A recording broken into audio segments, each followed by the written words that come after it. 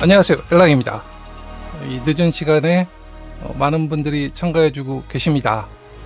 오늘 아침에 아르테미스 2 발사를 진행할 예정입니다. 밤새야죠. 아마 오늘 라이브가 발사까지 되면요 한 6시간에서 7시간 견딜 수 있을까? 해보겠습니다.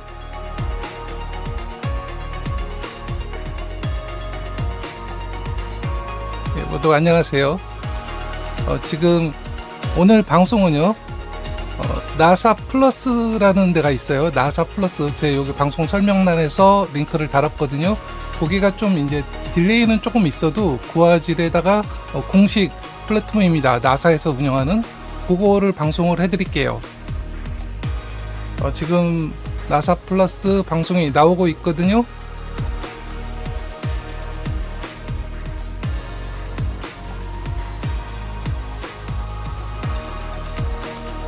자, 준비 좀 하고요.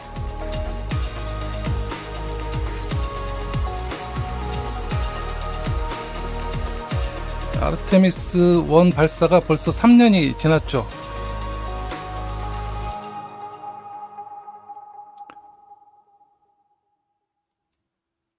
자, 그러면은 나사 TV, 나사 TV는 없어졌어요. 나사 플러스에서 방송하는 걸 중계해 드리도록 하겠습니다. In a month you get about 14 days of a launch period. Our team all hunkers down, and for every day we look at the open and close of the window and come up with a trajectory end to end from liftoff all the way through splashdown. 나사 공식 플랫폼인 나사 플러스에서 방송하는 거를 중계 방송해 드리겠습니다. You know, I often talk about that launch ops. 오늘 사람 4분이 타고 우주로 날아갑니다. That the preparation for a championship begins in the off season. We've made some significant upgrades since Artemis 1, and that includes not just the software that you see out here running on the consoles, but it's also 다시 한번 말씀드리지만 지금 방송은 나사 플러스 앱도 있고요. 저는 PC 웹페이지로 접속해서 중계 방송 해드리겠습니다. And so we have new launch commit criteria, we have changes to our procedures, changes to our timelines, and we want to make sure that we've gone through those time and time again, so that when launch day rolls around, we're ready for 나사 플러스가 hardware may throw at us. 유튜브 나사 채널보다는 약간 더 딜레이가 걸릴 수가 있습니다. 하지만 고화질로 송출되는 나사 표준 플랫폼입니다. The simulated vehicle ready for launch day. We got in our crew transfer vehicles, our CTVs. We came out to the pad. We went up 2 elevators to the 274-foot level. And we met there. Our white room 오늘 부탁드리는데요. 아무래도 제가 유튜브로 재송출하다 보니까 딜레이가 한 10초 정도, 15초 정도 걸릴 수가 있거든요. 미리 보고 와서 발사할 때 스포일러 하시는 분들은 강력하게 제재하겠습니다. And it is in all of our work together that gets us to a successful T0 and a safe and successful mission.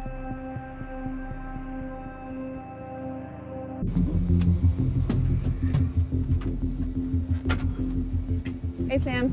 What's going on? Not much. Long time no see. Time no see.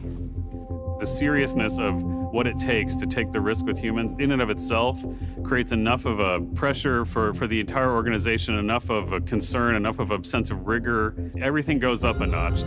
We have to have an atmosphere to breathe, a temperature to be able to control, to be able to take out the carbon dioxide and the humidity that's in the air, feed the crew, deal with a small environment, proving that we can fly by the moon and come back and have a safe re-entry. There's an extra element when you have humans on board, the nuances by which the system operates, the understanding of what it is to live in this crew module that we have. Artemis 2 is also another flight test of the other systems that are required to enable human space exploration. That is life support system, that is displays, that is the controllers, the stick that you need to fly a spacecraft. All those pieces were not part of Artemis 1, but are really key for Artemis 2, and the crew will need that capability to go forward to do human space exploration. When you go to the moon, you're 250,000 miles away, and there's no choice. It takes time to get home. Everything we check, everything we try and make sure we understand, we double, we triple, we quadruple check because we want to make sure we get it right. The mission will prove the Orion spacecraft is ready to keep astronauts alive in deep space and allow the crew and ground teams to practice operations essential to the success of future missions. This top portion is the crew module. It's the pressurized area where the crew sits. The bottom portion here, with the solar arrays and the engines, primary engines, is what's called the service module. The European Service Module, or ESM, will provide electricity, water and air to NASA's Orion crew capsule, as well as maintaining temperature for life support. It's been a fabulous partnership with our ESA partners. The agency made a decision a long time ago that we want to do lunar exploration as a global partnership. Now that we're having crew, that's the new element for Artemis 2 and onwards. We will really go into the testing of the life support systems and try to figure out how is that behaving with the astronaut in the loop, how is the CO2 scrubbing working on the crew module side, how are we providing the oxygen to the astronauts and the water. That environmental control system is so complicated. It's a series of chemical and mechanical and electrical engineering problems that all have to come together. That spacecraft has to basically be a mini Earth. And that Earth is basically driven by the elements of that life support system. We also have crew interfaces with the crew piloting the vehicle. Artemis 1 was uncrewed, and so we're going to go do a checkout right at the beginning of the mission while we're in an Earth orbit to be able to ensure that the crew is able to successfully pilot the vehicle. We're not just testing the systems in Orion. One of the key things we really want to do is we're going to do science. When we think about Artemis 2 science, there are really three big areas that we're studying. One is understanding the space environment. The second is understanding how that environment interacts with life and humans and the systems. And then the third is looking at the moon itself from a vantage point where humans haven't looked for over 50 years. They're going to be describing what they see. They'll see things that human beings have never seen before. They'll be describing, observing, and documenting what they see for the scientists back home. They've done a significant amount of training in the field here on Earth, learning about geology and planetary scale processes. They'll be looking for the evidence of those processes from orbit and describing to us anything unique that we maybe haven't been able to really sense with orbiters and robotic measurements. We're also going to do human research on the crew members themselves. We haven't had data sets for over 50 years on how the physiology of the crew themselves adapt to the radiation environment, to the microgravity environment so far away from Earth. You think about Artemis 2, we've never had humans get on top of an SLS rocket. And when that rocket launches, 8.8 million pounds of thrust are going to defeat gravity for a 5.8 million pound vehicle. So they're going to feel vibrations and hear sounds that no humans have ever experienced. If you want to be an astronaut, that's the thing you've been waiting for your whole life. Riding the elevator up the rocket, climbing in that capsule, very surreal. I often say that the only reason anybody actually gets on a rocket is because it'd be too embarrassing to turn around and run away from the rocket. Once the fire starts coming and the rocket starts vibrating and you lift off, it's a completely different experience. When you put crew on a rocket, it's no longer a test flight. This one needs to perform and will perform as good or better than the first one did. No doubt about it. Artemis 2 begins with the launch from Kennedy Space Center. getting them through that 8.5 minutes to get them to escape Earth will be the first big milestone. First, you'll do about 2 minutes of flight with the boosters. The boosters will separate, leaving you on just the core stage all the way through about 8 minutes into the mission. At that point, the upper stage will separate from the core stage and perform a perigee raise maneuver to keep you in a stable orbit. The crew's going to be in a high Earth orbit, checkout orbit. So this is a highly elliptical orbit that just takes them up away from the Earth and then back down close to it. From there, Orion backs away and separates from ICPS, preparing us for manual piloting by the crew of the Orion vehicle, imagining that they are approaching and docking with the upper stage of the rocket. The crew will have their hands on flying it for the first time, and that'll allow them to see, do we have the pulse size correct? Do we need to make the pulse size smaller? Do we have enough thrust? Does it have enough control authority to give us the rates and the movement that we need to in the vehicle when we need it? We need to really understand how Orion's going to perform in order such that we can dock it on future missions. We're going to fly in formation for a good 2 hours to ensure that we can do the checkouts to really understand the way this vehicle is going to operate. As we do Ascent and as we go through our Prox Ops demo, it's going to be a long day for the crew, it's going to be a long day for us on the ground. Once we convince ourselves that the systems are solid, we will engage the Orion main engine, and that will commit us to what we call translunar injection. The translunar injection burn is the big burn that puts us on the path to the moon. For that flyby out to the moon, we're doing what we call a free return trajectory. The idea there is that without doing any more major burns, you can just coast, and the gravity of the moon will redirect Orion and bring it back to Earth safely. Hey, Apollo 13, Houston, you have a go for We have done a free systems. return only one time, and that was during Apollo 13. We have designed deliberately to do a free return on this particular mission because, again, our risk tolerance, our willingness to take risks with the vehicle, with the crew on board is much, much lower for a crewed test flight. The next 3 days are spent in transit, and so the crew has activities to, again, continue to check out the systems on the Orion that we weren't able to get to in the first day. We need to go through checking out the radiation shelter, that all of our stowage is in the right spot. We need to check out the cabin to ensure that we can depress it to be able to dock within HLS in the future. Then we're going to fly around the moon. You'll fly by the moon at about flight day 5. You'll be between 2,900 and 7,900 nautical miles from the lunar surface.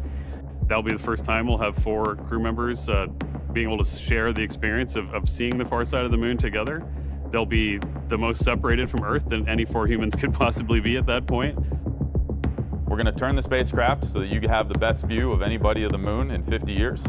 We want to ensure that we're getting the videos of the moon that all of us back here on Earth want to see, and ensuring that all of our systems work on the far side of the moon as well, the way we expect. Once the crew flies past the moon, they'll begin the 3-day journey home, where they'll again begin to do some checkouts, including trying to take the cabin down to a lower pressure, which is needed for future flights. Finally, as they get closer to Earth, they're going to prepare for re-entry. We have to configure the cockpit, do our final targeting, final burns, get the crew in their suits, get them in their seats, and then they'll get into the re-entry sequence.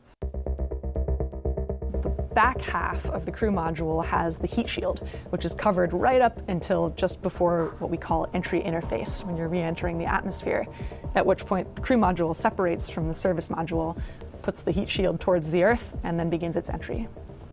The way Orion enters the Earth's atmosphere, it's a capsule shape, and when that capsule engages with the atmosphere, it hits at a tremendous speed.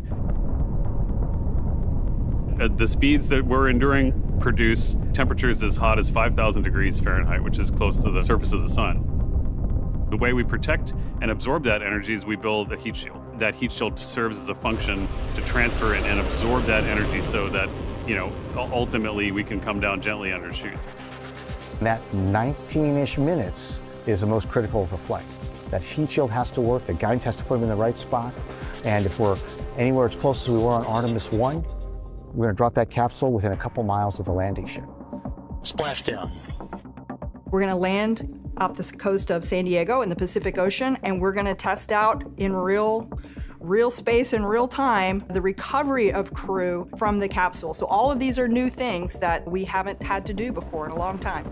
They'll be recovered by our recovery forces, and we'll see their smiling faces. That's the mission. That's Artemis 2.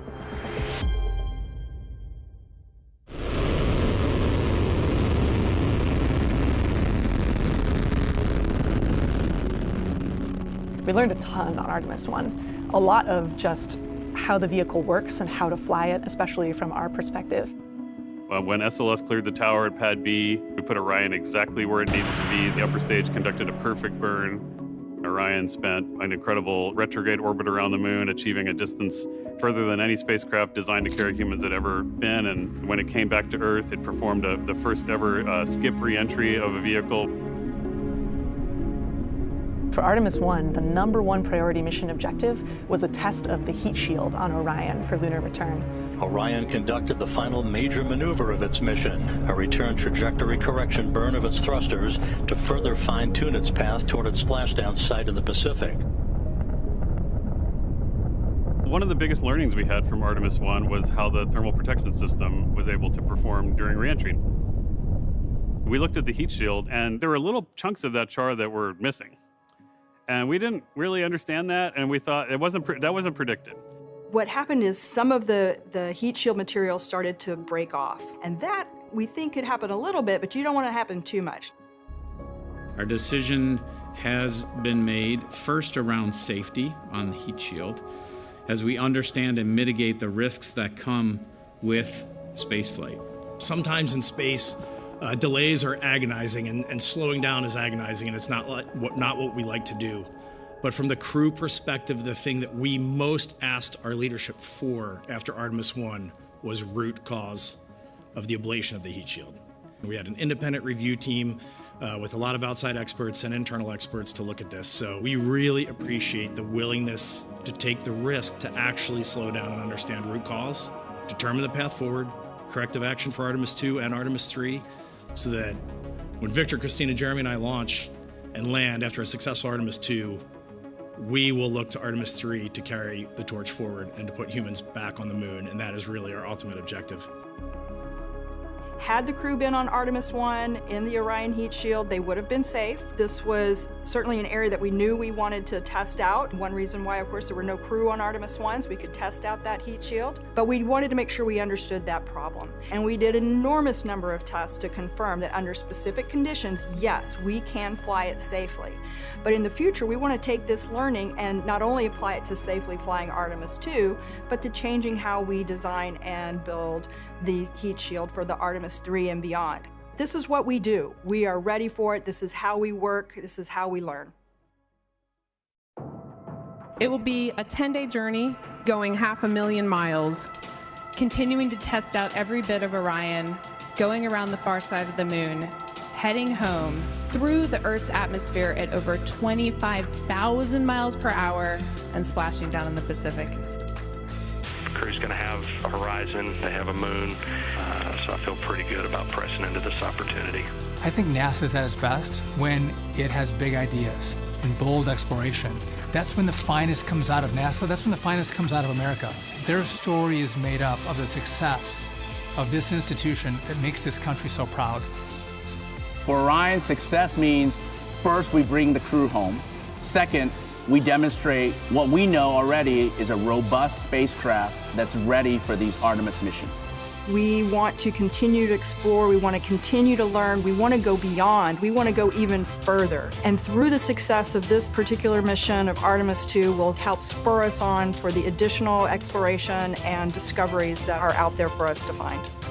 Our destiny is always to go and see what's further and what's next. It's our generation's opportunity to have our own literal moonshot. When we focus on one thing and we focus on it together, we can achieve anything. It's the lesson that we can do more together than we can as individuals. It's a new beginning. It's a rebirth of human exploration.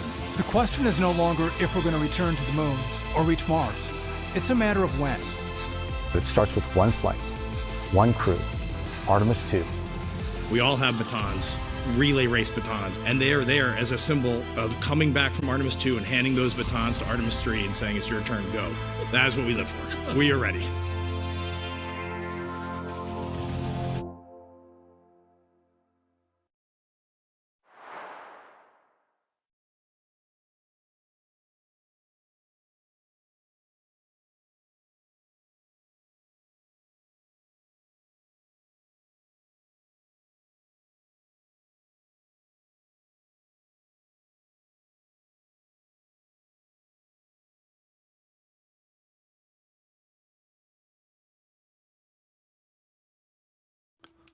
지금 예고편 잠깐 나왔거든요. 예, 지금 나왔고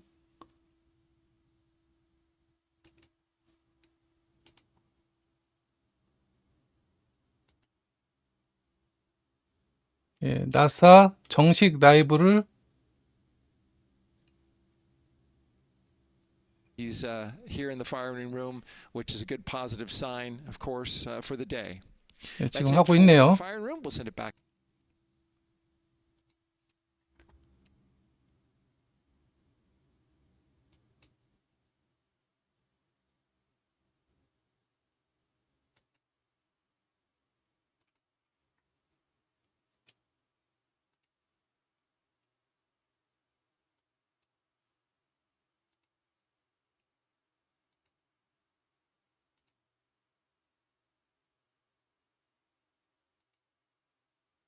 예, 나사 정식 라이브가 지금 나오는 것 같습니다. 한번 다시 보시죠.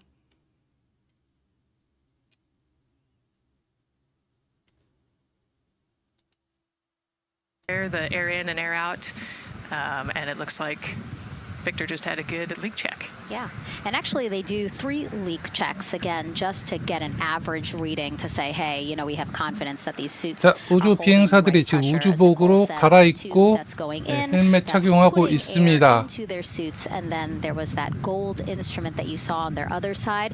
That's how they can control how much pressure is being released in order to do these. 지금 보시면은 L 마이너스 타임으로 나오거든요. 이건 런치 타임입니다. 그래서 런치 타임 그 예정된 시간 기준이기 때문에 저 시간에서 약간 더 연기될 수가 있습니다. 앞으로 이제 발사 10분 전부터 T 마이너스 터미널 타임으로 바뀌거든요. 그때부터는 컴퓨터가 정하는 정확한 발사 예정 시간이 됩니다. 자, 4명의 우주 비행사 리드 와이즈먼 사령관이고요. 그리고 빅터 글로버 지금 빅터 글로버씨입니다. 최초의 비백인 달 방문이 되는 거죠. 발사하고서 한 20분 정도 뒤까지 아마 방송을 할 것 같습니다. 공식 방송에 그때까지 나온다고 그랬어요.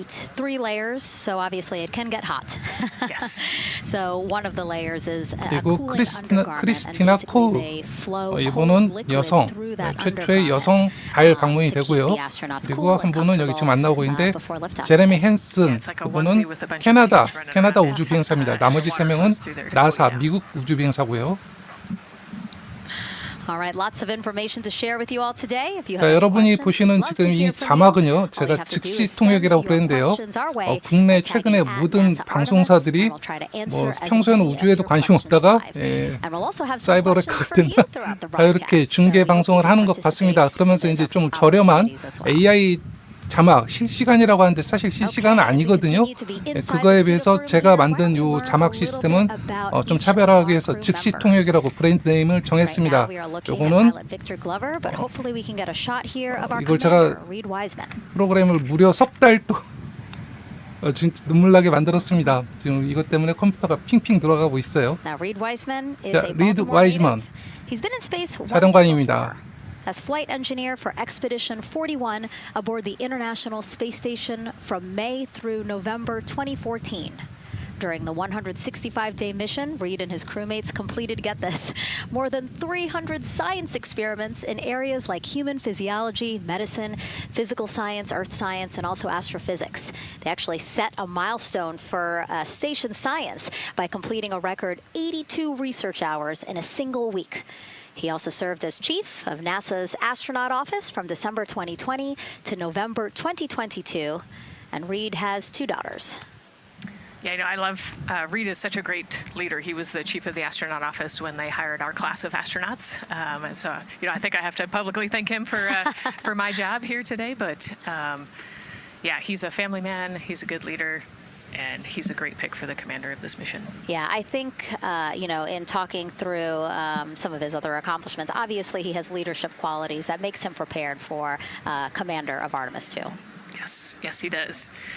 He's a well-experienced naval officer and now NASA astronaut.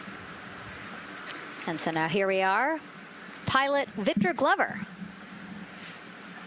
NASA selected the California native as an astronaut in 2013. At the time, he was actually serving as a legislative fellow in the United States Senate. His first trip to space was in November 2020 when he launched as pilot of NASA's SpaceX Crew 1 mission. That was the first operational mission of NASA's Commercial Crew program, which resumed launching American rockets from American soil to the International Space Station at the end of the shuttle program. Victor is a U.S. Navy captain and naval aviator who served as a test pilot, racking up more than 3,500 flight hours in more than 40 different aircraft. He and his wife, Deanna, have 4 children. Yeah, 4 children, a lot of energy, but that checks, right? Because when I think of Victor Glover, I think of a lot of energy, smart guy who's always excited and ready to go. And there you go, he's smiling in the suit room this morning. Oh yeah, he's a great guy. All of them are. This whole entire crew, they're just a good group of human beings, of leaders, of friends, family. You know, I have never heard anybody say anything bad about any of these 4. They're all so well accomplished, and they're also deserving of this opportunity to return to the moon. Yeah, and they're also humble, right? They're just standard humans going to the moon, but you would never know that when you talk to them in a normal conversation.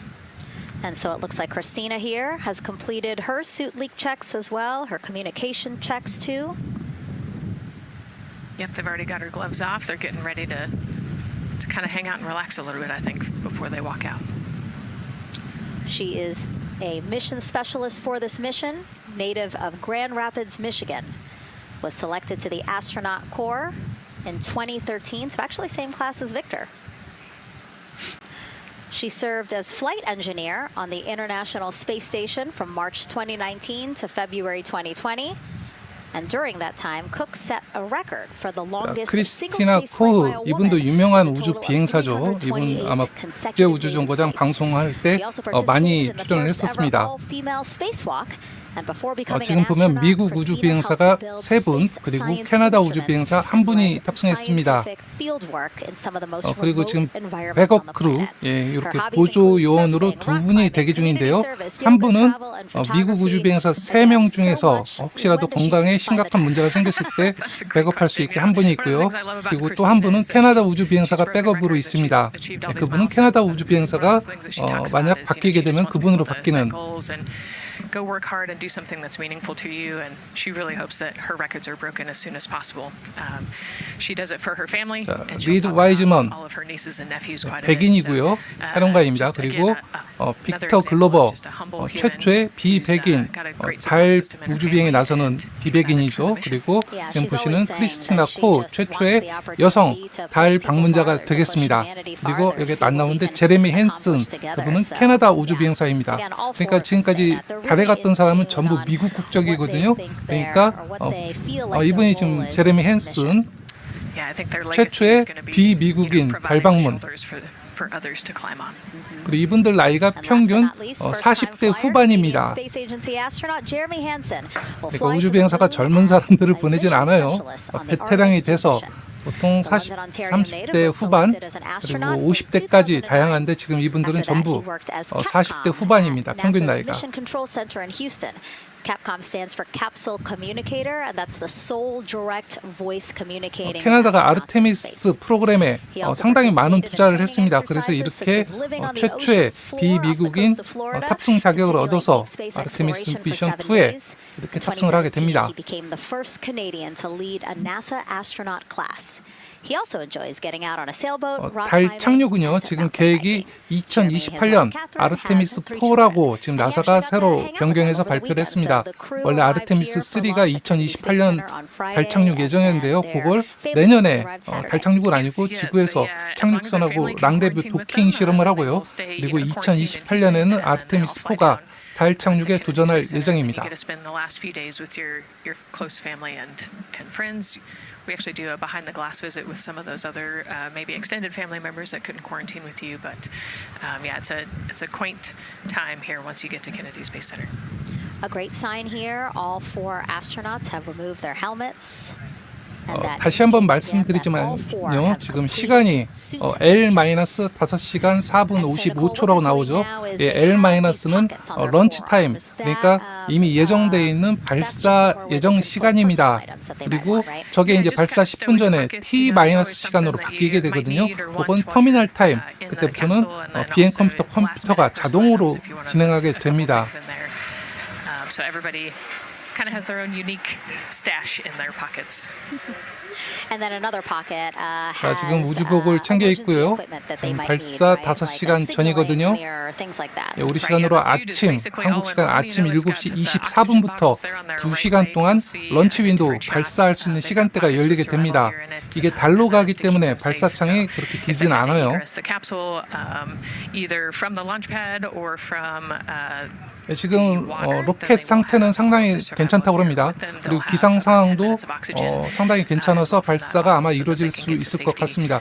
지금 로켓의 SLS의 연료는 거의 다 차 있는 상태입니다. 네, 지금 이렇게 옷을 갈아입고 테스트 후에 발사장으로 이동해서 탑승을 하게 됩니다. 탑승 후 약 3시간 뒤에 발사하게 돼요. 자, 저분들 지금 우주 비행사들이 무려 2주일 동안 격리 조치가 됐었거든요. 예, 나사의 표준 우주 비행사 격리 기간이 2주일입니다. 14일 동안 발사하기 14일 전부터 이렇게 격리 조치를 하게 됩니다. 뭐 감기라든지 코로나라든지 이런 문제 때문에 14일 동안 격리하게 돼요. 그러니까 만약 발사가 한 달 연기가 된다고 하면은 또 격리가 다시 다음번 발사 14일 전부터 다시 격리를 해야 됩니다. It's an exciting mission. We'll get to learn a ton about there's so much science that's going to be on this mission as well, right? Where they're going to do some science experiments on humans, learn about the stress of the environment, and we're going to learn about the radiation environment. We're going to learn about the suits as well. We've got some technology demonstrations that are going to happen. So there's a lot going on this mission as we fly around the moon and come back. Mm-hmm. We always say it's about increments, right? Like we're making that next giant leap to Mars, but in order to do that safely and to do that thoroughly, incremental steps. Exactly. And, like we said, this is the first time that we've put crew on this rocket. And so actually before we even head to the moon, right, we're going to stay close to the Earth, and we're going to check out all of the systems on Orion, make sure that it can handle 4 humans, make sure it can handle people sleeping, people exercising, all of the environmental control systems are working. So we want to make sure that the capsule is safe for the crew before we send them, almost 250,000 miles away. Yeah, that was a great question. And we actually have another one that we'll pull up on screen here. Another question from X. How long will it take them to reach the moon, and how long will the entire mission last? Another great question, right? So they're going to do a couple orbits around the Earth. They'll do a perigee and an apogee raise burn. What that means is that they're going to accelerate to get further away from the Earth, and they'll get into a really highly elliptical orbit first. And then once they get into the translunar injection, so they're actually on a free return trajectory, which means we're going to accelerate them, and then they're going to escape Earth's gravity, and then just based on orbital mechanics, they'll be able to come home without having to do another burn or acceleration. So it'll take about 4 days once they leave Earth's gravity to get to the moon. They'll fly around the moon, about 4 days back, and then land. So overall, about a 10-day mission. Exactly. Yeah, these are really great questions, guys. We know that, again, we are sharing a lot of information today, so please do not hesitate to reach out. Obviously, Nicole, very smart here. And we're happy to answer any of your 지금 questions. L-시간으로 나오고 있거든요. 발사 예정 시간에서 지금 5시간 정도가 남았습니다. 앞으로 5시간 뒤면 우리 시간으로 아침 7시 24분부터 약 2시간 동안 발사할 수 있는 발사창 런치 윈도우가 열리게 됩니다. 발사하면요 바로 달로 가는 건 아니고요. 지구를 한 바퀴 돌아서 약 7만 킬로미터 고도까지 가는 커다란 타원 궤도를 그리게 됩니다. 그리고 다시 하루 뒤에 궤도를 돌아가지고 달로 가게 됩니다. 그러니까 발사하고 하루 뒤에 달로 출발하고요. 그리고 달까지 4일 걸립니다. 그리고 다시 돌아오는데 한 4, 5일 정도 걸려서 약 10일짜리 미션이 됩니다. 예전에 아폴로 우주선을 발사했던 LC-39A 발사대는요, 요 옆에 있는데요. 거기 지금 스페이스X가 임대해서 팰컨 9, 그리고 지금 스타쉽 발사대도 건설하고 있죠. 그래서 안쪽에 있는 예비 발사대인 LC-39B로 아르테미스 발사를 하게 됩니다.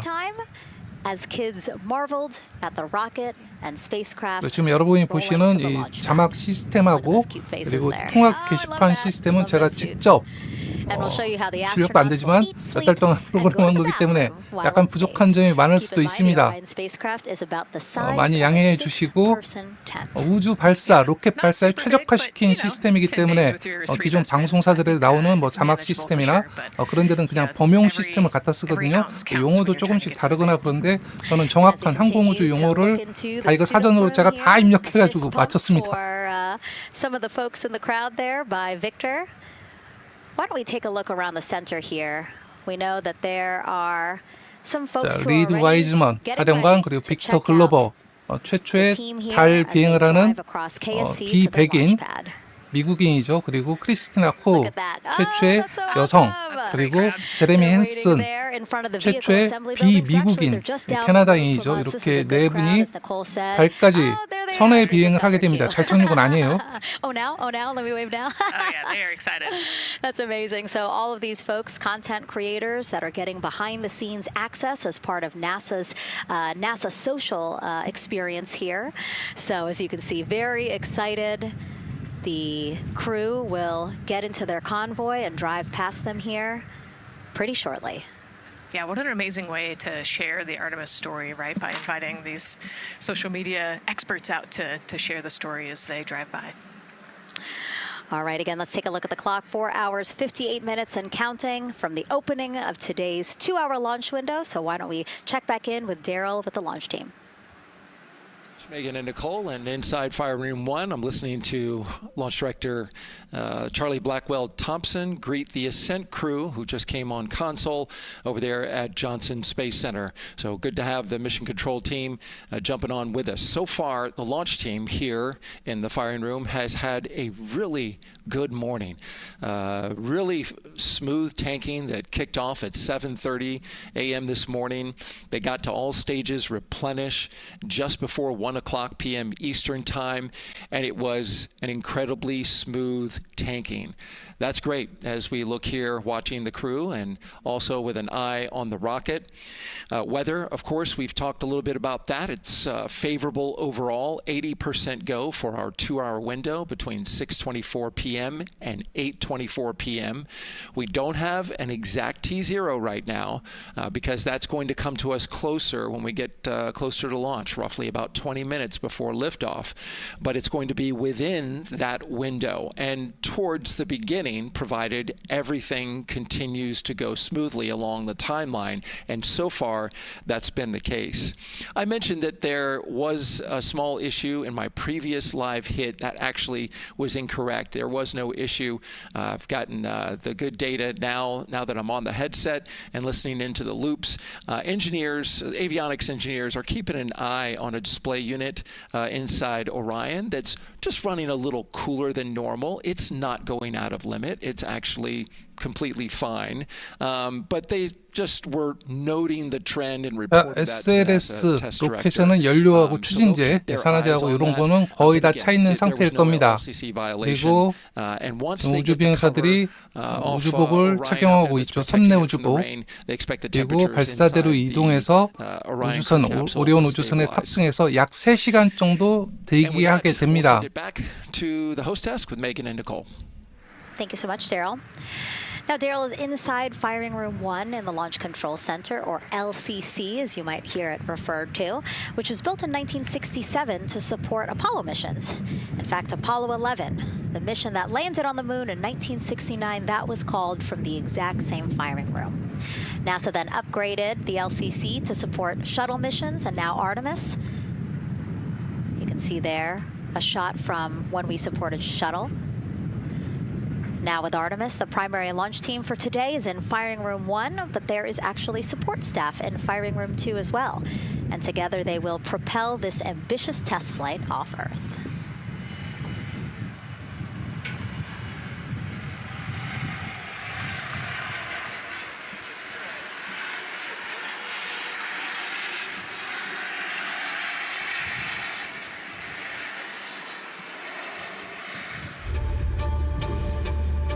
We're going back to the moon because it's the next step in our journey to Mars. We need to go explore the moon. There's vast regions of unexplored areas with the coldest, darkest places in our solar system. This is a test mission, and when we get off the planet, we might come right back home. We might spend 3 or 4 days around Earth. We might go to the moon. That's where we want to go, but it is a test mission, and we are ready for every scenario as we ride this amazing space launch system and the Orion spacecraft. But another reason we're going back to the moon is to fulfill NASA's mission, which is to explore the unknown in air and space, to innovate for the benefit of humanity, and to inspire the world through discovery. And when we succeed and when we accomplish the things that we set out to accomplish, that inspiration not only can set up new things to happen, but it also is a reminder in tough times that we're capable of doing great things when we work together. The thing I love about the moon is that it's not just a beacon for exploration and this platform of possibilities for incredible missions like this, but it has benefits. That's actually why we're racing towards it. Those benefits are really wide in nature. You have everything from innovation, technology development, not only for future missions going deeper into the solar system, but technologies that come back to Earth. You have inspiration, a whole generation of people starting this pipeline of STEM workers and manufacturers and operators that are excited to see what you can do when you work hard and you come together as a team. When I think about the 4 of us flying around the far side of the moon, seeing that Earth rise, taking images and video and sending them back to you, the feeling that I have inside is hope. We know that Artemis 2 is not the solution for humanity on planet Earth, but it is a contribution in the positive column. We hope that just for a moment that people will pause and say, wow, it's extraordinary when you look back upon the Earth with over 8 billion people, and you see this concrete example of what humanity can do, this extraordinary thing when we set big goals and we work together to achieve them. Now, Kennedy's launch control team takes us to liftoff, but then mission 이번 control 발사에 of 얽힌 몇 Space Center in 가지 Houston takes 특이한 over. 점이 That's where 있거든요. we have our Gary 지금 Jordan 우주 비행사 embedded 저 in 네 that team. 분이 Hey, Gary. 개인 소지품으로 자기의 스마트폰을 가져갈 수가 있게 허용된 최초의 달 우주 비행이 됩니다.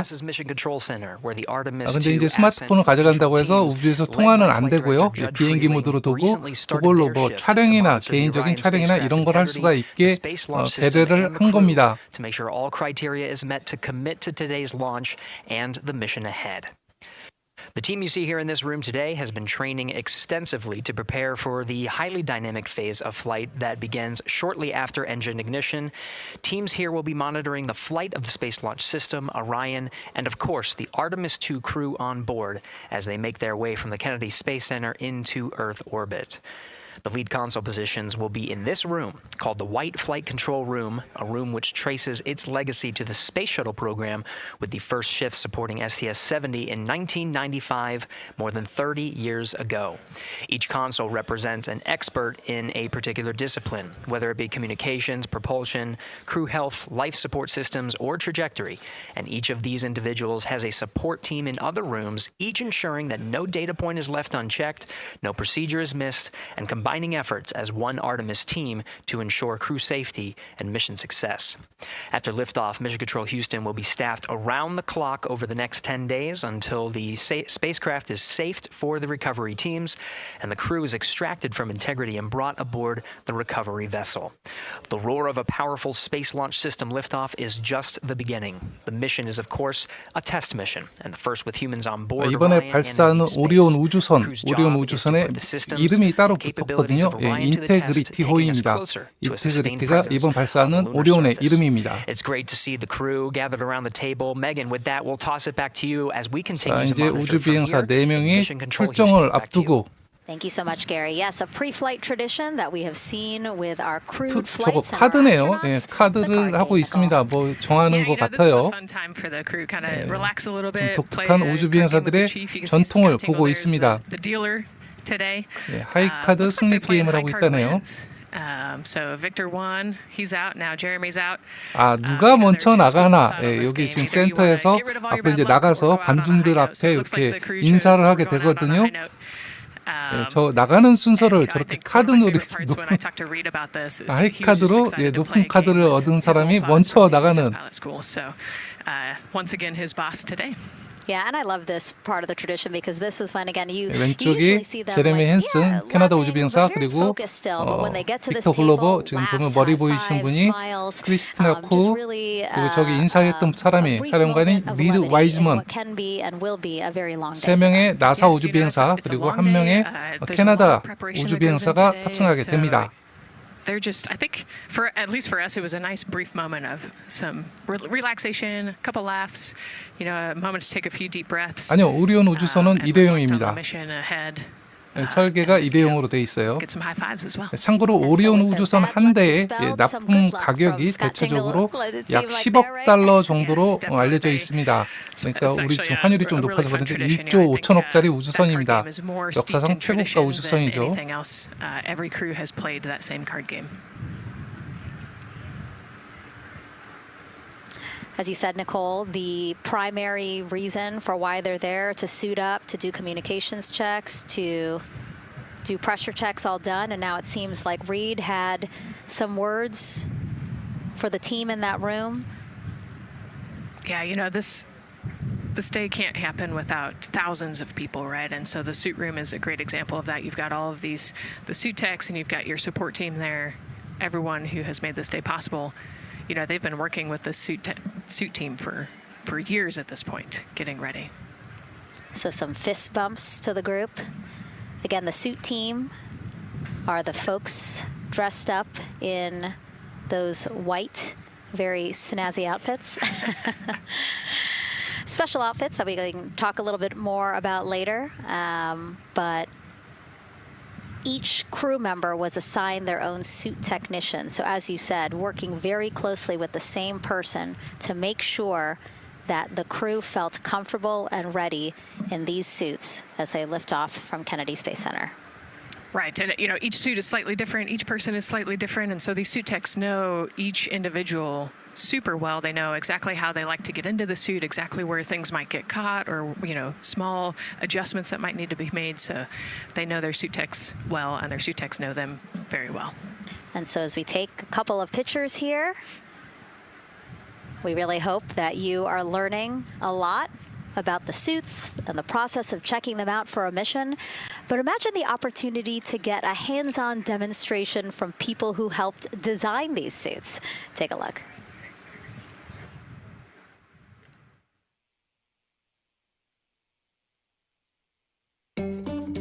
Anyone want to try on one of the gloves? I love showing the kids the suit. I love how excited they get about space. Oh! So that would be... It just goes in there? We got to bring some stuff for them to actually put their hands in, and some of them were very excited because they want to be astronauts when they grow up. I would love to be an astronaut. That would be incredible. I'd like to be like an engineer that like maybe designs the suits. Whether it's the cog, the orange color, every aspect has an important function for our astronauts in space. It's going to be amazing seeing astronauts up close to the moon again. And that was a special event at Johnson Space Center. What we just saw there, obviously a big part of why this mission is so important to NASA, really just an opportunity to inspire everyone, especially kids, right, Nicole, to dream big and be curious. Oh, man, yeah, the kids are so important, right? I love talking to kids. They are the future of spaceflight. They are the Artemis generation. And, if we could just inspire even one of them to go on to be a scientist or an engineer or maybe even an astronaut someday, that's a win. And now let's turn our focus to the rocket for a little bit. Powering liftoff will be, again, NASA's Space Launch System rocket right behind us. And to learn more about SLS, let's go to Megan Carter, who's at Kennedy Space Center's Visitor Complex at an exhibit dedicated to Artemis and the future of spaceflight. That's right, Megan. I am so excited to be over here at the Visitor Center, but not just because of launch. I get to introduce you to the moon board. This is obviously a very complex mission, lots of moving parts and pieces. So the moon board is going to allow me to break some of those things down for you just a little bit more in depth, starting with that SLS rocket. Now, the SLS, or the Space Launch System, very big, very powerful. It is going to be producing 8.8 million pounds of thrust at launch. And like I mentioned, mentioned, very large, as you can see here, going to stand about 322 feet tall with Orion there on top, just a little bit taller than the Statue of Liberty. Now, there are many components that make up this rocket, so I'm going to point out just a handful that you're going to hear about a lot throughout this broadcast, starting with our boosters. These two twin solid rocket boosters are going to be very powerful. They are going to burn for the first 2.5 minutes of flight, and each one is going to stand 17 stories tall. They weigh in at about 1.6 million pounds each. Now, I am going to jump back out and I'm going to show you a little bit about our core stage. That's going to be known as the backbone, essentially, of our rocket, and it is made up of around 5 components, starting with this engine section down here. This engine section is where our 2 propellants are going to be funneled down through our pipelines, and they are going to be mixed at 2 different temperatures, very complex processing, and they are then going to go on to feed that fuel to our 4 very powerful RS-25 engines. These are going to produce about 500,000 pounds of thrust each at launch, and they will burn for 8 minutes. All right, now jumping up here, we are going to take a look, because I just mentioned those propellants. Obviously, we do need fuel, and that is why we have around 535,000 gallons of that liquid hydrogen.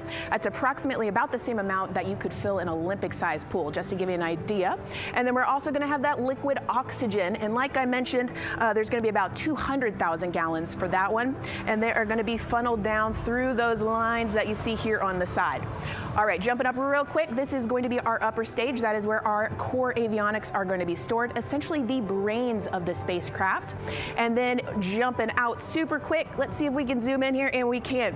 Those propellants I talked about are going to be stored at cryogenic temperatures. That means thousands of degrees below Fahrenheit, so they have to be kept very cold. And that, all those bumps and ridges there that you see, those are actually going to be an insulation spray that's going to help keep that rocket nice and cool, keep the propellants ready to go, and get us set up for success. Now, obviously, that was a very quick overview of our rocket. I have so much more to show you here on our moon board, but for now, I'm going to turn it back over to you, Megan.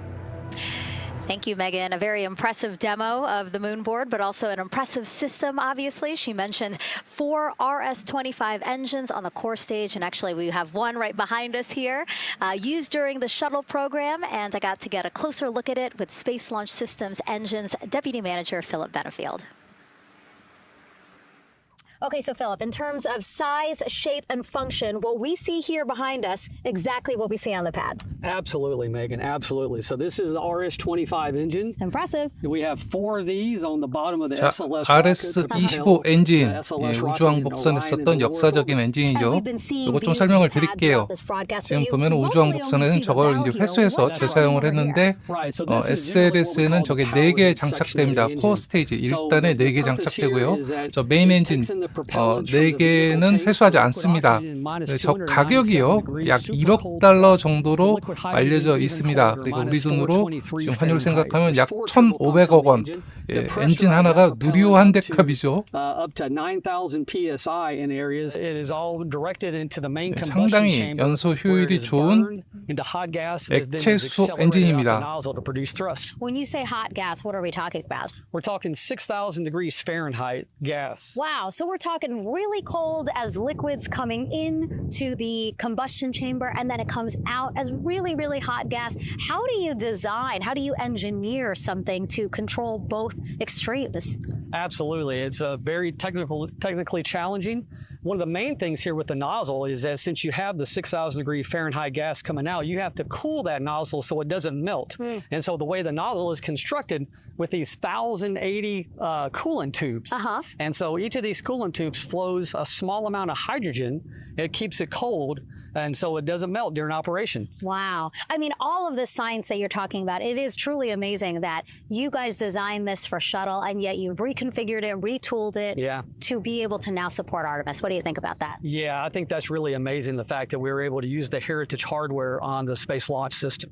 The engine itself, developed through the Space Shuttle program, many upgrades to make it more reliable and improve the thrust as well. Perfect. 랩터 엔진, 스타쉽에 들어가는 랩터 엔진이 저거하고 또 비견되는 굉장히 고출력 엔진이죠. 네, 랩터 엔진이 개당 가격이 지금 $1,000,000까지 낮추는 게 목표라고 그랬거든요. 저게 $1억 RS-25 엔진 하나면은 랩터 엔진이 100개. 심지어 랩터 엔진은 재사용까지 염두에 두고 개발한 엔진이죠. 자, 우주 비행사들이 드디어 청중 앞으로 나가고 있습니다. 참고로 지금 이 통합 자막 시스템은요, 제가 아주 완벽하게 프로그래밍을 완성하지 못해가지고 이렇게 자막을 올려주실 때 가끔씩 누락되는 경우가 생기니까 좀 양해 바랍니다. Oh, nope. A couple more people in that elevator. Those are important folks. They're going with them to the pad. 자, 우주복으로 갈아입고 발사대로 이동하기 전에 대중 앞에 대기하고 있죠. 저 나가는 순서는 아까 카드를 뽑아가지고 높은 순서를 가진 카드를 뽑은 사람이 먼저 나가는 걸로 결정이 됐습니다. 저렇게 발사대로 가서 우주선에 탑승한 다음에 약 3시간 정도 기다리게 됩니다. These doors, the same doors that astronauts who have launched from Kennedy Space Center have walked out of since the Apollo program. Yes, and you can see another tradition is putting your patch on that archway as well. So I'm sure they did that over the last couple days. They did. It's actually it's so hard to see because there's so many of them, which is also great. But it's on the door frame on the right-hand side, the very, very bottom. Awesome. Great crowd here. A shot now of everyone who is waiting to greet the crew as they walk out of the operations and checkout building here at Kennedy Space Center. And will board their ride to the launchpad. 아폴로 발사가 마지막으로 있었던 게 1972년이니까요. 그때는 우리나라가 사실 이제 위성 통신으로 중계도 제대로 안 되던 시절이었거든요. 아마 녹화 방송을 봤을 것 같고요. 그때 남산에서 미국이 중계 시설을 가져와서 이렇게 실시간 중계를 해준 적이 있다고 그래요. 근데 72년까지 아폴로 발사를 보셨던 분들은 지금 제 채널 지금 이 방송에는 거의 없으실 것 같고요. 안 잘 거예요. 못 자죠. 지금 이 프로그램 돌아가는 것도 봐야 되거든요. 제가 지금 모니터 3개 띄워놓고 각 프로그램 돌아가는 거 다 모니터링하면서 혼자서 이걸 하고 있습니다. 이번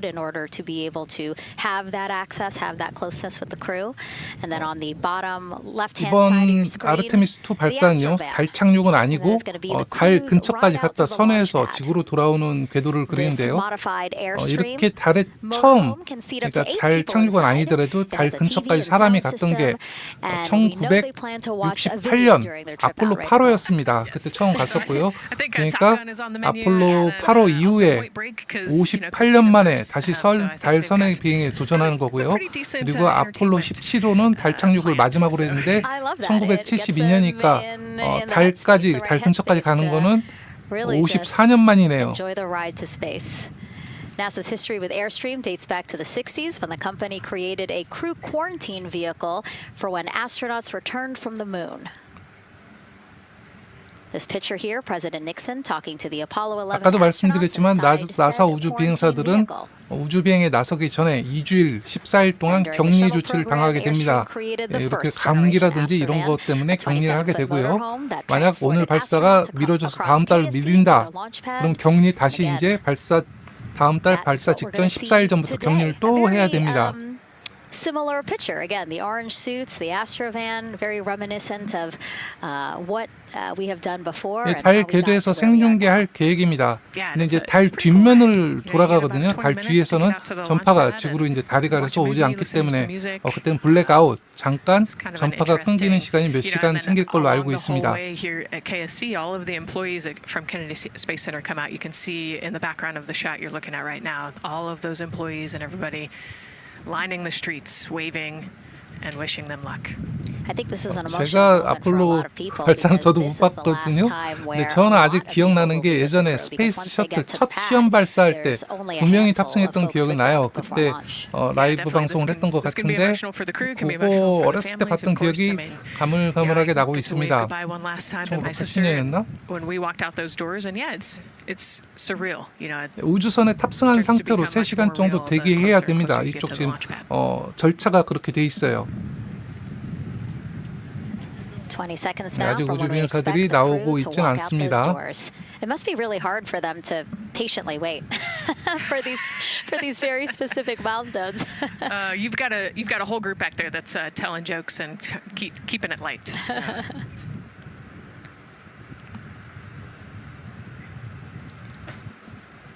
And here they are, NASA's Artemis 2 crew. Commander Reed Weissman, 자, 나옵니다. Victor Glover, and mission specialist Christina Cook and Jeremy Hansen taking their first steps outside for their historic test flight. To a wonderful applause from the crowd, they're looking really excited Some and big really ready. smiles. I love that. It's a great day for us. It's a great day for this team.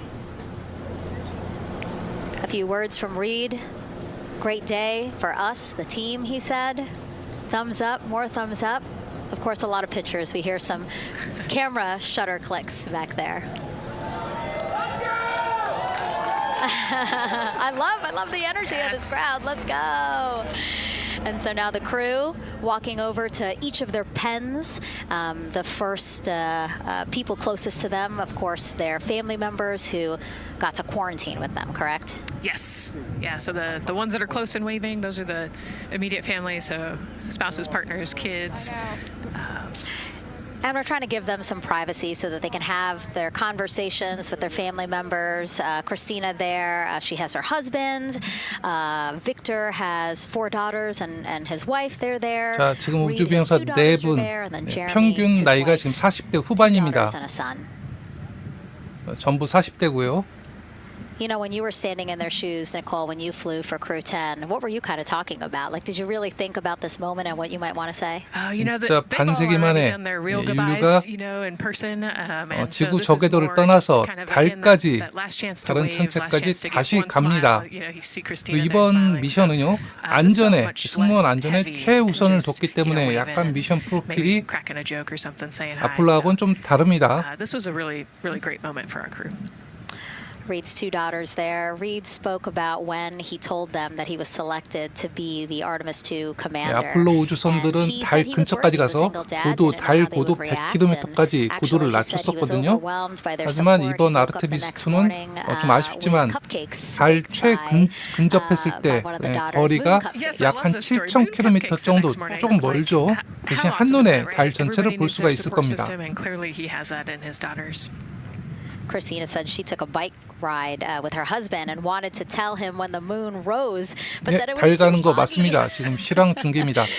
다시 한번 말씀드리지만 지금 이 방송은요, 나사 플러스 유튜브 채널이 아니라 나사 플러스라고 나사가 이제 최근에 공식 플랫폼으로 서비스해주는 사이트를 나사 웹사이트 안에 만들었거든요. 그 방송을 이렇게 중계 방송해드리고 있습니다. 화질도 제일 좋은 편이고요. 하지만 좀 단점이 약간 딜레이가 많이 걸리는 걸로 지금 알려져 있습니다. 저는 화질에 목숨 걸기 때문에 가장 좋은 화질에 나사 플러스 방송을 중계 방송해드리고 있습니다. 그리고 지금 보시면 여기 나오는 자막은 제가 직접 프로그래밍한 석 달 걸려서 만든 실시간이라고 하기, 보통 다른 데는 실시간 방송이라고 하면요, 이렇게 그냥 범용으로 쓰는 저렴한 AI를 그냥 갖다 집어넣어가지고 이렇게 번역해주는데 저는 조금 약간 바꿔가지고 Jeremy being a gentleman, pausing so that Christina can take a nice 즉시통역이라고 이름을 좀 바꿨습니다. Hearts too from Reed there. 그리고 지금 통합 채팅창 유튜브하고 치지 동시 송출하고 있거든요. 이게 아직 완성이 좀 덜 돼가지고 조금 약간 누락되는 것도 있고 한데 그건 좀 양해 바랍니다. Some more applause from the group. 그리고 치지직 이렇게 입력하시는 분들이요. 치지직은 댓글이 너무 빨리 올라와가지고 제가 의도적으로 3, 4초 정도 딜레이를 또 줬습니다. 유튜브가 좀 딜레이가 많기 때문에 치지직의 반응 속도가 빨라서 치지직 댓글창 쓰셔도 몇 초 정도 늦게 올라오게 됩니다. 양해 바라요. 자, 우주 비행사들이 셔틀버스에 탑승해서 발사대로 이동할 순서입니다. Looking at the clock, very on schedule right now. Again, according to the very detailed timeline of launch today, they are expected to drive off in about 20 seconds.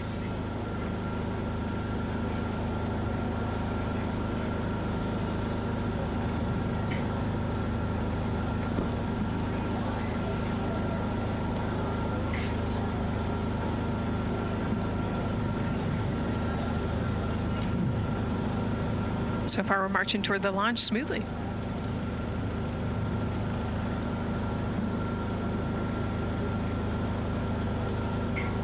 Do you think they're queuing up the video? Definitely. And that's why they haven't left yet? They're like, we can't go without Gotta get our your point snacks and movie break. ready. Yeah. Where's the popcorn?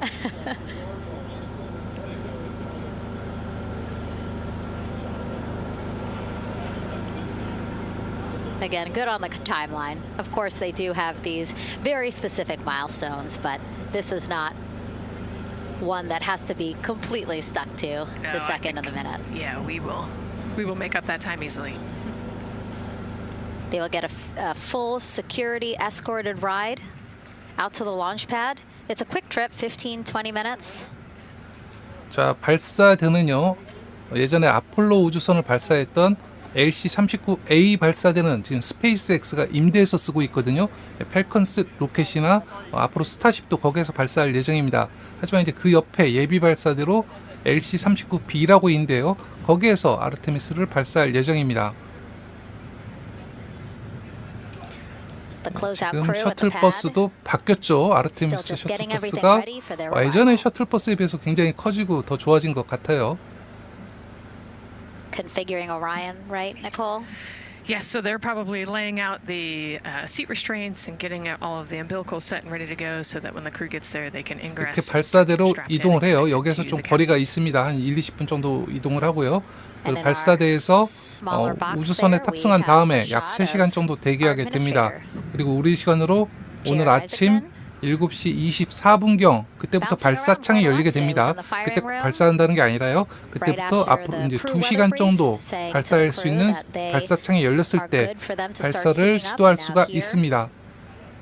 To wish them well as they drive out to the pad. Yes, he's so invested in this mission. I love it. You know, he's been an active participant today and 크루 드래곤 탑승장의 LC-39A가 더 가까워요. LC-39B는 그 안쪽에 있습니다.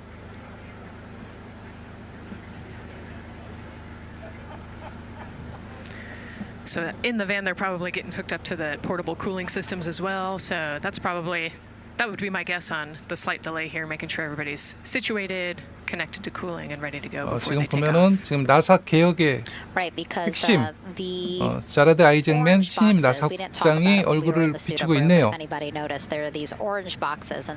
야, 저분은 지금 몇 달 안 되는데 지금까지 역대 나사 국장들 했던 거 모든 걸 다 합친 거를 모든 일을 다 해치웠죠.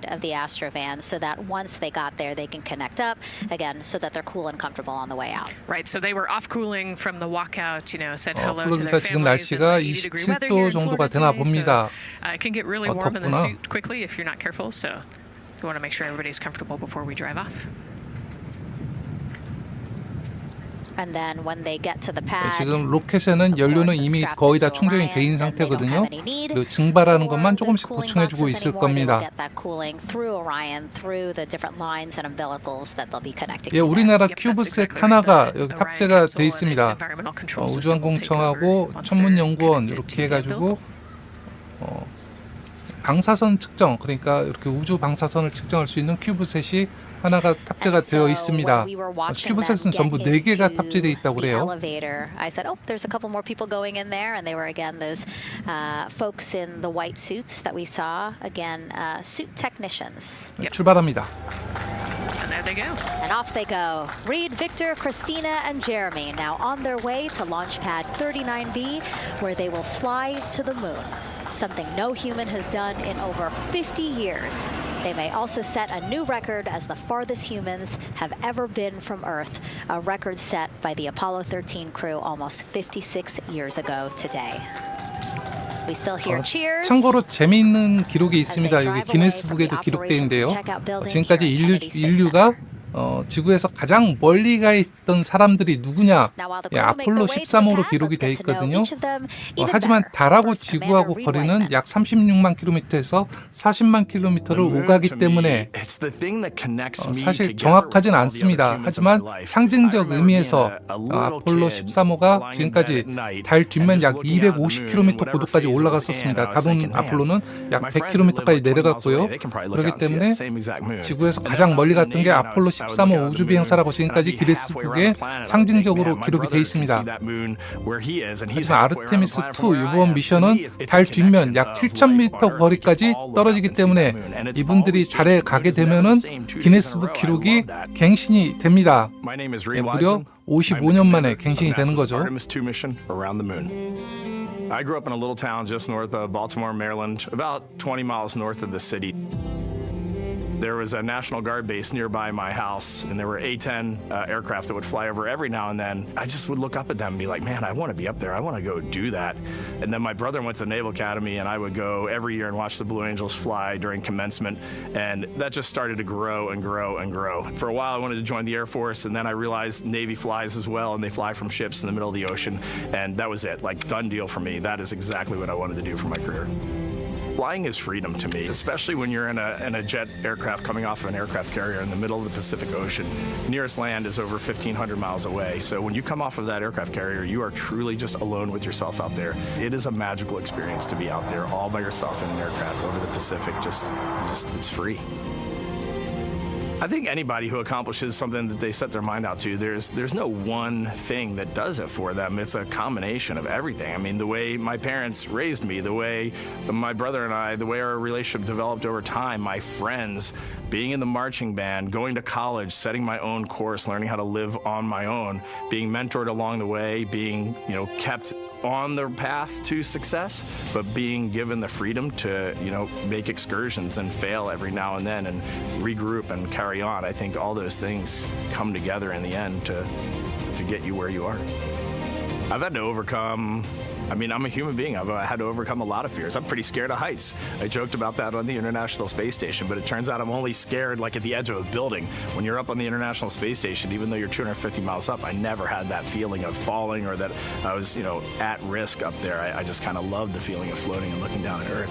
There have been challenges all throughout my life. By far, the biggest challenge was losing my wife in 2020 to cancer and now raising two daughters who are grown up now, but that's been the biggest challenge by far I've ever had to face. It is not easy. Being an only parent, trying to work a full-time job, and raising two kids is something that I think about every single day. I'm very proud of the work I've done. I haven't always done it well, but I've always shown up and tried as hard as I possibly can. 지금까지 이번 미션 사령관인 리드 와이즈먼의 인터뷰가 있었습니다. 이번에는 최초로 달 궤도로 가는 비백인, 지금까지는 백인 남성들만 달에 갔었거든요. 최초의 비백인 우주 비행사 빅터 글로버, 미국인 나사 우주 비행사입니다.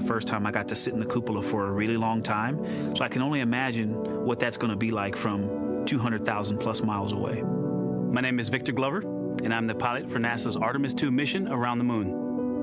When I was in 4th grade, I was 10 years old, and that's when the Challenger accident happened. And it helped me understand how the general public felt about the astronaut corps, right? Like, these are the people that we want to be, and that just gave me an easy thing to strive toward. The biggest fear that I've had to overcome in my life is doubting myself. Going to college when no one in my family had gone to college was a huge risk. I had more confidence in my athletic ability than in my academic abilities. I could play football with those college students that I saw on TV. But my classmates that I saw in the lab and around the University Union, I didn't know if I had what they had. I think addressing that self-doubt was a part of, swinging for the fence and trying to go get an engineering degree, not just go to college, but get an engineering degree and then go do something challenging and technical like flying. Apollo is known for sending humans to the moon. Artemis has an opportunity to continue the Apollo story, but I actually think it's important for this story to stand on its own. Artemis is a new program, and we're trying to do new things. And it's great to compare and contrast. When you look at our spaceship, you can see parts that were designed, built, and integrated in another country. When you look at our crew, you see that our crew is international. There are also men and women. And I just think that comparing and contrasting makes the story even richer. The piloting role specifically, I will have an hour and a half or so where I get to fly the spacecraft by hand. We haven't flown that many spaceships. And so the ability to fly one actually in space on a test mission is just a really unique opportunity. I can't tell you how I'm going to feel when we fly by the moon and see the moon up close and the Earth from 250,000 miles away, but I don't use the word excited because I'm focused.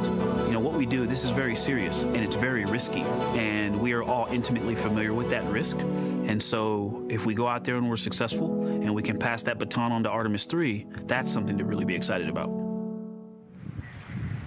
Great to hear from Reed and Victor in their own words about how they feel about this mission and their role in it as the convoy turns this corner here onto the road where the vehicle assembly building is and where the group that we showed you earlier today, ready with their flags. Wow, that group has expanded exponentially. Love this. Yes, this is great. So many people. Flags, oh my gosh, I love it. Oh, this must feel so special to the crew to see all of these people here to wish them well. Yes, this is heartwarming. Look at how many people 비행 there are. 센터를 Everyone is so 나와서 excited about this mission. 케네디 우주 센터를 이렇게 지나서 일단은 LC-39A 발사대 쪽으로 아마 갈 겁니다. 거길 또 지나서 안쪽으로 들어가야지 LC-39B 발사대가 있거든요. That's amazing there. Again, crowds continue going as we are now passing the historic vehicle assembly 저기 building. 조립동이 보이고 This is where 있죠. the Space Launch 저기서 System rocket was assembled and 저쪽 stacked with 끝에 Orion. Its history, of course, goes back to LC-39B the 발사대가 Apollo 보이는 days, 것 but today it is 같습니다. home to the Artemis 이쪽에 있는 건 missions to 스페이스X the moon 발사대고요. and beyond. LC-39B는 아마 저 Gosh, 안쪽에 still 있을 것 같네요. people lining the route. Yep. 뒤에 장갑차가 따라가네. I do too. It leaves me kind of speechless, you know, just to see all the support, all of the people who 이렇게 want 해서 to know that they're 늪지대를 thinking of 건너가게 them, they're with 됩니다. them, and the fact that this crew specifically 케네디 has always 우주센터 said we 주변을 are 보면 going 늪이 for all 이렇게 mile. 많이 있거든요. This 저게 must 악어도 be 산다고 really 그래요. special to them. Yes, and that's just here on Kennedy Space Center. Imagine the rest of Florida right now. 그리고 이렇게 새들도 많이 날아다니기 때문에 이렇게 헬리콥터 같은 게 새를 쫓게 됩니다. For the most consecutive days in space by a woman, let's take a look at what she has to say about this mission. I tell a story which 자, is one that 이번에는 my dad told me 달 궤도로 가는 before the 최초의 Apollo missions when he was just a very little boy. 여성 우주 He was 비행사 looking up at the moon with his mom, 크리스티나 and his mom said to him, 코우입니다. Don't worry, Ronnie, we'll 이분도 never 미국 get 우주 there. Fast 비행사죠. forward 나사 maybe 우주 비행사입니다. 70 years later, it's his daughter that's actually going there. And I think that long arc is something that we can all learn from. The idea that the seemingly impossible becomes possible if you just believe in it and are willing to work hard and come together to achieve it. My name is Christina Cook, and I'm a mission specialist for NASA's Artemis II mission around the moon. When I look back at my dreams as a kid, I definitely never thought I would actually get here. I was very pragmatic. Even though I'm a dreamer, I knew that the odds were way against me again, so I might as well do something I'm loving in the meantime. I definitely loved science and math in school and, did pretty well in those things, but I also loved being active. I was always outside. I loved things that made me feel small. I loved looking at the night sky, oftentimes between the pine tree branches, or I loved the ocean.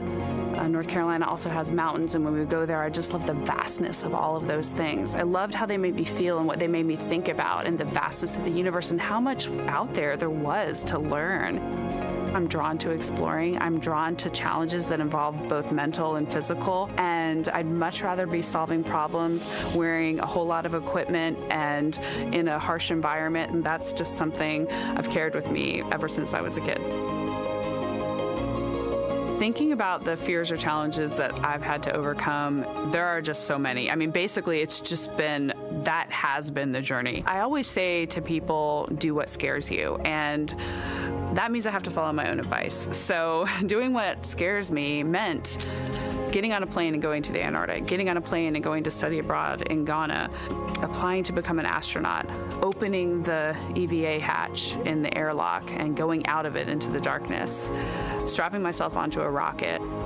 And so for me, I think that no matter what the challenge, recognizing that if people believe in you and you believe they believe in you, the challenges seem always a little bit easier. To me, the moon, it represents history. It is a witness plate. Everything that's ever happened to the moon is still written on the moon. Every single person has looked at the moon their entire lives. We see the same moon. That's something really special. It's just the epitome of a symbol of something that's in each of our hearts, but that's also represents exploration and reaching. And as we continue to watch the convoy, almost at the pad, mission specialist and first-time flyer, Canadian astronaut Jeremy Hansen. 자, 캐나다 우주국도 아르테미스 프로그램에 많은 투자를 하고 있죠. 미국 다음으로 많이 투자하는 나라 중에 하나거든요. 그러다 보니까 캐나다 우주 비행사인 요 제레미 헨슨 이번에 때 아르테미스 첫 번째 유인 우주선 좌석이 돌아갔습니다. 다시 말씀드리지만 아르테미스 저 좌석은요, 기여한 프로그램에 기여한 돈 액수만큼 분배가 됩니다. 참고로 일본 경우에는요, 앞으로 아르테미스 프로그램으로 2명 정도의 달 착륙 우주 비행사를 배출할 계획이라고 해요. 우리는 지금까지 한 명밖에 없는데 일본은 달 착륙까지 한다고 합니다. If I wanted to go to work with Dad, it was going to be a long day, and I was going to have to not complain, or I wasn't going to get to go the next day. I had a treehouse. I had a vivid imagination, and I changed my treehouse into a spaceship. I made all these dials and controls. I had circuit breakers for switches that I found in the barn, and I was exploring space in my imagination. The most important thing I did to get to where I wanted to go in life, which was flying fighter jets and eventually becoming an astronaut, is I shared those desires with other people. And it turns out, just like you don't go to the moon on your own, if you could, I would have done it a long time ago in my treehouse as a kid. You have to go as a team. I think the biggest impediment to achieving my goals was, of course, myself. And I think that's a common human experience. There are many times where just little things would get in my way, and my immediate interpretation of that was, well, now that goal's out the window. You know, people must have lifted me back up, and somewhere in the back of my head, that persistence came through.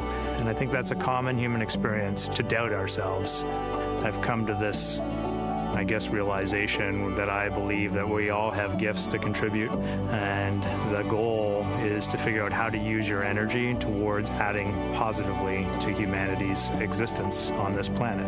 But I love it when humanity sets big goals, like sending humans to the surface of the moon with an eye to eventually going to Mars, because when we do that, we can bring together genius from not just even in one country, but around the world.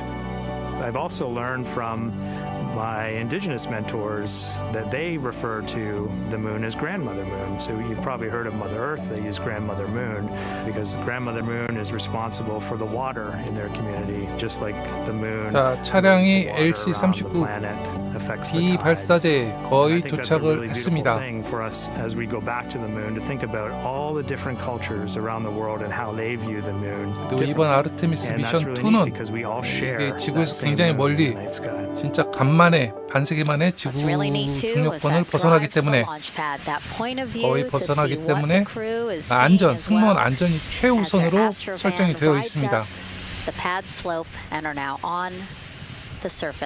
첫 차 이름이 아스트로벤이네요. Yeah, you know, we talked about how tall this rocket is earlier. Wow. Look at that. Yeah, look at that point of view, yeah.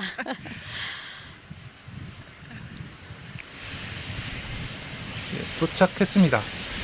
Pad 39B, another historic place here at Kennedy Space Center. Construction began in 1964, finished 3 years later. Apollo 10, the full dress rehearsal for the moon landing. That was the first mission to launch from this pad. Yeah, you know, we've used this pad for a lot of missions. You know, we modified the pad in the 70s and 80s, and then the shuttle missions actually launched from here as well. And then, of course, Artemis 1 took off from this launch pad November 2022. And now here we are about to see the Artemis 2 crew get out of the Astrovan and make their way up the mobile launcher to the 274-foot level, where they will embark on their first crewed test flight of the Artemis program. You know, I think that button in the elevator actually says space when you It does? hit it. Yeah. Really? At least on 39 Alpha it does. So I imagine it says something similar here. Again, let's take a look at the clock as we wait for the crew to get out. 4 hours, 10 minutes, and counting until the top of our 2-hour launch window today. Let's head back across the street to Daryl, who's following the launch team every step of the way. All right, thank you, Megan and Nicole. And here inside Firing Room 1, we had a nice moment. The launch director, Charlie Blackwell-Thompson, NASA's first female launch director, standing up from her console, taking her cell phone and snapping photos as the Artemis crew that she had just given the go to leave the astronaut crew quarters, driving by, and of course going up the causeway until they got there to the pad. And now we see them coming out of the Astro van there and getting ready to ascend the launch tower. Well, we got a weather brief before they went out to the pad, and of course LWO gave a go. There could be some rain out there at the pad. It's already rained out there already. If you're in the area and you're watching right now, well, certainly you know that there's some rain in the area. There's going to be spotty showers that are going to be coming ashore here, and we expect that throughout our rest of our countdown. But we also are getting forecasts that there'll be some clearing as we get closer to our launch window. Big wave from Reed Wiseman there, and a thumbs up as the crew goes into the elevator to ascend the launch tower to go up to the level where they'll walk across the crew access arm and get into the white room. One of the things that you're going to start to hear now is from the crew themselves. We're going to be airing the Orion to Earth loop, which is the communications that's going between that crew and the launch team here as they walk them through configuring their various consoles as well as getting ready. A nice moment here, and I'll just pause to just look and see as the crew walks across the zero deck, as they call it, which is the deck that's right there even with the engines, and they're taking a moment to go over there and stand up and gaze up at the 322-foot tall SLS rocket. This was part of the plan for the Artemis 2 crew, and potentially a rocket that could help them make history to go farther from Earth than any crew has before. The farthest distance from Earth when they launch will be roughly around 248,000 statute miles. They're expected to go about 4,000 miles 우주 비행사들이 than the Apollo 저 13 엔진 옆에서 crew 기념 촬영을 안 하네요. to the elevator to go 스페이스X는 발사하기 전에 이제 우주선을 보고 이렇게 촬영을 하는데 아르테미스 안 하고 바로 엘리베이터를 탑승하는 것 같습니다. ready to go, and then closer to liftoff, we'll hear the operational launch team loop. 지금 SLS 로켓에는요 연료, 추진제는 다 이렇게 충전이 된 상태입니다. 그러면 이제 저게 이제 기화되면서 이렇게 증기가 빠지고 있죠. 이제 기화된 부분만 이렇게 조금씩 계속 충전해주고 있습니다. 배터리 충전도 다 끝났고요. Right now, a lot of focus is on, of course, the closeout crew. They've made the way for the crew to get inside the spacecraft now and walk across that crew access arm, and there they are.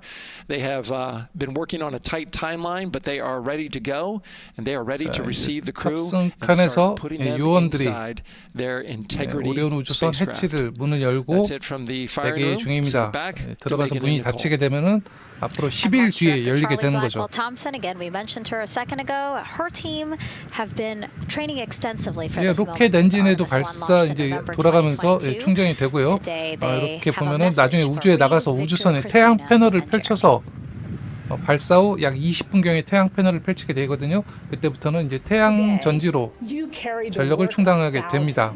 And the hopes of millions. Every test, every simulation, every long day and night have led to this moment.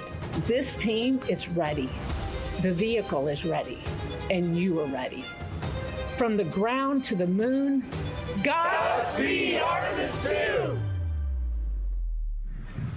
I love that. I just love seeing all of the people who have contributed to this mission and the fact that this is what they've been working for, and now it's culminating today. Yeah, thousands of people have worked on this mission, and we saw there from the launch team, but human spaceflight is like the ultimate team sport, is what I like to say, and that's just a great example of our team wishing our astronauts good luck.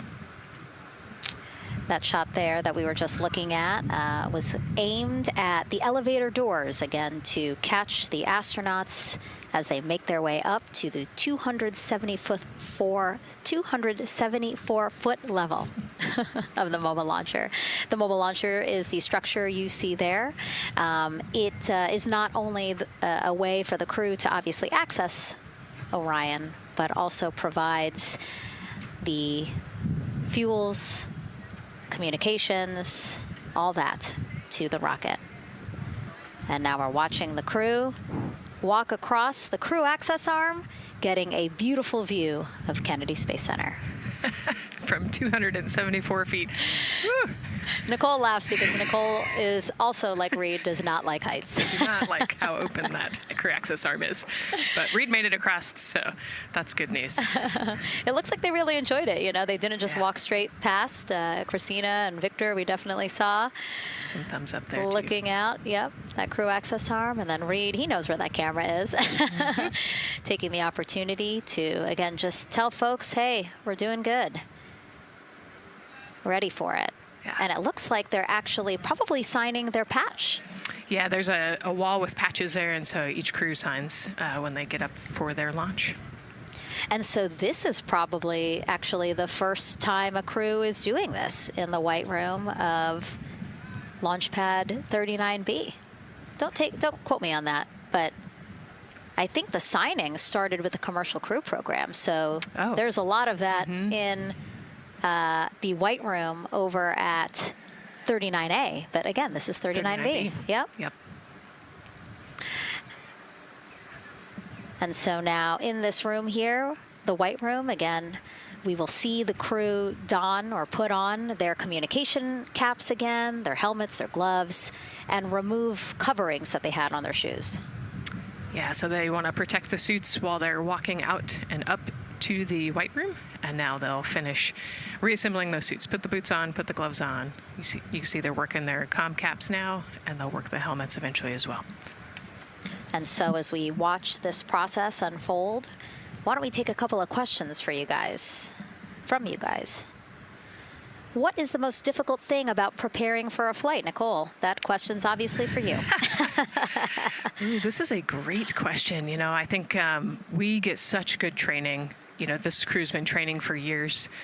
And so they know this rocket and this capsule inside and out. They know all the dangers. They know how to react to anything. So I actually think, you know, preparing your support system and your family, I think launch day is actually tougher for your family than it is for you. And you know, we've heard the crew talk about the difficult conversations that they've had with their family to prepare for this historic test flight. And so I think, you know, the closer and closer you get to the rocket, the fewer and fewer things from Earth you keep. You know, they left their suitcases at crew quarters this morning. They left their cell phones, their laptops, everything. And so you are just a human in a spacesuit about to get on a rocket with all of your loved ones watching. And I think that can be probably one of the most difficult parts about today. And while you were answering that question, Nicole, we did get a chance to check. Yes, this is the first time crew has signed the wall of the White Room, again, here at pad 39B. Let's take another social question now.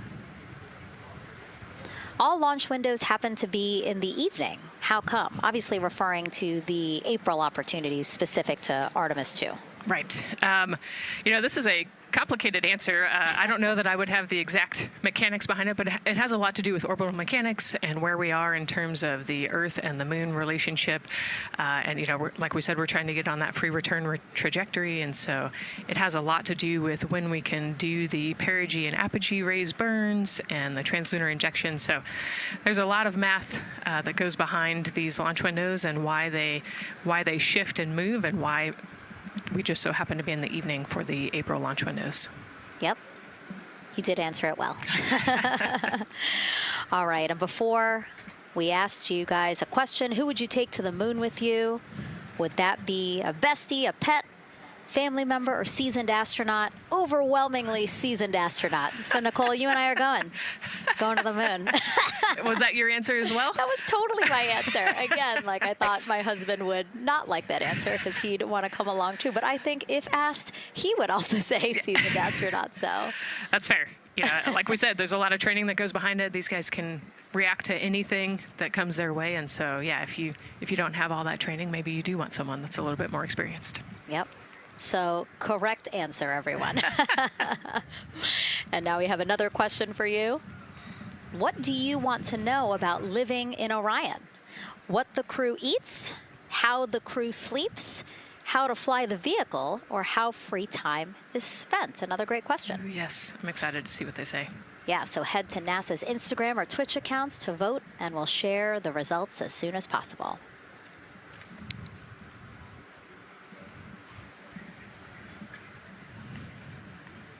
And while you're doing that, remember to also sign up to be a virtual guest for this mission.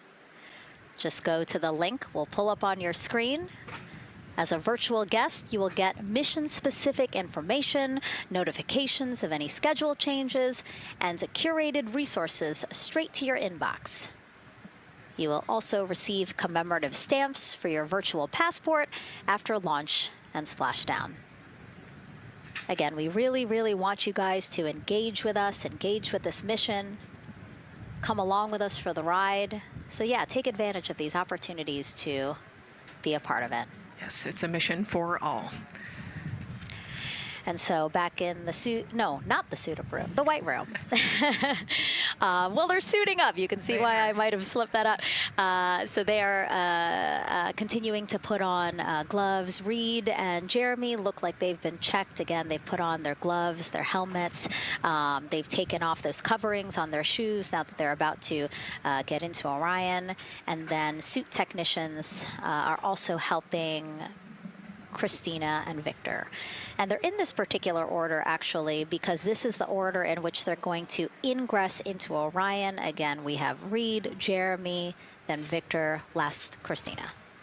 Yeah, and that just has to do, like you said, with the seat orientation. So as the astronauts sit down and lay back in the capsule, the left side will be Reed, and then below him will be Jeremy. So that's why they're going to get in first, to create space for then Victor and Christina to get in.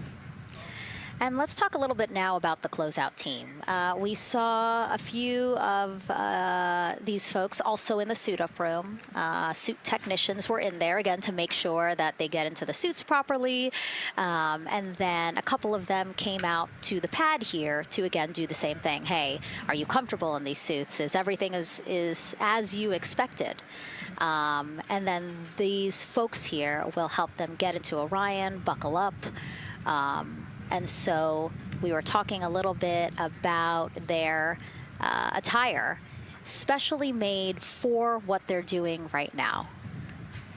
Yeah, so these, they almost look like, the equivalent of a flight suit, right? They're fire resistant. They've got the straps on the back for emergencies that mimic the same straps that the astronauts have on their suits, so that you can use the same exact equipment in an emergency egress from the pad, for example. So we can use the same equipment to get everybody safely away from the pad as required or if needed. Yeah, always thinking about those 처음 오신 분들에게 다시 설명드리지만요. 지금 L-타임으로 나오고 있습니다. 저건 런치 타임이라고 스케줄표에 정해져 있는 시간을 카운트다운 기준점으로 삼고 있습니다. 하지만 우리가 흔히 보면요, 발사 직전에 T-로 변경이 됩니다. 아르테미스 같은 경우에는 T-10분, L-10분에서 T-10분으로 변경이 되는데요. T-는 터미널 카운트다운이 됩니다. 그러니까 이 비행 컴퓨터가 자동으로 진행시키는 거죠. 그러니까 L- 타임은 절대 시간이라고 보시면 됩니다. 정해진 시간, 우리 시간으로 아침 7시 24분이 지금 L-0가 되는 거고요. 터미널 카운트다운은 실제 발사에 들어갔을 때 중간에 이제 중단될 수도 있거든요. 멈추거나 홀드. 그런 경우에는 이렇게 좀 가변되는 시간 개념이라고 보시면 됩니다.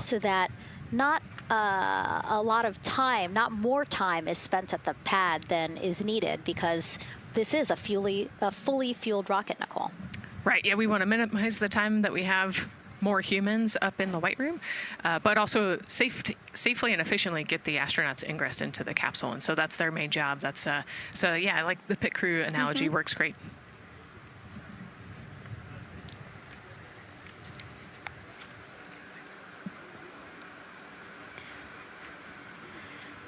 And so, Nicole, as we get ready to see them ingress, I know you'll be, again, an invaluable source as we talk through this part of the launch countdown because you've been inside a mock-up of the Orion spacecraft. And I know that because you texted me a photo that you took, this selfie in the mock-up, and little did you know I was going to put it in this broadcast.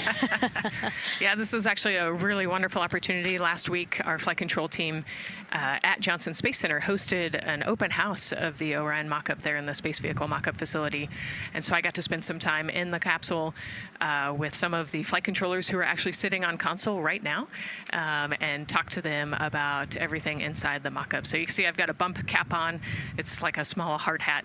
There are a lot of, metal corners and things, and we are still squishy humans at the end of the day. And so they want you to be careful while you're moving around in there. But I got to see, how the crew will ingress. I got to look at the umbilical and the seat straps, and I got to see, the emergency equipment and the stowage and the toilet. I got to see it all. Got to talk about everything. It was pretty cool. It was a really great time. Michael and Bruce were great with me. They answered all of my questions.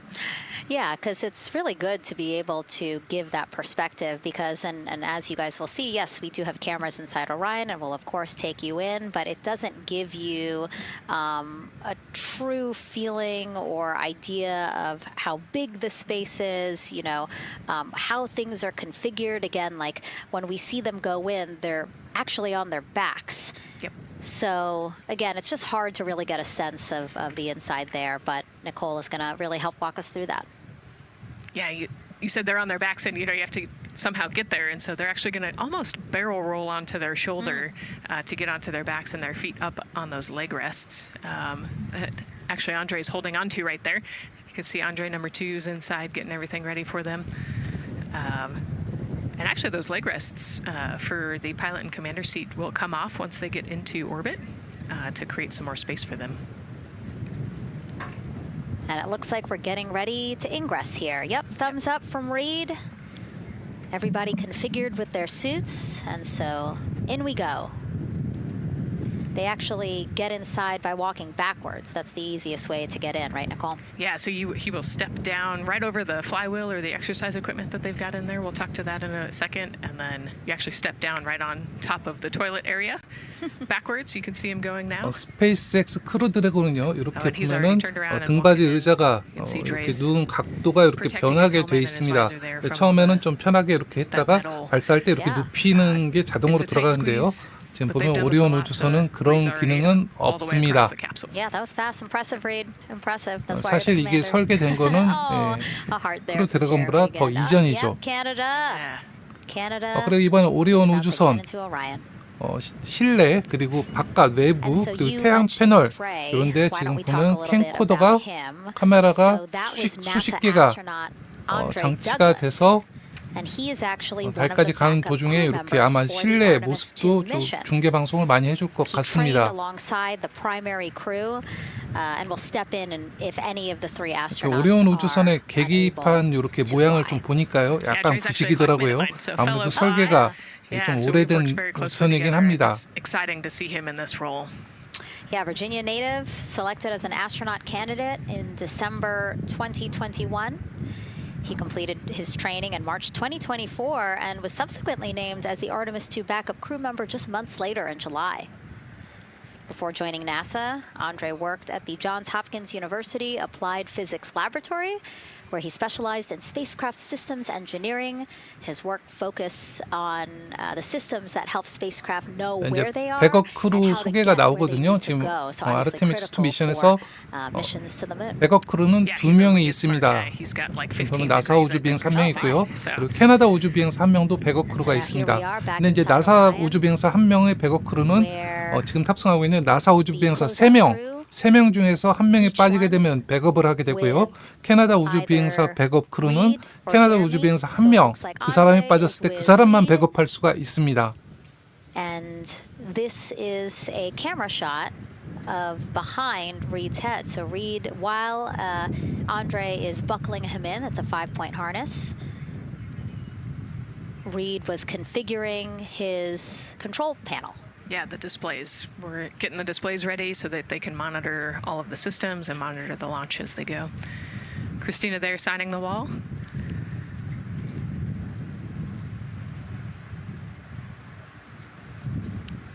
Got to put away the pen. The pen could be foreign object debris or FOD, which is bad for NASA. We definitely want to make sure that we keep track of everything and we know where everything is, because the smallest thing could prevent us from launching or affect the equipment out there. Yeah, and you'll actually see that most of their tools will be tethered as well, so nothing can fall through a crack or drop.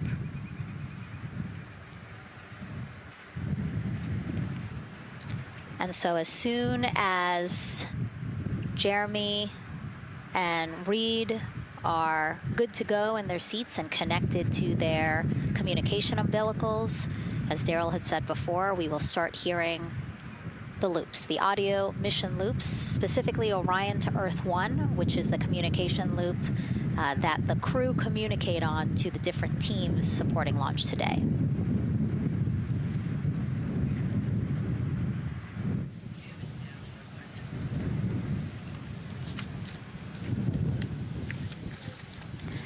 And as we said when we were in suit up, after they do communication checks, again, suit leak checks to make sure that nothing went wrong between the suit up room and here, and also to specifically connect them to the Orion systems.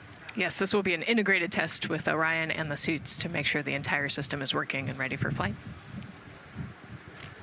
And so you'll notice Reed and when Victor sits down, Reed and Victor are the only ones with the display panels in front of them.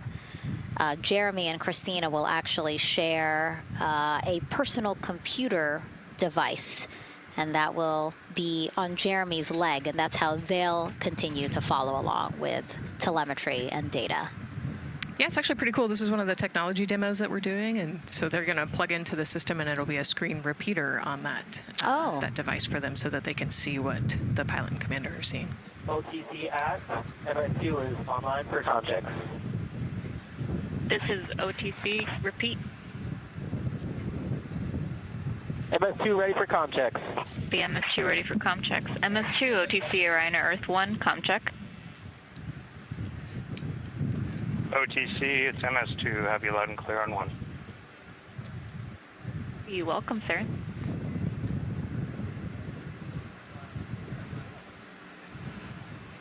And so that was the Orion test conductor speaking with Jeremy Hansen, again, mission specialist 2 for this mission. So his communication check over, you heard him say 1, Orion to Earth 1, has been completed, a successful test.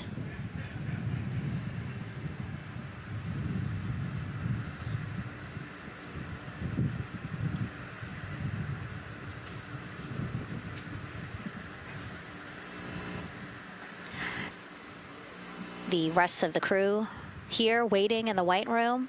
Again, as Nicole was saying, a little tight there for all of those folks. So Christina and Victor will wait until Reed and Jeremy are done getting buckled in. Yeah, I think 4 astronauts and 4 자, suit 지금 techs 오리온 would be a 우주선 탑승 tight 바로 fit 이렇게 capsule. 앞에 Yeah, 있는 I mean, take a 공간이 look at Bill. He's got the three 화이트룸이라고 there, the suit technician there. 전통적인 He 나사 is 발사체 kneeling 이렇게 where 탑승 Christina will 공간입니다. be in order 스페이스X to get 크루 드래곤 Jeremy 같으면요, situated. 이렇게 좀 복도도 막 한참 걸어가고 좀 분위기가 많이 다르죠.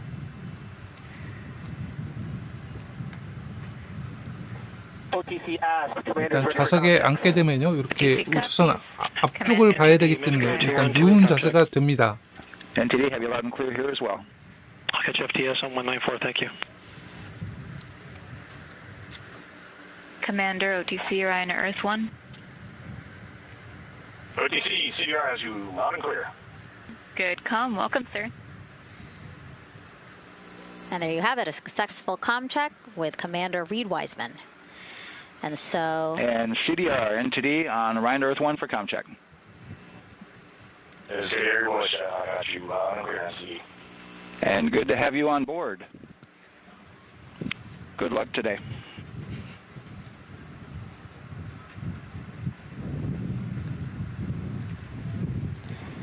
And so now these two closeout crew members will finish up what they're doing here.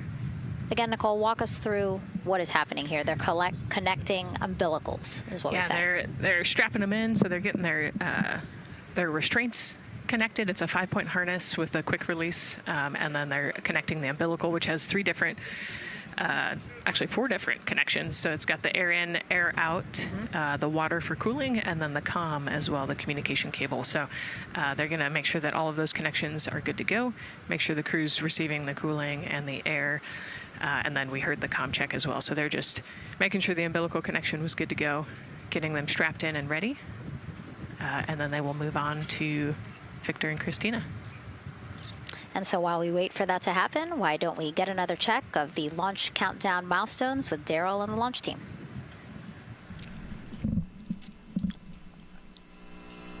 All right, welcome back into the firing room 1 here, where some of the launch team is having some pizza that was brought by the administrator. That was nice of Administrator Jared Isaacman to bring that by for the launch team to enjoy.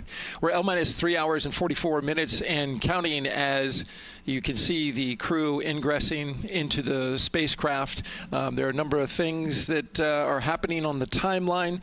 Of course, the closeout crew, they liken themselves to like an F1 pit crew, working quickly, methodically, carefully, as they go through their procedures to get the astronauts ingressed. Overall, there's a little bit of timeline pressure, right? There's only a certain amount of time as you see the astronauts going into Orion. Only a certain amount of time that they can spend on their backs. They will be there for a few hours, right? So we're sitting at 2:40 p.m. Eastern time, and the window opens at 6:24 p.m. Eastern time and runs until 8:24 p.m. Eastern time. So 4 or 5 hours or more on their backs, and then they'll hopefully lift off for a launch.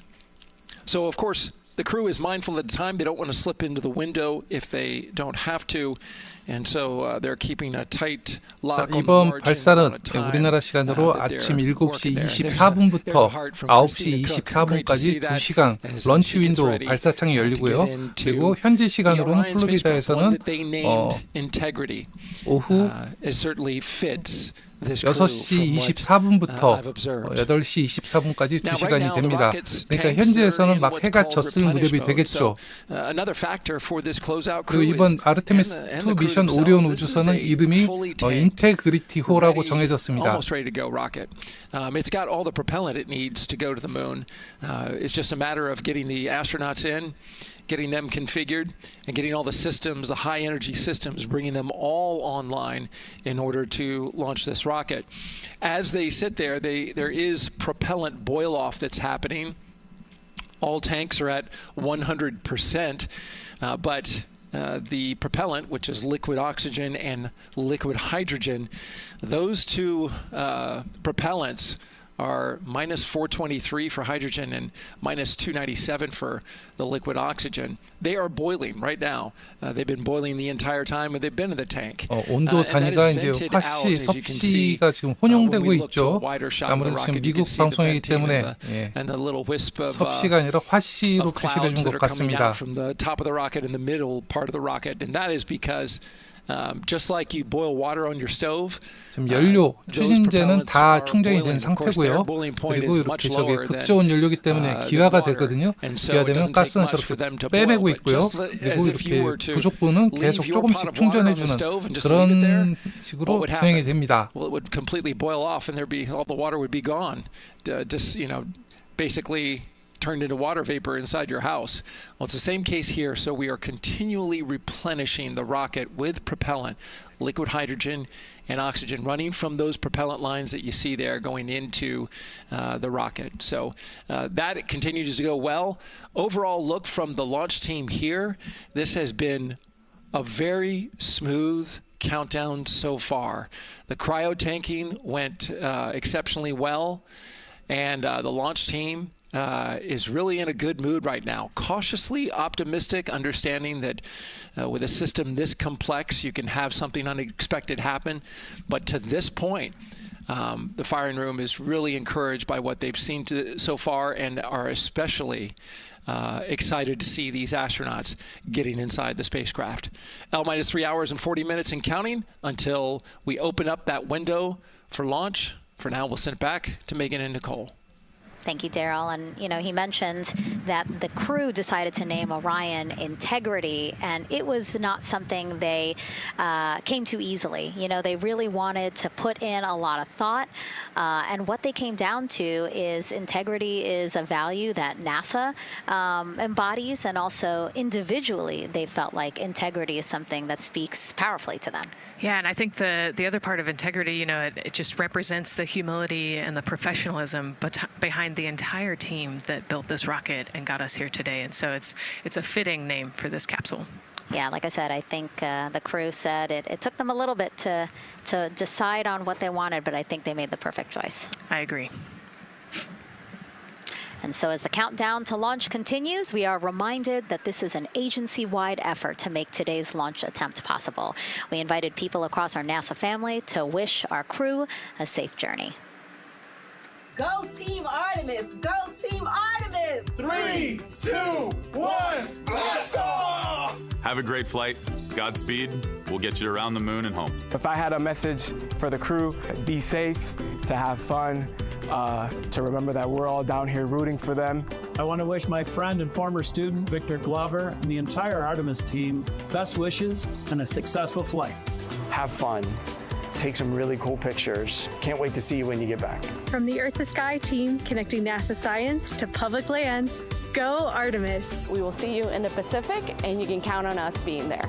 Greetings from NASA Langley's historic gantry facility, where Neil learned to land on the moon and Orion learned how to swim. We are with you all the way to splashdown. Let's go fly from the Orion Human Engineering Team. Woo! Like a full moon, your future is bright. Have a safe journey from the multimedia team in Cleveland, Ohio. We hope to see you guys back safely in San Diego, maybe singing some karaoke. Yeah, right, maybe. He knows exactly what he wants to do. He's like, yep, karaoke. I love that people submitted videos. This is something that we actually asked as part of the broadcast. We were like, you know what, I think it'll be really fun. And the overwhelming amount of people who wanted to record something for the crew was really heartwarming. Yeah, this is the first time in over half a century that we're sending people back to the moon, and everybody is excited about it. Kindergarten to congressmen and all over the world, everyone is ready for today and excited to see this launch. And so here we are again, still inside Orion with the closeout team, putting some final touches on, it looks like Victor's configuration there. Again, making sure that his harness is set and that he's connected to cooling, he's connected to communications, and he's connected to any other umbilicals that he needs to be connected to for Orion. Again, we are sharing so much information with you, and we hope you find it educational and fun. But we do know you guys still have some questions, so why don't we take another one now? Tell us what the moon is like! So cute. That wasn't a question. That was a demand. Nicole, you tell her what the moon is like. Oh, man, that was so cute. Oh, man, the moon is really cool, right? So it's a lot of like gray and white and kind of shades of gray. It is something that doesn't have wind or rain or rivers or an atmosphere. And so we like to say Christina said it earlier, it's the witness plate to the universe. And, it has all these impact craters because it's not protected. Things hit it all the time. Meteoroids, asteroids, all sorts of things hit the moon and create these impact craters. That's part of what we want to go and look at and learn about on the moon. Can tell us a lot about the age of the universe and the age of the moon. It's 4.5 billion years old, and we can learn a lot from just looking at the regolith or the dirt that is on the moon. Well, thank you for that question, and thank you for that answer. She was cuter, Nicole. I agree. And then earlier today, we wanted to ask you, what do you want to know about living in Orion? And we told you to pick between what the crew eats, how they sleep, how they fly the vehicle, and how free time is spent. And the winner, most of you wanted to know how to fly the vehicle. And we are going to be doing that. Yes, we are. That's a great question, and actually part of what we're going to go do. So the rocket is fairly automated, right? There's a countdown, and the whole system knows when it needs to ignite the engines. But we are going to do some manual piloting throughout this mission. Once they launch and they separate from the ICPS, they're actually going to do a rendezvous and proximity operations demonstration. So what does that mean? They're going to take that portion of the rocket and they're going to try to fly closely to it. And so they will actually take manual control of the Orion spacecraft and try to get nice and close to the other portion of the rocket that had just separated. And so you can see actually a little bit in the view that you have right now. So for Reed, the left-hand person, his right hand, there's a kind of a joystick, if you will, on the right side, and then on the left side there's something similar. And so they've got translational and rotational hand controllers in order to command the rocket in different axes. Yeah, it's really exciting. I mean, Victor said it himself, like one thing that he's really looking forward to is piloting Orion manually. So we'll get to see that during our continuous coverage. Again, we are covering this entire mission. We started with tanking, and we will go all the way through splashdown, so you will see what Nicole was just talking about, that proximity ops demonstration, where the crew will pilot Orion manually. And so, speaking of their 10-day mission, why don't we take a closer look at the crew's home away from home for the next 10 days. Here's Megan Carter again from the KSC Visitor Complex. All right, thanks, Megan. Yeah, it's getting real out there, so I am going to bring you back to the moon board so I can show you just a few things about the Orion.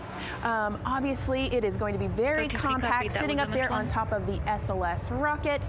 Very compact, like I mentioned, over 355,000 pieces. So let me show you a couple key components, starting with these three fairing panels right there. When the rocket blasts off, obviously it is going to get very fast. It's going to get hot and windy, and so we have these three fairing panels in place to help protect our astronauts. I am also going to take you into a little bit closer look and talk about the LAS, or the Launch Abort System. This is the one piece that is going to be in place to protect the astronauts should something happen to go wrong in the first few minutes of launch.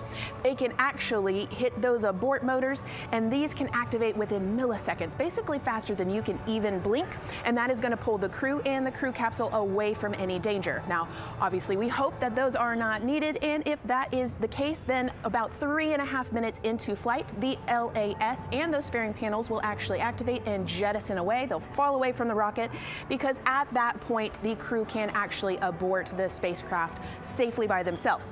Now, we've talked a lot about the crew capsule right here. This is where they are going to spend the duration of their flight. We're going to talk a lot more about that one in just a little bit, but for now, let me jump down here to the service module. This is the one, we're going to think of this as the powerhouse for the spacecraft. It's pretty much going to provide them with almost everything that they need for the entire mission. Temperature control, removing the carbon dioxide, providing them with oxygen, so much more. You can also do course corrections and things like that. So super quick breakdown, but as you can see, all of these components together are going to make the spacecraft one that is built not just to fly, but to protect, sustain, and bring those astronauts home. All right, lots more to come, but let's see where we are with the crew. Back over to you, Megan.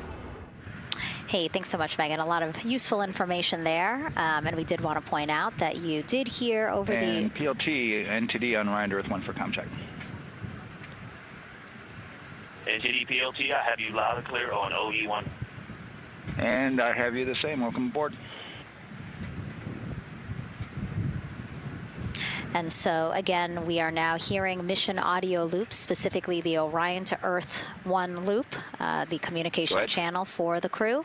Successful comm checks by both Victor and Christina. CDR, OTC Orion to Earth 1. CDR. Yes, sir. Configure ARS to shoot mode per EPROC 10.1.1. Crew ingress and vehicle pre-launch config, step 1.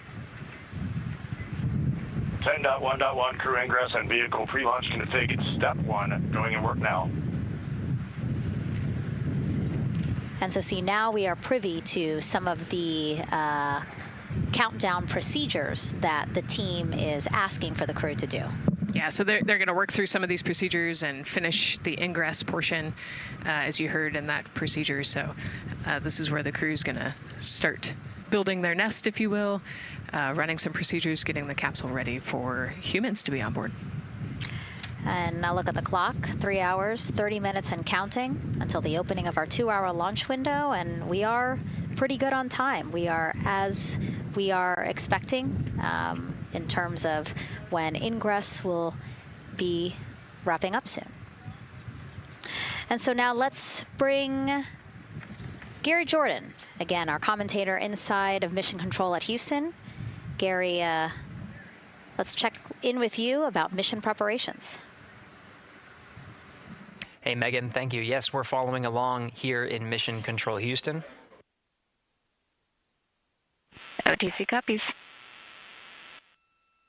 And we'll stand by for those comm checks.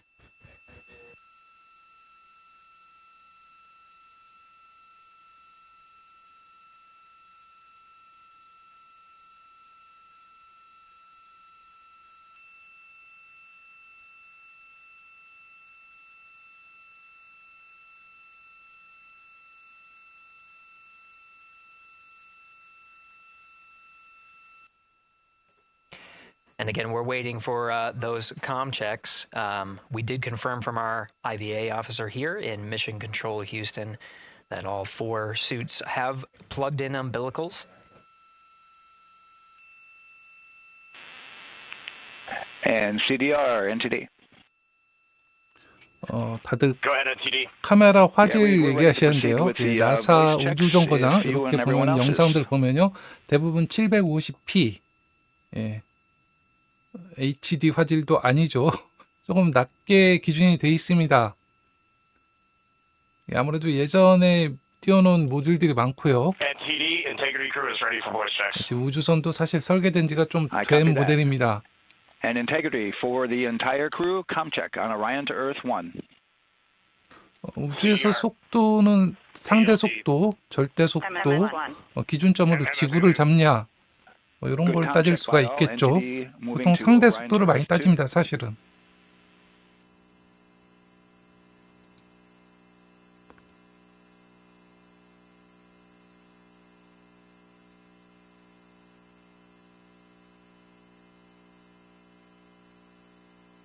CDR. PLT. MMS1. MMS2.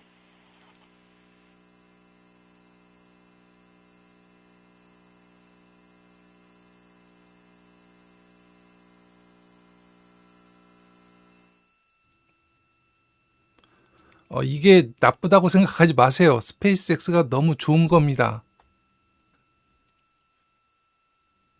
뭐 다른 나라 우주선들도 뭐 거의 화질이 이만도 못한 데도 많죠. Orion to Earth 1. Voice check for the entire crew.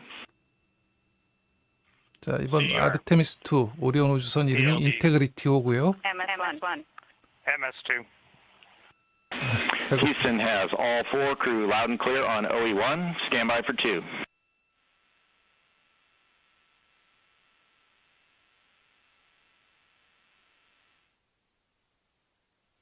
Your initial word was broken stand. MS1. MS2. 4 crew loud and clear on OE2. We'll use 1 for the default. Houston out.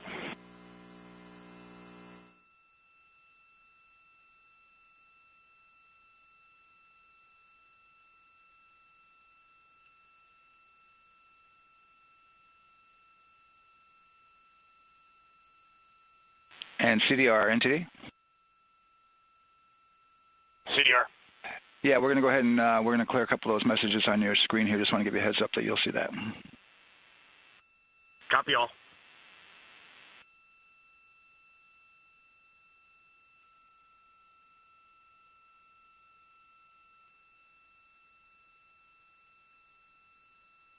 CDR, OTC, Orion to Earth 1. CDR.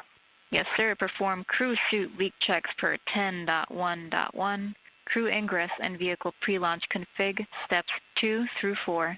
Annunciation of LCC O-ARS-001 will occur. 10.1.1 crew ingress and vehicle pre-launch config, steps 2 through 4. Going in work now.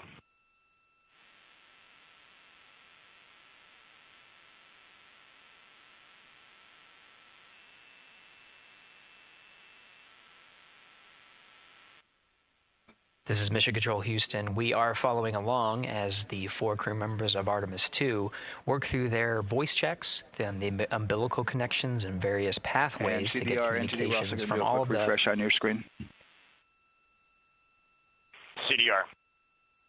Yes, sir. We're going to look to do a quick refresh on your screen if you guys are okay with that. Hey, firm, just let us know when we can continue in 10.1.1. We'll go hands off.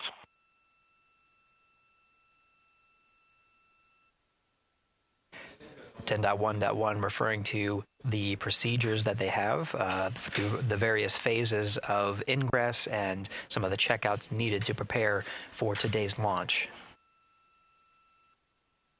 Here in Mission Control Houston, the IVA or Intravehicular Activity Officer will be confirming the leak check status and watching as the suits pressurize to once again confirm that the suits are in a good configuration ahead of launch. Of course, for the teams here in Houston, launch is just the beginning. The first flight day is jam-packed with activities. Shortly after main engine cutoff, Integrity will enter into a coast phase while still attached to the interim cryogenic propulsion stage, or ICPS, and prepare to deploy the solar arrays. With power being generated, Integrity prepares... Go ahead, MTD. With that refresh, and you got to go to proceed with your 10.1.1. Picking up 10.1.1, step 2.3 through 4.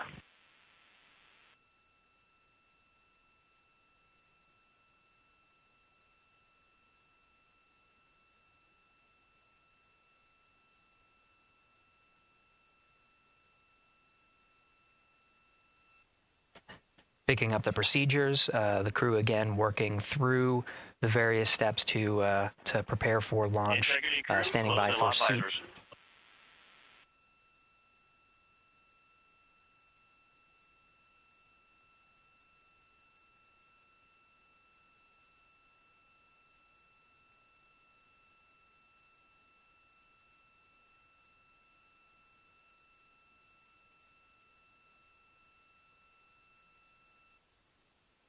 This is Mission Control Houston. With visors closed, the pressurization tests can commence. We'll stand by for word of a good leak check on all 4 of the crew member suits for the Artemis 2 mission. Again, this is the very beginning of a very busy flight day for our 4 crew members. After launch, they have a series of burns to prepare for. The first major burn being the perigee raise maneuver that allows them to continue in low Earth orbit, and the next being the apogee raise burn that puts them in a high Earth orbit. This is an orbit that takes them around the Earth for nearly a day, 23.5 hours to be precise, and allows the teams, including the astronauts and the flight control teams, to check out critical systems ahead of committing to the next day's translunar injection. But before they even call it a day, integrity will separate from the ICPS, and the crew will command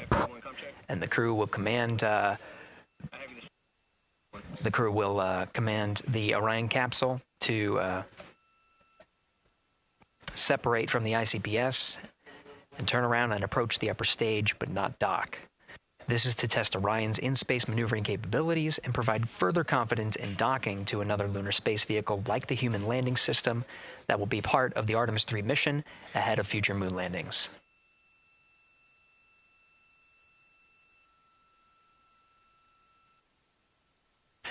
These are just a few of the highlights of the very first of 10 flight days as we await for confirmation of good leak checks inside the capsule integrity. And there's a lot more to this mission. A reminder that this is, of course, a test flight. The purpose here is to demonstrate procedures, systems, and life inside Orion on a mission around the moon for the first time, and give further confidence in the capabilities that are charting a return to the lunar surface.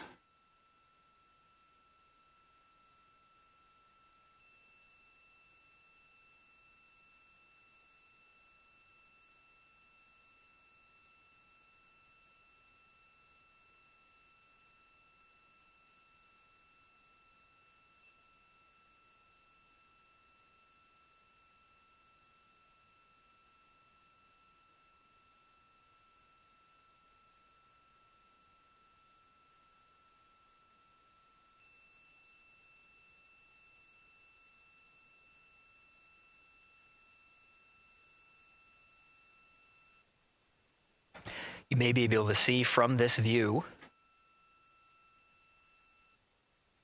the suits themselves inflating. This is, again, a pressure check,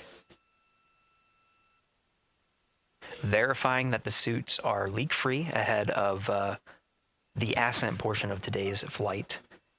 How you see the crew now with visors down will be the configuration of their Ascent all the way through core stage separation, about a little more than 8 minutes after booster ignition.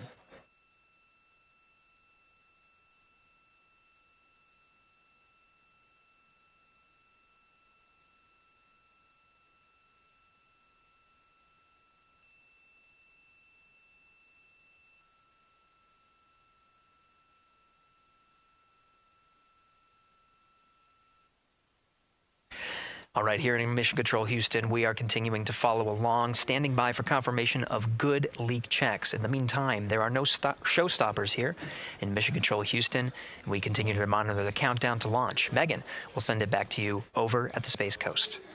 Hey, Gary, thank you so much. Yeah, as we wait for confirmation of a successful leak check for all 4 astronauts, why don't we go back to Daryl, again, who has been following along with the launch countdown as we inch closer to the opening of our 2-hour launch window. All right, thank you, Megan. And yes, getting some good communication. It's great to hear from the crew inside, even though it is as simple as a comm check. It's really good to hear their voices as they move through those various comm checks and then get ready for their suit leak checks. Fantastic views inside Orion that you're looking at now. Give you an update on the weather outside. We're still 80% go for our 2-hour launch window, which starts at 6:24 p.m. Eastern Time and closes at 8:24 p.m. Eastern Time. That's the good news. The bad news is that we've got some rain showers that are starting to head in. Looks like it may miss the pad. Wouldn't matter if it rained on it or not, though. It's received some rain earlier today. Water isn't going to hurt anything out there at this point. But the rest of the area might be getting a little bit wet, which may include the hostess, so keep an eye out for that.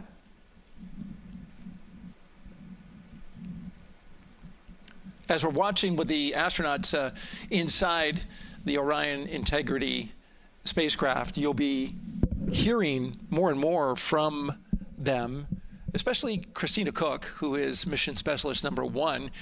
She not only is going to be making history. All crew, visors open, suit loop leak check complete. OTC. Okay, there you heard the suit leak check complete. They check those suits for leaks in astronaut crew quarters. They check them again inside the spacecraft. As you can see, the closeout crew, our astronaut support person moving around, turned off the camera, and so now we're looking from outside the Orion spacecraft looking towards, oh no, let's see, get oriented here. Well, there we go. Back inside, we've got the view. But basically what I was saying about Christina Cook is that she will have the role of reading. CM is ready for closeout, performing video sweep using drag-on camera. OTC.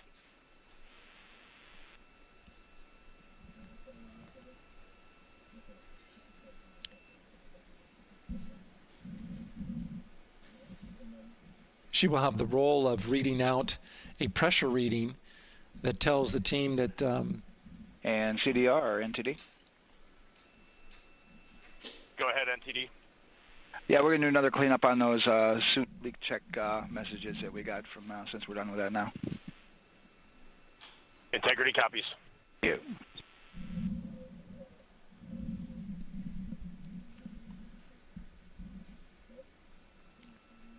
And that's communication going between Orion Commander Reed Wiseman and NASA Test Director Jeff Spaulding. But as I was saying, Christina Cook will be reading measurements from the counterbalance assist arm. So you're going to hear her be asked by the NASA Test Director to read that. That CBA, counterbalance assist arm, it's mechanically latched by the closeout crew using tools, but there's a hydraulic assist. It's pneumatically opened and closed rather with a pressure assist that helps open it up. Not only that hatch, but also the last hatch. There's 2 hatches there that we'll see that will be closed. But this is in case of an emergency out there at the pad. If the crew, for some reason, needed to exit quickly, then they would exit the spacecraft by pulling that lever, which would open both hatches. Those hatches are heavy. The Orion hatch is hundreds of pounds. HHP cameras 1 and 2 both set to record. OTC copies.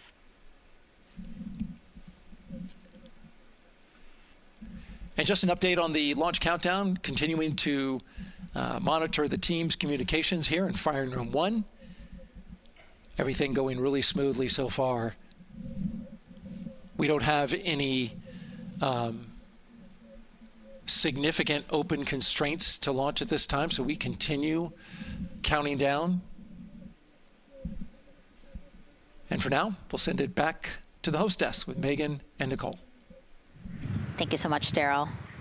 And so we heard some of the communications over Orion to Earth 1, and it sounds like we are now moving into the hatch prep and closure phase. We will now start to see the closeout crew getting out of Orion soon so that they can start getting ready to, again, close up Orion, close the 2 hatches, and then get out of the pad. Yeah, the closeout team will take the hatch seals off, and they'll inspect the seals, make sure everything's ready to go, and then do a few last-minute configurations before they close that hatch. And then, like Daryl talked about, then Christina will have a role in looking at the CBA there. So. Yeah, you might have heard them say over the loops again that drag-on camera. So basically, it's a camera that they can move around. 잠시 후 오리온 우주선의 해치가 닫히게 되는 것 같습니다.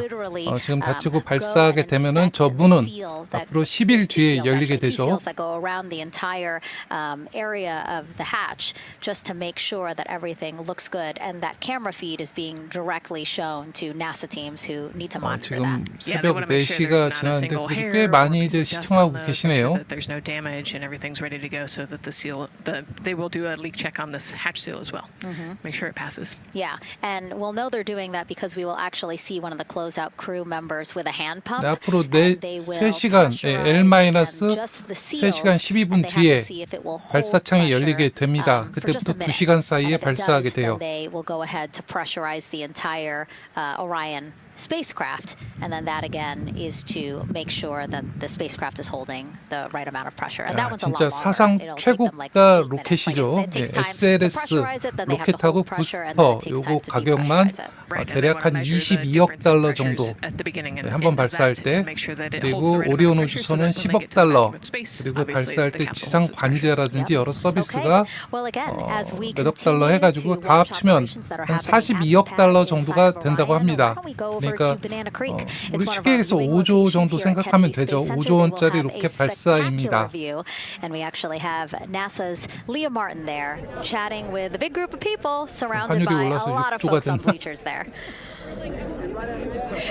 Hey, Megan, tons of people out here today. Thousands of people gathering at Banana Creek to enjoy NASA's next big mission and humanity's next great leap today. It's a gorgeous day, and I'm joined here actually by some people who are probably the only people on center who are a little bit more excited than me to see this rocket lift off. Where are you from, and why are you here? So we're from the University of Tennessee, Knoxville. We're a group of 7 aerospace senior engineering students traveling here with Josh Dobbs, former quarterback of the University of Tennessee, with his extraordinary Dobbs Foundation. Now, you were actually telling me a little bit earlier, you're here local, you're from Orlando. What's it like being an aerospace engineer and then having the opportunity to come back here to the Space Coast? 재밌는 얘기가 있는데요. 최근 AI가 급속히 도입되면서 직업, 앞으로 이제 없어지거나 위태로운 직업들이 잔뜩 또 나오고 있죠. 근데 이제 보면은 지금 항공우주 쪽 엔지니어들 진로 문제가 나오는데, 사실 항공우주 쪽은요, 이렇게 보면 수작업, 좀 노가다성이 강하기 때문에 그나마 조금 타격을 덜 입을 업종이다, 이렇게 분석이 또 되고 있어요. 근데 미국에서도 항공우주 쪽 엔지니어가 사실 그렇게 대우가 좋은 건 아닙니다. 전 세계적으로 비슷하죠. 지금까지 금융 그리고 컴퓨터 쪽 이쪽이 아주 임금을 많이 받았는데, 오히려 지금 AI 시대가 되면서 그쪽이 가장 타격을 받게 되죠. Passion for aerospace and then the foundation that actually provided this opportunity for these students today. 100%. So I spent a month here around the Artemis 1 mission, which was a tremendous opportunity to learn about the space program and also what's next. And so to be back here for Artemis 2, and unfortunately, Artemis 1 went in the middle of the season, so it's surreal to be here for Artemis 2. And with my foundation, the goal is to be able to take advantage of the opportunities that I've had and pass them along to the future of the industry, and give them the opportunity to see what all their hard work can accumulate into. So it's an honor to be here. We're really appreciative of all the engineers and all the hard work that's gone into this moment, and we're excited to watch history happen today. Absolutely, and as a group, I think if you guys had one well wish for the team today, what would you say? I think we can all join together and maybe say, go Artemis? Go Artemis. That was a fun interview, and again, just so neat to see all the people who are here. I mean, still hours before liftoff. Not even hours before liftoff, but hours before a 2-hour launch window. So people just really committed to being here and seeing it in person. Yeah, you can see the Banana Creek is already buzzing back there behind Leah. You could hear the chatter in the background. It's an exciting time. Yeah, you could tell that it's a lot louder than we noticed because we just have very good mics. But, you know, she's obviously yelling over a huge crowd there. So super fun, super exciting. And yes, I hope that we all get to see liftoff here shortly. Okay, so as we know, Victor, Reed, Christina, and Jeremy will have their hands full during their mission. So for some of their test flight objectives, let's go back to Megan Carter at the moon board. All right, as we have seen from those camera views, their capsule is very compact, obviously. So let me show you a few cool things about this piece. The Orion capsule is going to only be about 16.8 feet in diameter and a whopping 10.5 in height. Think of it about the same cubic feet as 2 minivans. So obviously every piece of that capsule has been planned with purpose. And a really great example of that is going to be these seats that we have seen that live view of. Now these seats are going to be out for launch, re-entry, and splashdown, but in between they are stored in between to give them more room for daily activities and things like that. While they are on board, obviously they are going to have a lot of things to do. One of those is going to be to manually fly Orion, as we've discussed, but they also have several other objectives as well. And they're going to be doing lots of system checkouts, checking out the service module, making sure everything is working correctly. They're also, like I said, going to have a chance to manually fly. Now this was taken during one of their training simulations, but as you can see here, they will have advanced flight displays, hand controllers, touchscreen interfaces, so much to work with and practice with as well. Now, while on board, they will also have the ability to eat those shelf-stable meals that are designed specifically for microgravity. I think I saw somewhere that one of their meals is going to be mac and cheese and brisket, so that makes the Southern in me very happy. All right, but they are going to have also some time to look at some things like power and propulsion. They will have 3 key propulsion systems that are going to help power Orion as well. And speaking of power, I want to bring you back to the service module real quick because I wanted to point out these 4 solar panels. These are going to take about 18 minutes to unfold like giant wings, and they're going to stretch 62 feet from end to end, and these are going to help power the service module and in turn provide what the crew needs for their journey. So as you can see, 오늘 라이브 방송은요, 지금 보면 저 유러피언 서비스 모듈이죠. ESM에 있는 저 태양 패널, 저게 전개되는 데까지 아마 방송이 나올 것 같습니다. 발사 후 한 20분 정도 저게 전개가 된다고 그래요.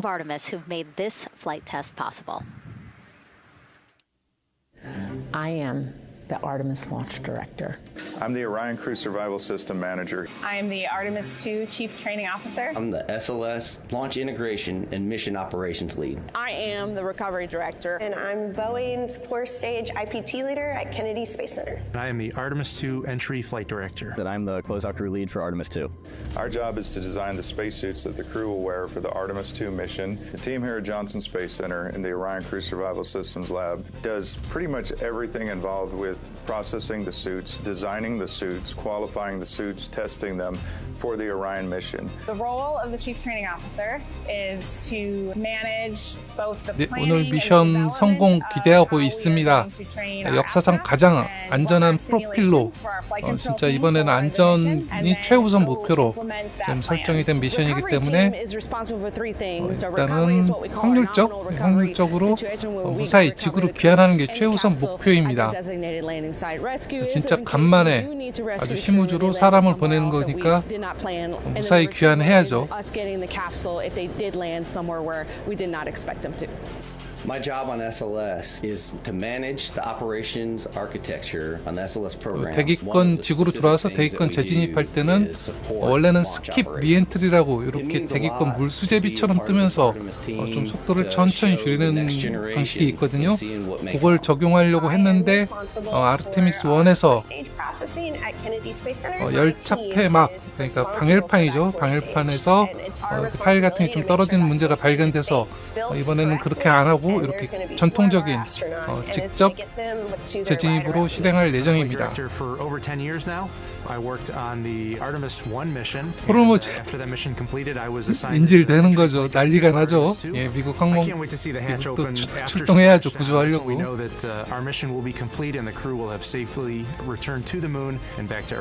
아까 이렇게 승무원들이 발사대를 이동할 때 아까 보셨지만 무장 장갑차가 이렇게 따라가는 모습을 보셨습니다. 저도 좀 의외인데요. 지금 뭐 미국 상황이 이렇게 테러 위협이 있기 때문에 아마도 이렇게 장갑차가 호위하지 않았을까 이런 생각이 조금 드네요.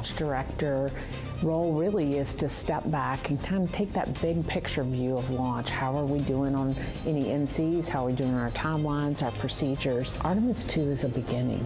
It's going to inspire a new generation. It's going to uncover science. It's going to serve as a pathway to places that we have never been before.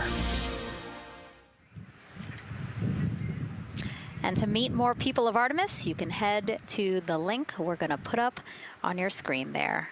Just, again, really nice to see all the faces that have put in the work, the time, the hours, the dedication to get us to today. Yeah, so many professionals that worked so hard on this mission. And what was really 가만히 fun to see 지켜보니까 is, 졸려가지고 안 되겠어요. 저도 좀 뭐라고 얘기해야지. 이번 미션은요, 발사가 성공하게 되면은 기네스북에 오르게 됩니다. 그러니까 지금까지 인류가 지구를 떠나서 가장 먼 곳까지 가는 그 기록을 갱신하게 됩니다. 예전에 아폴로 13호가 달 뒷면 약 한 250km까지 진출했었거든요.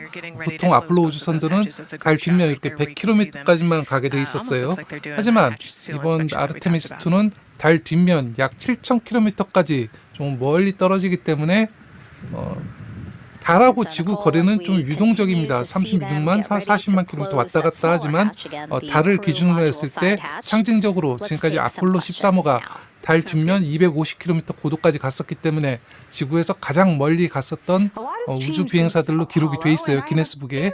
하지만 이번에 달 뒷면 7,000km까지 가게 되기 때문에 그것도 아마 상징적으로 기네스북 기록을 갱신하게 될 겁니다. Were you expecting to see Scarlett Johansson? I think that took you. Yeah, I mean, took you aback. We've talked about this, but everybody has an interest in this mission. You know, it's humanity trying to explore and go back to the moon. And I love this question. You know, what part of the moon are we going to? You know, eventually we want to. 어떤 분들이 이런 얘기 많이 했는데요. 이번에 우리나라 아르테미스 2 발사에 대해서 특별히들 관심을 우리 한국 국민들이 안 갖는 것 같다라고 얘기를 하는데요. 제가 보니까 요새 최근 SNS나 뭐 여러 커뮤니티 글들을 가끔 보는데 우리나라 사람들이 지금 최대 관심사는 기름값 오르는 거하고 주가에 지금 다들 목숨 걸고 계셔가지고 이렇게 지금 우주를 볼 여유가 없는 것 같습니다. USCA, 캐나다하고 미국 우주 비행사들 응원해야죠.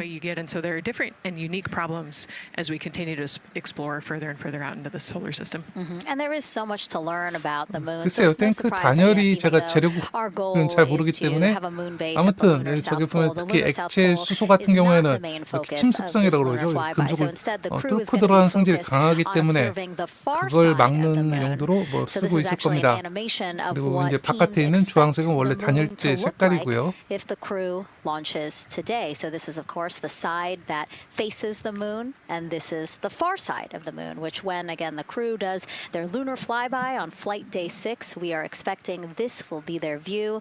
What an amazing view and an opportunity. Yeah, you know, there's so much to learn from this particular mission, because obviously we're not landing with this mission, and so they actually potentially could see the South Pole and kind of scope out what our landing regions look like in the context of the entire moon. But also they're going to see parts of the lunar surface that have never been seen before by the human eye, and so they're going to take these detailed notes. They're going to record themselves talking about what they see. You know, we do a ton of geology training as astronauts, especially this Artemis 2 crew. They did a ton of geology training working with scientists to learn how to pick out the unique portions that we want to go study. You know, what is the context of the moon? What parts of the moon look interesting and look different? You know, the impact craters that we talked about earlier. So really trying to take all the pictures, take all the observations, write down, talk about their observations, and record as much data as we possibly can for the researchers back here on Earth. Yeah, it's so important to, yes, we're all talking about what they hope to do during this 10-day mission, but you really do have to think about all the training that goes into this. I mean, you have 4 crew members who won't, you know, have the support the way that they've been having the support. I mean, they'll be talking through communications, but you know what I mean? It's just them and the moon, right? So they need to be fully aware and equipped with everything that they'll need to do to be able to accomplish the objectives that we hope to accomplish during this mission. Right, and their specific flyby around the moon, you know, the lighting will be different and the path will be different depending on when we launch. If we launch today, it would be different from tomorrow. And so, you know, they actually had to learn the geography of the moon moon so that they can orient themselves when they're on the backside of the moon, because they're not going to have communication. You know, they're going to have a, I think, 45+ minute blackout while they're while they're on the far side of the moon, and so they themselves have to know what things look like on the moon, how to orient themselves, and how to get the data that we're looking for. Yeah, really ambitious mission. Excited to be here at the start of it.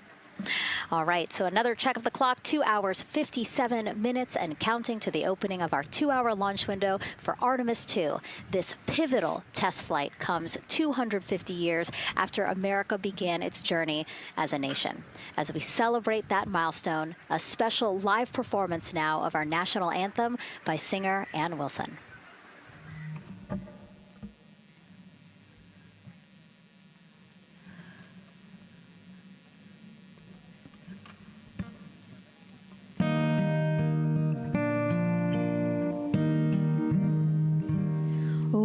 Say, can you see by the dawn's early light what so proudly we held at the twilight?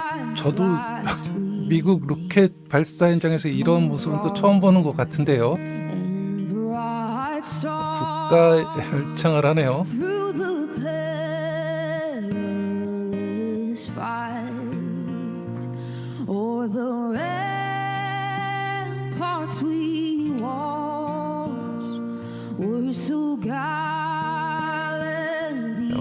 가수가 누군지는 저도 잘 모르겠습니다.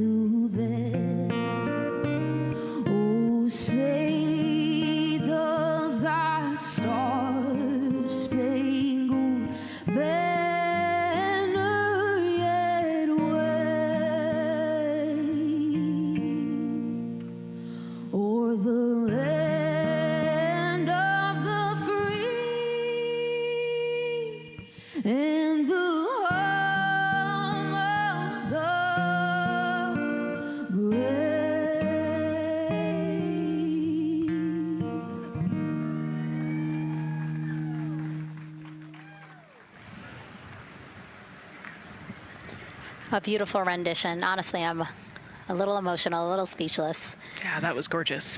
Yeah. I mean, again, we are a nation of explorers, a nation of 사실 이번 아르테미스 2 미션 발사가 굉장히 중요하다고 생각합니다. 지금 보면 뭐 나사 지금 개혁안 나와가지고 아르테미스 프로그램을 완전히 바꾸고 있죠. 근데 이제 만약에 이번 발사가 유인 발사인데요. 아르테미스 SLS 로켓이나 오리온 우주선에서 무슨 문제가 있어서 물론 사람은 생존해야겠죠. 안전이 귀환하더라도 목적을 다 이루지 못했을 경우에 지금 저 시스템을 전면적으로 또 개선하는데 또 몇 년이 걸릴지 모르기 때문에 지금 강행 중입니다. 이게 만약에 여기서 문제가 발생했을 경우에는 중국이 2030년 달 착륙한다고 그랬죠. 추월 당할 가능성도 사실 높아지게 되는 거죠. 그러니까 오늘 발사 미션은 미국 입장에서는 무조건 성공해야지 중국의 달 착륙 추월 당하지 않을 수 있는 이렇게 계속 간격을 유지할 수 있는 중요한 미션이 됩니다. We are now back inside the white room with the closeout crew. Again, backup astronaut Andre Douglas, number 2 there.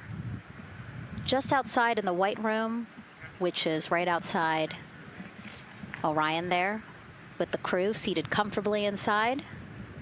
As you can see, they've dimmed the lights a little bit. The crew has the opportunity to set the ambiance, if you will. They were given the opportunity to adjust the lighting as they see fit, again, just so that they can get comfortable.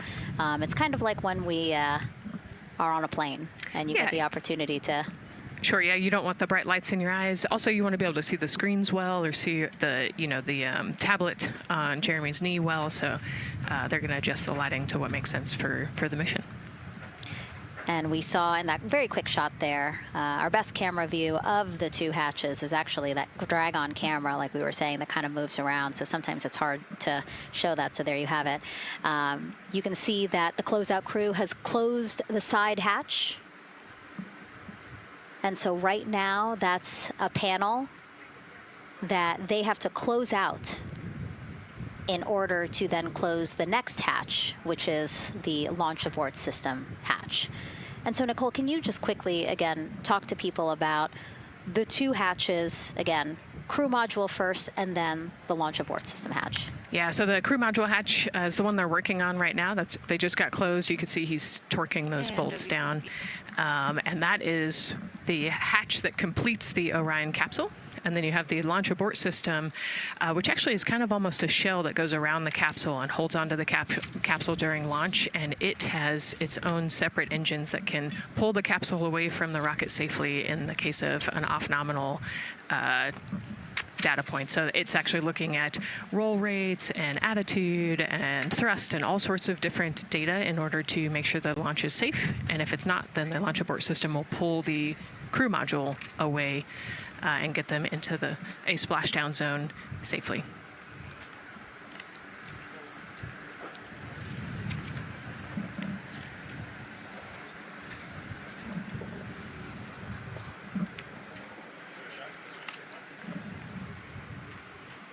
And as we wait for the crew to complete closing that side hatch of the crew module, let's head over back to Banana Creek, where we have Leah Martin standing by with the person who designed this mission's zero gravity indicator, named RISE. It was second grader Lucas Yee from California. Hey, Leah.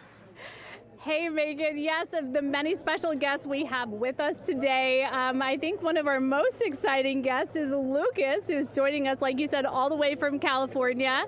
He and his family actually worked this as a group project to design the zero gravity indicator. Lucas, can you tell us a little bit about your design? Yeah. So you named him RISE. Can you tell me why you picked that name?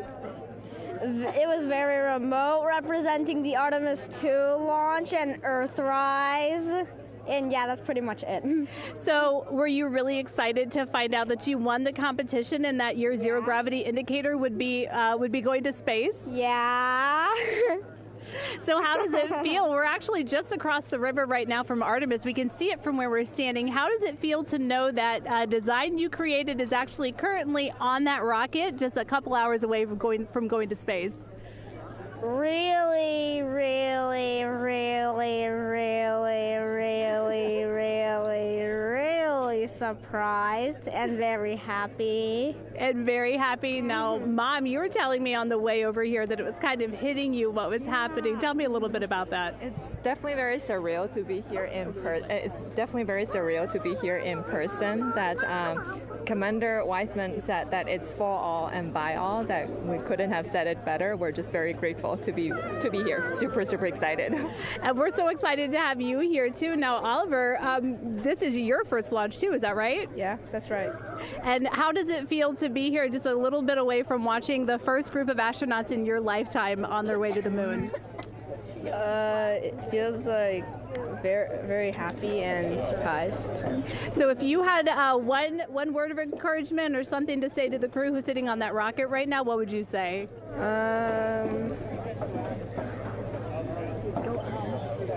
What? Go Artemis. Go Artemis. Go Artemis. Thanks so much, Megan. I would say have a nice trip. Yeah. You would say have a nice trip? I did hear that answer. I would say have a nice trip. You know, Leah, that was a hard question. You know, it's really hard to come up with the spot what to say to the crew who's about to make history today. Yeah. And so the Artemis 2 crew, again, ZGI, Zero Gravity Indicator. It's a plushie, a soft toy that is brought in to the spacecraft with astronauts so that it can be a visual indicator for when we have reached the weightlessness of space, right? Yeah, you saw a little replica there that Lucas had, and then in some of the views in the cabin view, you could see it swinging and hanging earlier. So I think actually Jenny was the one who installed it into the capsule. Oh, really? Yesterday, yeah. So. Oh, we have to unpack a lot here. We got to talk about Jenny, who we will get to here in a second. But then, yes, we will also go back into the capsule so that we can show you where the ZGI is now. But the ZGI was chosen by the crew after a contest where the crew asked for submissions. They got submissions from around the world to, again, design their ZGI that is going with them to the moon. 이제 제로지 인디케이터, 무중력이 됐을 때 둥둥 떠다니는 인형 같은 거를 많이 사용하죠. Really? Except this toy has a job to do up there because this is a zero gravity indicator. While not a scientific instrument, this safe and soft object tells the strapped-in astronauts that they've reached 다른 모양으로.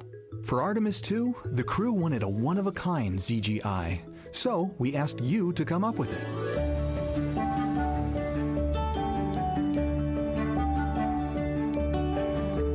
Thanks everyone for sending in your entries from around the world. Over 2,600 of you submitted. And we loved seeing all of your contributions. It was a really difficult decision because each design had a unique quality that stood out to our crew. In the end, we were able to narrow it down to a top 5 from Finland, Canada, Peru, and 2 from the United States, Kansas, and California. In the end, we went with one called Rise. It was a design inspired by the Earthrise photo taken on Apollo 8, which is very special to our crew.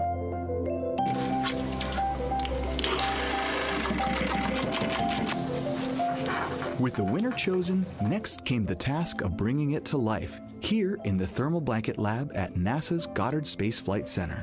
This lab specializes in custom materials to protect sensitive spacecraft equipment and is perfect for creating a ZGI that meets the rigorous safety standards of NASA. Because you have to be concerned with whether the thread's going to outgas or if it will hold up, if it's flame retardant. This is the Rise ZGI doll. All I have left to do is to close the opening here and hand sew the hat on, make sure its stuffing is stuffed in there, and we have our pocket here for the SD card.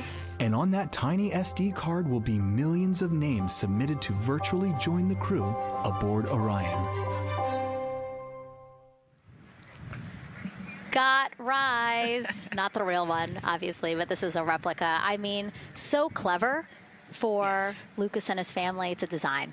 Yeah, I love that he replicated the famous picture that we all love of Earthrise, and then I love that the bill represents the space in between the moon and Earth. It's just such a cute and wonderful way to represent this mission. Yeah, and again, Earthrise, very important to this crew. It harkens back to the picture that was taken by the Apollo 8 crew where they saw Earthrise, and so very appropriate since, again, now here we are going to see Earthrise again with this mission. Yep.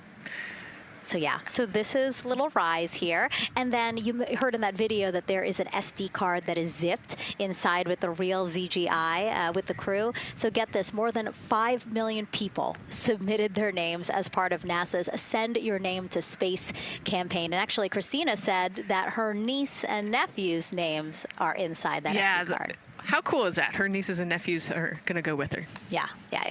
Love this. Love that people are engaging in such a cool way. And actually, if we take a look back inside of Orion, we can actually see the actual ZGI inside with the crew.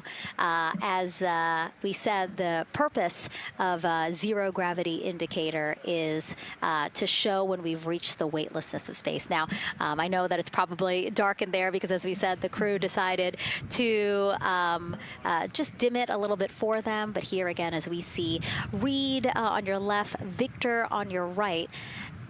Below Victor, or next to Victor, again, because they're on their back, it's a little weird. It's a little hard to explain their orientation. But between basically Victor and Christina is where Jenny Gibbons has placed the zero gravity indicator.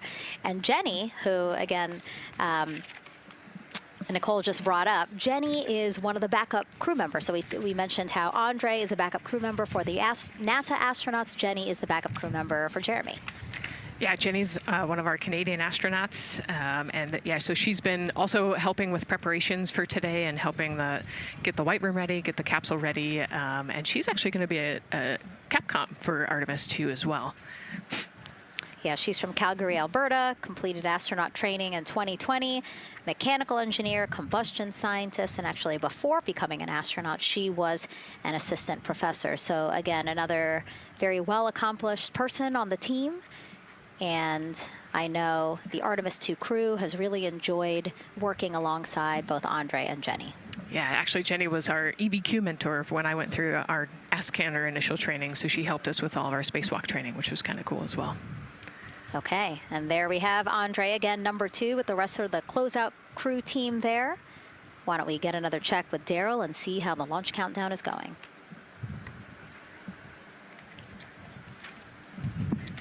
Still going quite smoothly here from firing room 1 here at the Kennedy Space Center.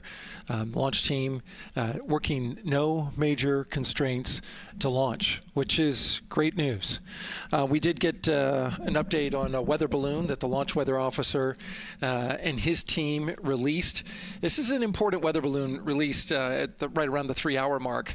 And what it told us is that winds are around 10 to 11 knots in the upper parts of the atmosphere. That's important information for the launch abort system. Should the astronauts need the LAS, this would, of course, pull the Orion spacecraft off the top of the rocket in case there were an emergency, and then take them offshore to a water landing in the Atlantic Ocean. And so the winds are pushing onshore. And because they're pushing onshore, the launch weather officer is keeping a close eye on the strength of those winds, because if the Orion were to come off the top, and it's powered by 3 rocket motors which can propel it or pull it especially fast off the top of the rocket, it would go up into the air thousands of feet and then splash down in the water. And if you've got wind pushing against it, you don't want that spacecraft to come back and land on land. So they're watching that very closely because of the onshore flow. That onshore flow is also what's giving us a little weather action down to the south of us along what's called the beach line, 528. We got a whole lot of people out there getting ready to watch the Artemis 2 historic launch. Well, they just got a good soaking. Line of rain showers, I should say, pass through that area and soak the place. Certainly rain is a possibility, spotty showers from time to time, but overall the launch weather officer tells us that we are trending towards getting that stuff to all push to the west the closer we get to our launch window. A reminder, that window is from 6:24 p.m. to 8:24 p.m. Eastern Time. We don't have a specific T0 at this moment. There's a lot that needs to be calculated before we get there. We also need to get through the rest of the countdown on time. As of right now, we are right on time. The launch countdown is going exactly as planned. That's not something that we saw certainly in Artemis 1. There was a lot of flexing in the timeline during those 3 launch attempts back in 2022. But so far today, on our first launch attempt, we're really enjoying some really solid countdown work, some solid operations by the launch team so far. And to quote our friend Lucas, who created Earthrise, we all really like that. We'll send it back to the host desk. Thanks so much, Daryl. Yes, we really like that, and we really like Rise and Lucas. So thank you for that. That was really cute. Okay, so again, here we are in the big box here. We have our full view of the rocket, looking glorious on there with, again, some clouds, but still weather is good for launch today. And then we have the closeout team continuing to do work in the White Room. We got confirmation that they have successfully completed pressurizing the counterbalance pressurization. Basically, as Daryl explained it before, the side hatch for the crew module is very heavy. So in order to open it, there needs to be pressure applied to it, and that's what we just completed, right? Right, that's exactly it. So the CB8, that counterbalance assembly that we're talking about, has to be pressurized. It's a pneumatic system to help. So in the case of an egress, Christina's the one that has to open that hatch. So once she gets it unlatched and unlocked, then that pneumatic system will help move the hatch. It weighs a lot, and so the average human cannot open that hatch by themselves. And so that's why we want to make sure that the system is pressurized, that it's not going to leak, and that it is ready to go in case they need to open the hatch. So that is complete, and now what is happening are the seal leak checks. So that is in progress. Again, 2 seals go through the entirety of the hatch, and we will take the seals to pressure, hold it for about a minute, and just make sure that it is holding pressure. Again, we want to make sure that the crew has a safe, pressurized environment in any sort of situation while they're in Orion. Yep, that's right. So we're going to take a look at it. We're going to take a look at the starting pressure, and then after a certain amount of time, we'll take a look at the ending pressure, and then there are certain tolerances that we will accept for flight. 2 hours, 37 minutes and counting from the opening of our 2-hour launch window today at 6:24 p.m. Eastern Time. After liftoff, it takes less than 10 minutes to reach Earth's orbit. Let's learn more about today's ascent profile with Gary in Mission Control.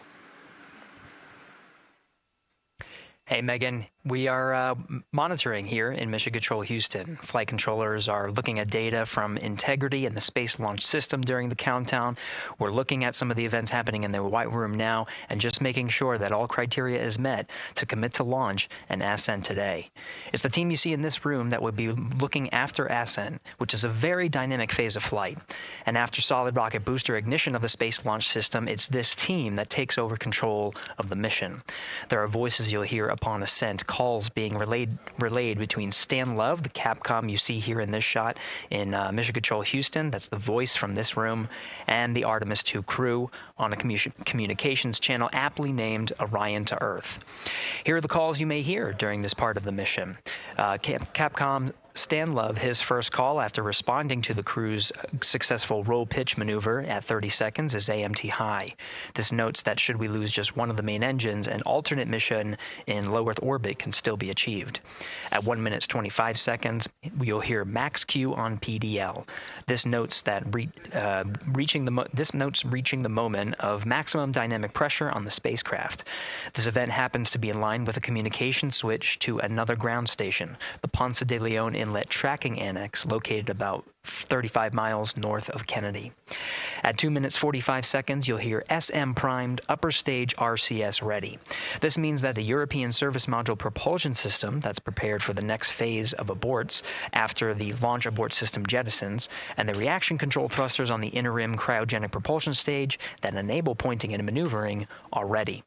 At 3 minutes 50 seconds, you'll hear voice check on TDRS at the Kármán line.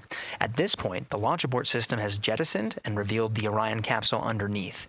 This check verifies that the now exposed Orion antennas have a good signal over the tracking and data relay tracking and data relay satellites, which is part of a geosynchronous satellite network and the same assets that are used aboard the International Space Station. This communication switch happens to be at the Kármán line, a widely recognized boundary about 62 miles, statute miles, or 100 kilometers above the Earth's surface, where the air is too thin for conventional aircraft to fly and marks the point where our astronauts leave Earth and enter space. At 5 minutes 16 seconds, you'll hear the call 3-engine press.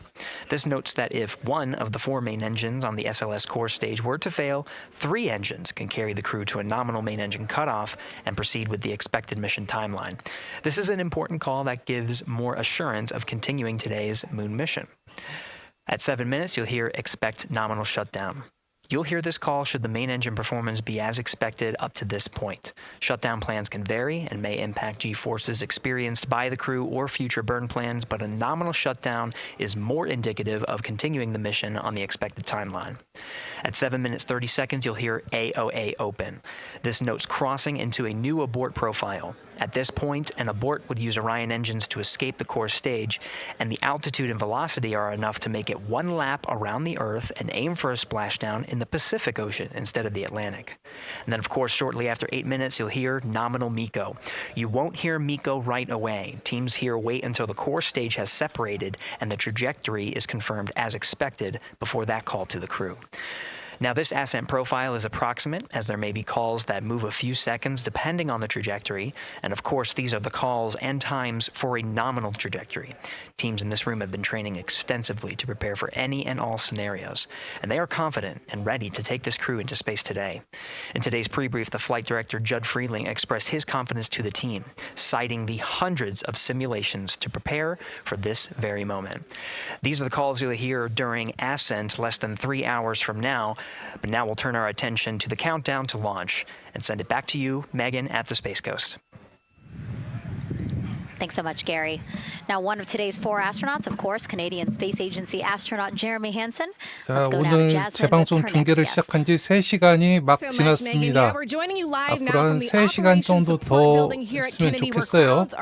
정상적으로 발사가 되면 앞으로 라이브는 3시간 정도 더 지속을 할 것 같습니다. Lisa, Jeremy Hansen is about to make history as the first Canadian to venture to the moon. What does that milestone mean for your agency?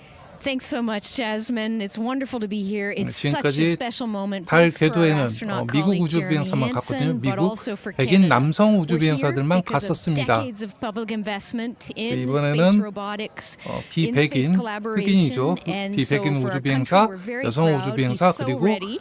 He's been waiting for 비미국인 this his whole 캐나다 life, 우주 preparing 비행사가 training, and he's a 동승하고 wonderful 있습니다. example of Canada. Yeah, and that's a perfect way to capture Jeremy. He really has been 창백한 prepping for this his 감사합니다. whole life. This will be his first space flight. So what has it been like watching him become part of this Artemis 2 crew?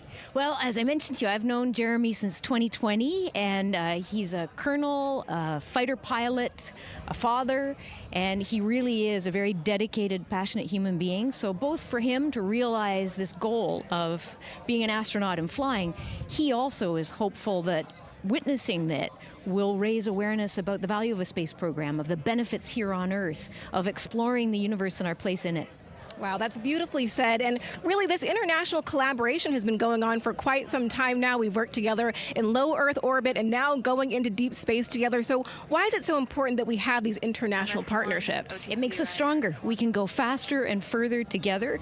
Canada is one of the original signatories of the Artemis Accords, and Canada and the United States have been partnered for more than 60 years in space.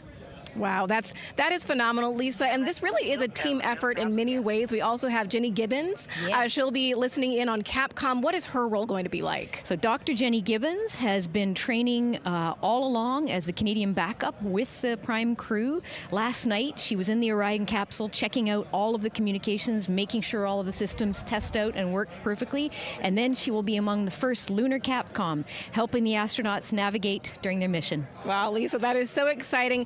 Any final words for the nation of Canada before today's mission?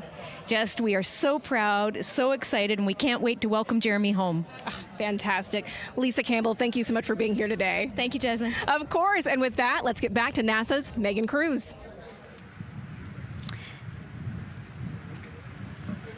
And right now, go ahead.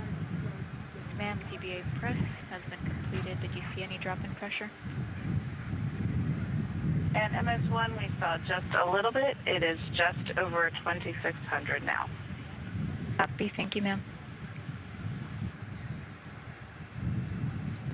again, a call out to mission specialist Christina Cook. Again, it was her responsibility to monitor the pressure on the counterbalance system that will help open the side hatch. And she did report a drop in pressure, but it seems like it's within nominal limits. Right. They might have had a small drop, but we have a starting pressure and an ending pressure, and as long as the difference isn't too high, then we will take that. And the engineers know exactly what they're looking for in terms of that delta pressure. And so again, that milestone on the checklist of things that have to happen before they launch today, that is complete. The crew, again, still inside comfortably as the closeout crew team work to close the side hatch. Again, a separate seal leak check, followed by a full cabin leak check, and then they will close the last abort system hatch. Lots to do still in the White Room and marching down the countdown timeline well. And so Bill, again, number 3 there, he is holding a silver flex hose.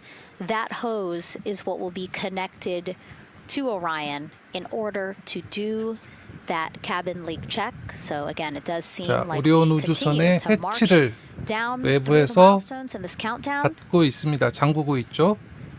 그리고 끝난 다음에 Hopefully lifting off today within our 2-hour 지금 보면 launch 또 window. 외부에 또 That 해치가 하나 opens 더 at 있죠. 저게 6:24. 라스의 외부 해치일 겁니다. 저걸 통과해야 Now, 되기 right now, 때문에 people inside the 이중으로 Kennedy 해치를 Space Center 닫게 Visitors 됩니다. Complex are learning about this mission. There are great 자, exhibits 오늘 there about the 발사가 rocket and Orion, and 성공하면은 of course our Megan 이제 Carter 저 from the 문은 moon board. 앞으로 10일 뒤에 열리게 됩니다. All right, Megan and Nicole, yeah, you mentioned that checklist before launch. That checklist is going to continue during the mission as well, as there are several vital objectives that we are hoping to accomplish with this mission. So we've talked about the rocket. We've talked a little bit about Orion. Obviously, during Artemis 1, we had that test flight, and there were no humans on board. That is our one big difference for this one, and we are going to have that crew this time. So what are they going to be up to during this mission? Let me tell you just a little bit. Now, for Artemis 1, like I mentioned, we were really focused on the SLS, making sure it had the power and capabilities that we needed. We were also checking out the Orion spacecraft in deep space environments, making sure that it was good to go. Now, for Artemis 2, we are going to be taking the testing for Orion to the next level by adding that human component. So those test objectives are going to start even before launch. Like you mentioned, they are out there making their way through that checklist. But these objectives are going to start now, and that includes safety. So one really great example of safety is going to be something called the egress baskets. They're out there in the spacecraft, obviously, and should a situation happen to come up, they are going to have something called the egress baskets they can get in, and those are going to zip line them essentially down to the ground within seconds to safety. Another great example of those safety procedures are going to be the LAS, or the launch abort system that I mentioned earlier. Just a reminder, that's the one that can pull the crew and capsule away from any danger within a few minutes of into the launch. Now, those are just a couple quick examples, but our recovery teams have been training extensively, quite a lot, to make sure that they are ready and prepared for any challenging situation that could possibly arise. All right. Several other objectives that we are going to be looking at are also going to be communication checkouts. That is going to be vital. I know we talked a little bit earlier about all the maneuvering that they're going to be able to do, but we want to make sure that they have full communication ability from space to ground so that we can fully support them here. We are also going to be checking out those life support systems. Obviously, we've talked a lot about the service module and what it is going to do for the crew, but we want to make sure that those life support systems are fully functioning, obviously, before we send them farther into deep space. That's going to be critical for them. So on top of being able to maneuver the spacecraft and check everything out, we are also going to be making sure that everything is fully functioning. So as you can see, big part of this mission is to make sure that the spacecraft, the hardware, and all the operations are working, and that the data is going to make sense. And speaking of recovery, we are also going to have the opportunity at splashdown to recover that launch or that flight data, and we're going to be able to take that back, analyze it, and make sure there are if there are any enhancements we need or changes we need to make before our next missions, we'll be able to do so. So lots to do. They're going to stay very busy, obviously. And with that, I will turn it back over to you, Megan. 2 hours, 25 minutes and counting, and the crowd, check it out, continues to grow at our Banana Creek viewing location. They will have a great view of launch, and we will go back now to Leah Martin, who's standing with her next guests. Hey, Megan, yeah, we're surrounded by thousands of people, some here local from the Space Coast, but we actually have quite a few people who have traveled a pretty far distance to be with us today. I'm actually joined here by a group from the International Space Station Ambassadors Program who have come from all over the globe. Saku, you're here from Japan, you've come Val from Mexico, and then we have brother and sister Cosma and Jesco here who are visiting from Germany. You actually told me that you participated participated in the NASA Rover Challenge in Huntsville. How was that experience, and how is it kind of participating there in Alabama and then being here today? So it is an amazing experience because you meet so many young people with visions, with dreams, with ideas, which inspire you and motivate you. And it's even better to be here now to see the SLS launch because we are going back to the moon, and that's what we're working for.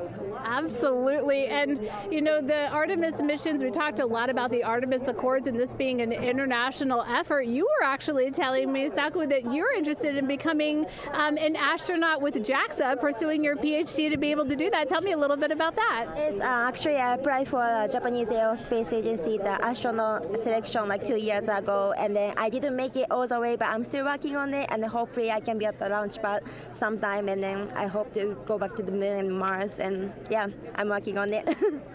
Absolutely incredible. And Val, you're from Mexico. We were talking a little bit about women in space. This is a team who, you know, is predominantly made up of women. What is it like knowing that Christina is on that rocket right now, about to be the first woman to travel around the moon? I think that's such an amazing news. It's just so inspiring that we are taking the first black person and also the first woman to the moon. It's just the first step in humanity and a big step in equality as well. Megan, a lot of excitement here, not just in Florida, but from around the globe, and we're keeping our eye on that rocket, and we're ready to see it lift off. Thanks, Leah. Yeah, a lot of excitement, but also a lot of inspiration. Again, this is part of, or a big part of the reason why. 130.6. Good readback. Aux 1 voltage 131.3. I copy 131.3. Again, those numbers you hear, they're referring to specific steps in the launch countdown that the crew have to step through in order to get us to launch today. And so we were saying, yes, inspiration, a big part of why NASA does what it does. We want to go together and we want to explore together to learn more about ourselves and here on Earth. Yeah, humans, I think, naturally want to explore, and so going together, like Lisa said earlier, we're going to go farther and faster than we possibly can alone. And, you know, what a way to celebrate that today. Yeah. Going back to the moon in the first time in over half a century.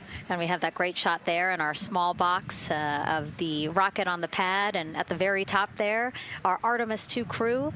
Right now, we know that the crew has begun the closeout crew has begun doing that cabin leak check. So they are currently pressurizing the cabin, and it sounded like it would take about 6 to 8 minutes for them to get to pressure, and then they have to hold that pressure for 5 minutes, right? Yes, that's correct. Yeah, so there's quite a bit of volume. You know, we talked about it being a 6-person tent. I think it's 330 cubic feet. Don't quote me on that number, but you know, they have to pressurize that capsule, and then, like we talked about, take that initial pressure, wait 5 minutes, and take the second pressure. Yeah, and then it takes about 6 to 8 minutes again to depressurize the cabin. So this process will take a few minutes. Ascent switch configuration complete. OTC copies. Thank you.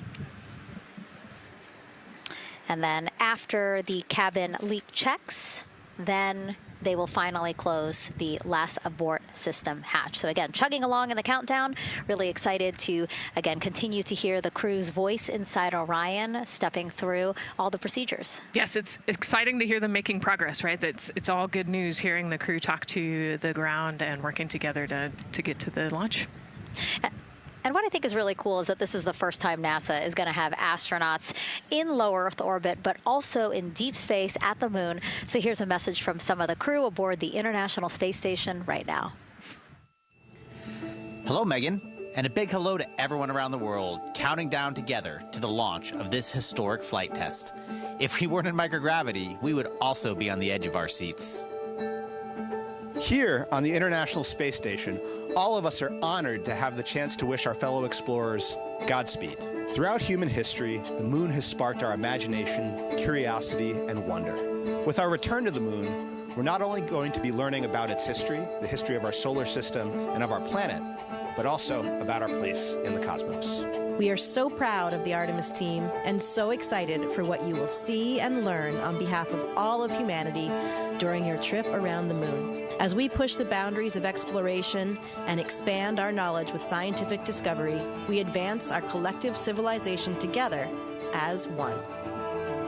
Test flights are crucial to the mission of exploration. We all learn in test flight schools that the more challenging the missions are, the more incremental the tests should be. This Artemis 2 mission is one more increment on the way to further exploration. Thank you to the crew, our friends, for your dedication. And from the entire Expedition 74 crew, thank you to all of the teams that had a hand in getting the Artemis 2 mission to where it is today. Back to you, Megan, as the countdown continues. Oh, I love that so much. I just love seeing them there. And again, you have to remember the International Space Station is an orbiting lab. We learn so much there, and we're going to learn so much more from Artemis 2, because this isn't just a test flight. It's an opportunity to learn more about the moon, deep space, and how humans can live and work so far from home. So here are some of the science objectives that NASA hopes to accomplish with Artemis 2. Artemis 2 is our return of humans to the moon, flying around the moon on board Orion. But along with that, we're doing a lot of great science. One of the exciting things about the Artemis missions to the moon is that science is actually a fundamental pillar of why we explore, why we're going, what we're doing in Artemis. I think it's incredibly exciting that not only are we testing the vehicle, but we're testing science on board. Science where the astronauts are conducting experiments, science riding along with the astronauts. We have astronauts looking outside the window and really observing the lunar surface. It will help us understand the deep space environment. It will help us understand how that environment affects our astronauts, our systems, and life in general. So deep space is a challenge for us because you have to leave Earth's protective magnetic field. Here in low Earth orbit, the crew members are protected from some of the harmful radiation. Going to the moon, they'll no longer be protected, so they'll have a higher radiation exposure. Much like Artemis 1, we have so many radiation sensors and detectors that are inside the capsule so that we can fully understand and appreciate the radiation environment for protecting our astronauts. In my hand here, I'm holding a tissue chip model. This is the exact design that's going to be flying alongside the astronauts. We'll be collecting samples from each of the crew members, and we can make these organ chips out of the astronauts themselves. So every crew member will have their own avatar on board, and then upon return we can evaluate that deep space radiation environment and what that compares to the astronaut themselves. Not only are they going to help change the course of medicine for the astronauts, but revolutionizing that on Earth as well. We're looking at sleep, we're looking at team dynamics, we're looking at how you interact with the environment. We're also looking at the immune system, so what are the biomarkers? We're using saliva as a method to study hormones and different things in your body that may change during a mission like this. And then finally, how do we function after microgravity, being close to the moon, then returning to Earth. Which will ultimately help us achieve our goal of getting humans to Mars. And then on top of that, we have an opportunity to look at the moon from deep space on the far side for the first time in over 50 years.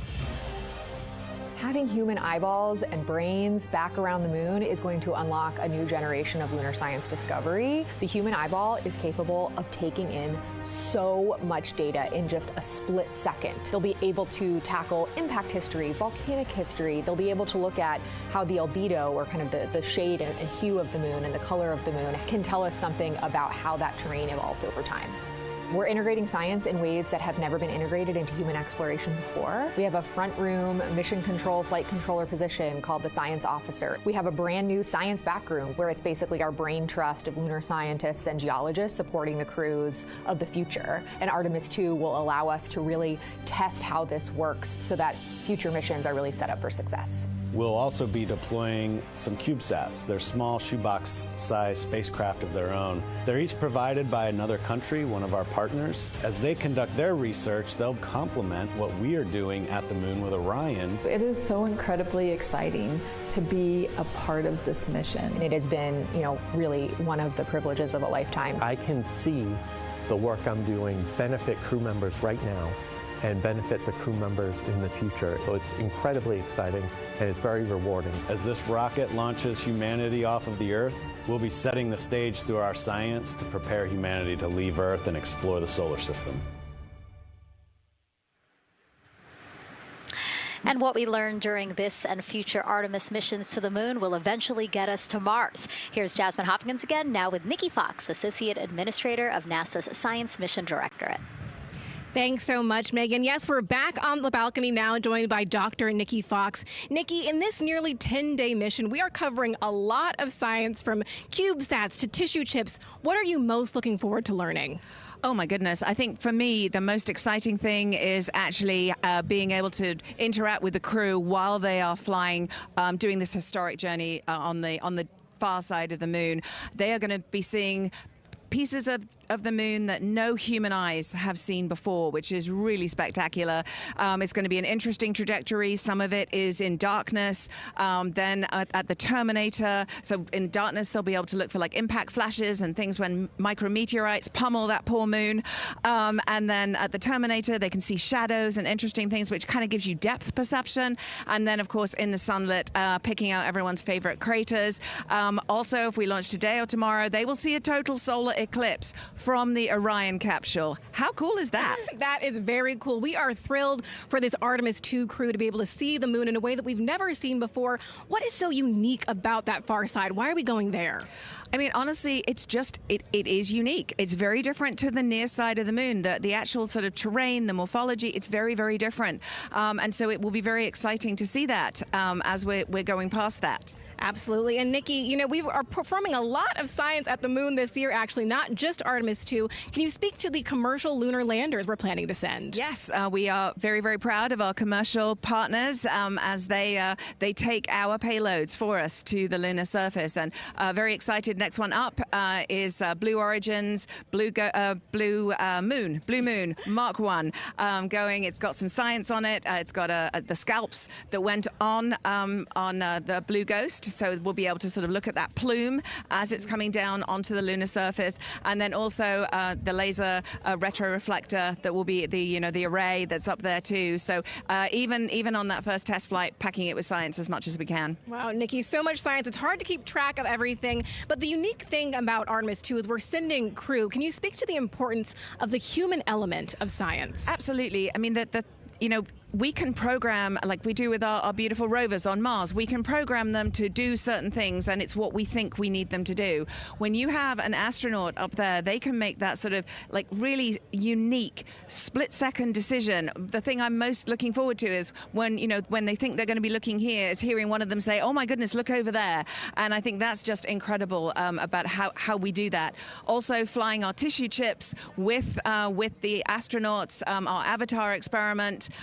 Here we go, Avatar. Oh, wow, look at that. And that's got the tissue chips samples that matched to the crew. Mm-hmm. So we'll be able to monitor the effects of microgravity and radiation on that human tissue as we prepare for more and more missions to the moon for longer and longer durations, right, and then off to Mars. Wow, Nikki, so much science ahead of us. But first, we have to launch. Thank you so much for being here today. Thank you so much. Go Artemis. Oh, of course, go Artemis. And with that, let's turn it back over to the countdown with NASA's Megan Cruz. Nikki is so fun. She has so much energy and so much passion about the science. And again, yeah, it's just so important to remember that so much science is happening with this mission. It's not just to test out the hardware and the life support systems. Yeah, you saw the science video, and then we talked to Nikki. Man, there's so much going on, right? We talked a little bit about the lunar observations that we're going to do. And then, she talked about, made a really great point about, the human eye can pick things out that a camera or a robot can't necessarily pick out. And so that's why we're sending humans. But also, we're not just doing the lunar observations. The Avatar, that's a really cool experiment. They took blood samples from the crew, and then they used those stem cells to make bone marrow and create those little Avatar chips, which is impressive. Feels like scientific, sci-fi movie stuff. Yeah. But, we're going to look at radiation. We're going to look at all sorts of different scientific experiments. We got the little CubeSats. We're going to go look at space weather. lots going on. Yeah, in this even mission. collecting some of the astronauts' saliva, you can learn a lot about the body through the saliva. So just really a lot in a small amount of time in a small capsule. Yeah, it's scientific discovery. That's why we go back to the moon. Yeah. And so again, her energy just so oh my God, I can't find the word. So wonderful. Awesome. Yeah. I don't know why I couldn't find the word. So anyway, yeah, just really, again, thank you, Dr. Nikki Fox and Jasmine. And so Nicole, what about answering more questions? Let's do it. Okay, great. First one, what was the word I was trying to get at? No, I'm kidding. Let's have the first question up on the screen now.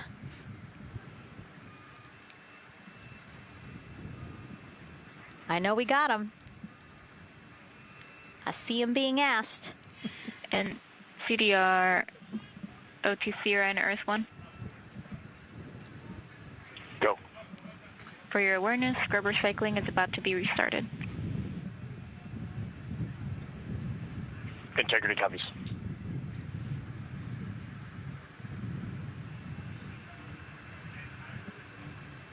All right, let's try that again. Can we get the next social question, please? What are the G-forces experienced by the Artemis astronauts during launch and reentry? Ooh, these are actually pretty similar to a Dragon launch or a shuttle launch.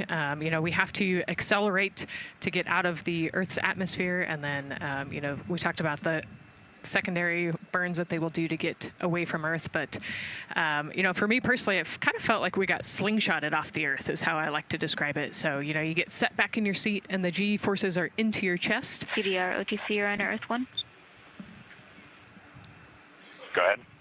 Cabin leak check complete. The cabin is going to be vented to flight pressure momentarily. Integrity copies. That's fantastic news. Yeah. Again, so the spacecraft is holding pressure as expected, and so now they will depressurize it, which will take about 6 to 8 minutes. Exciting. Yes. Yeah. Go ahead, Nicole. Like we sorry. talked about, continuing to march towards the launch. So the G-forces are into your chest, and it's kind of a slow build, and you can get all the way up to 4.5 Gs into the chest during the launch. And often they have to back off on the thrust a little bit so that you don't get too high in the G-forces, and especially as we go through kind of max Q or that max aerodynamic force, so as they get through the thicker parts of the atmosphere.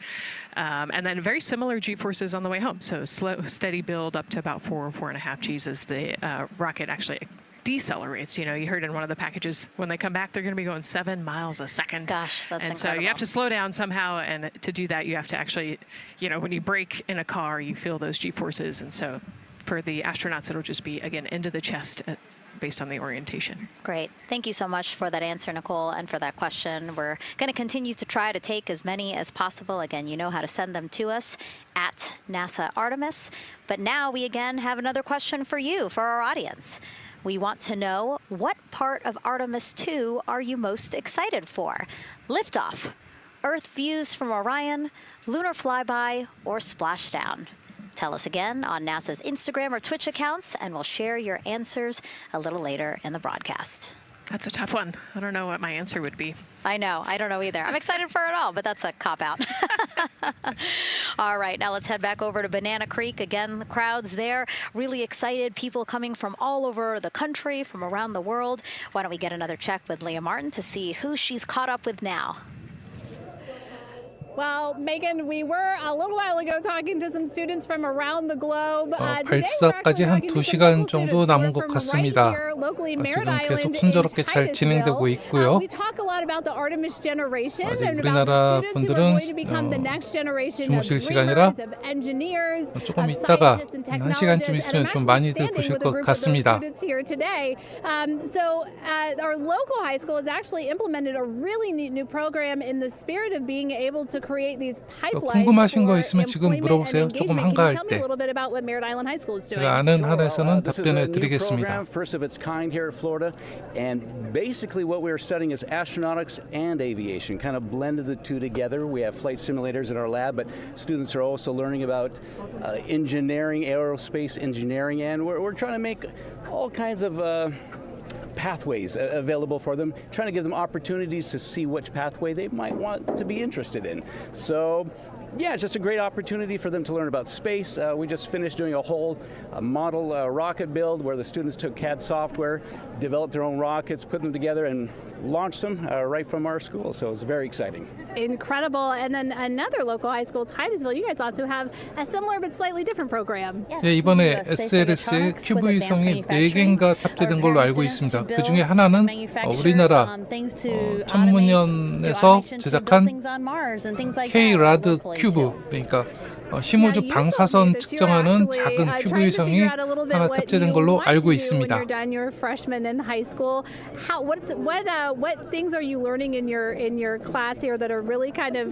스페이스X 스타쉽은 일단 스타쉽 HLS 달 착륙선에 집중하고 있죠. 스타쉽이 오리온 우주선을 대체하는 단계까지는 아직은 구상되지 않고 있습니다. Absolutely, and you were actually telling me that I think were telling me that you're interested in becoming a pilot. We talked a little bit about the pilot who is on board the rocket right now.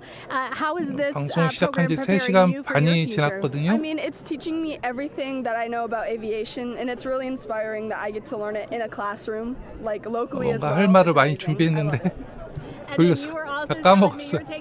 What's the most interesting thing you've learned? I really like the whole design part of it, like actually like engineering, like because I want to be an engineer. Engineering the products we use when we build stuff. That's definitely my favorite part, learning how to use those kind of softwares. Absolutely. Well, Megan, when they're seasoned NASA employees, you'll be able to say that you saw them here first when they were still in high school. Back to you at the desk. I can also say that they have fans. Nicole Ayers here. As soon as that girl said that she wants to be a pilot, Nicole went... Yeah, why is that something that's so thrilling for you to hear? I mean, I love when kids in high school have goals and they set their goals high and they want to go do something. You know, the kid who wanted to be an engineer or a pilot, like, I love that. You know, find something that you're passionate about, go work hard at it, and go get good at it.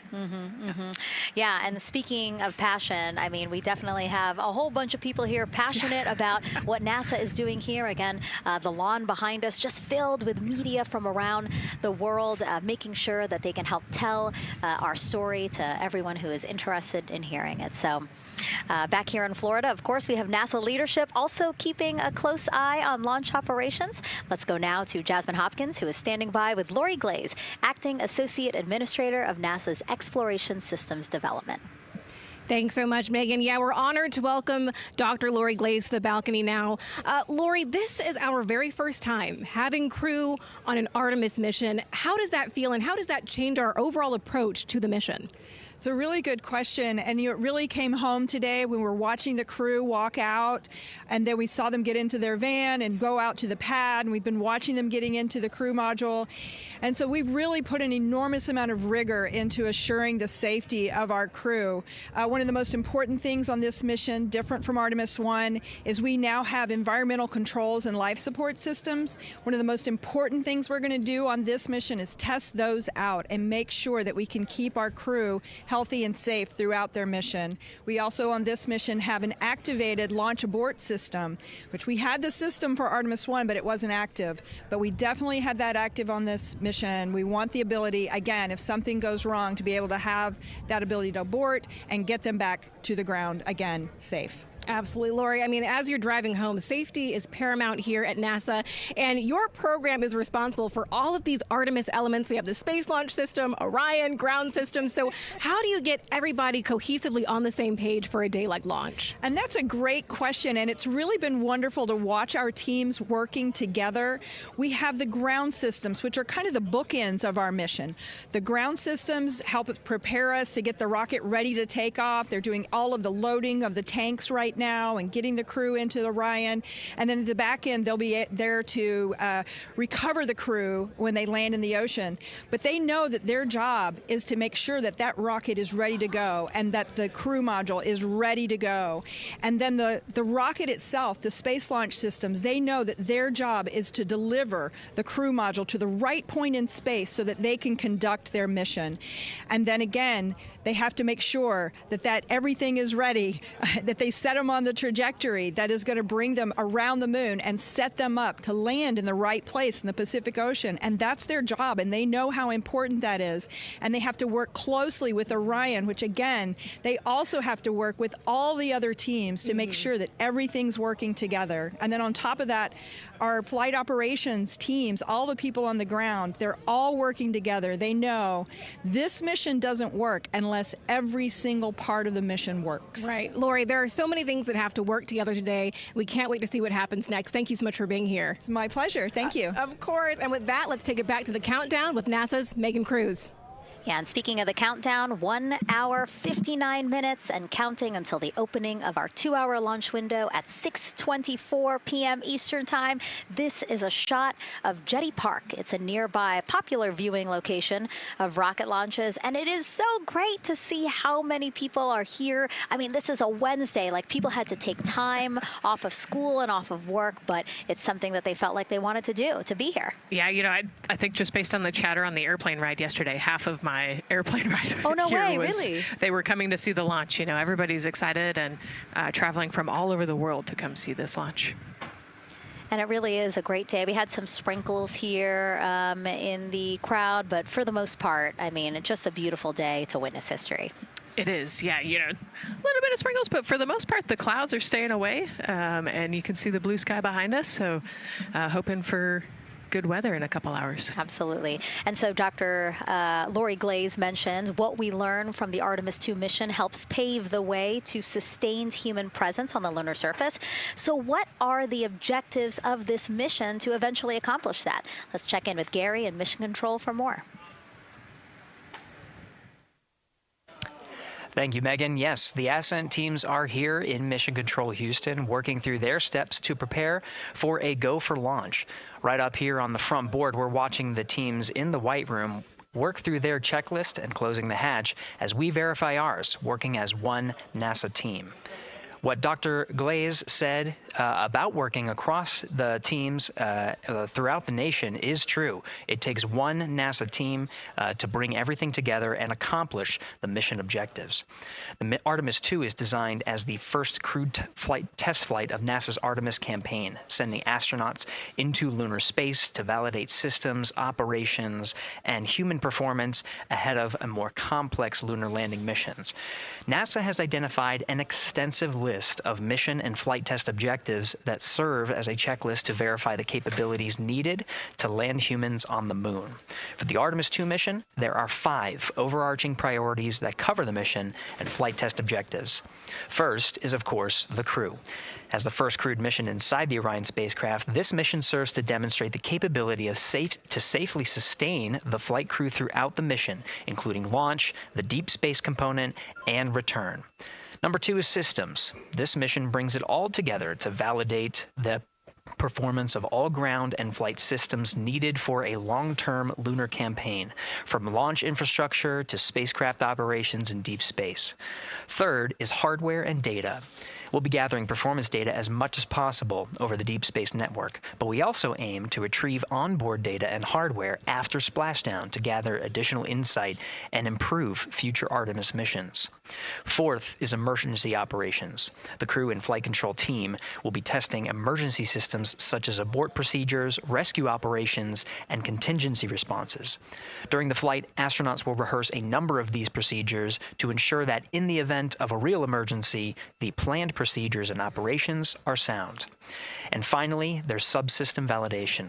Engineers will be verifying subsystems across the board to ensure reliability across life support, propulsion, avionics, and navigation systems aboard the Orion spacecraft.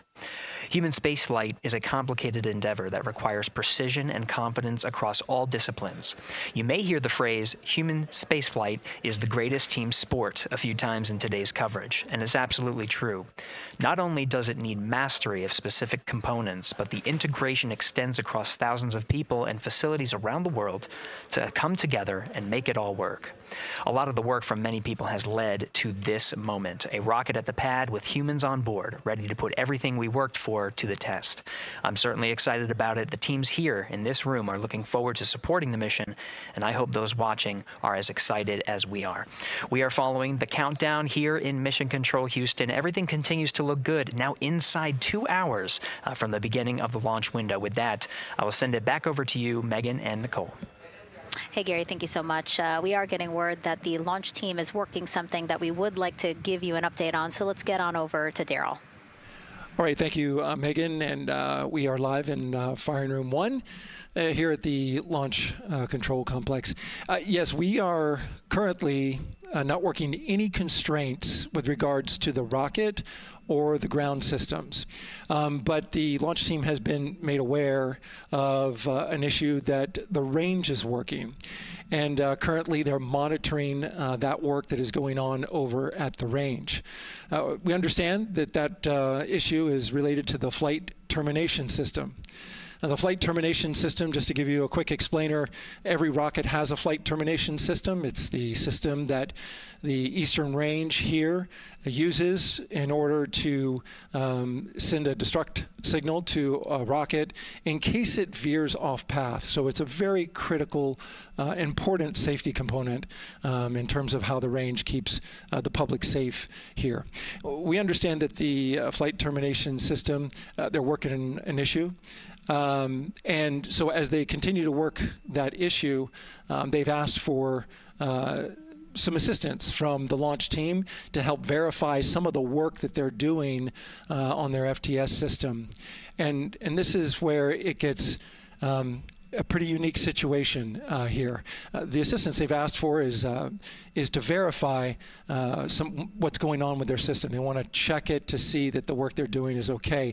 And in order to do that, the FTS console operator inside the firing room has been asked to help them verify it. And the way that they're going to do that, and the solution that he proposed to check and verify the system with the launch director, and she gave the approval, is to go get a piece of heritage equipment from inside the VAB that was used during the space shuttle program.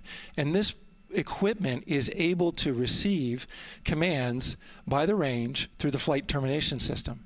And so with this piece of equipment, this console operator who works FTS was granted permission to go go over to the VAB next door and get this equipment that he's very much aware of and used during the space shuttle era.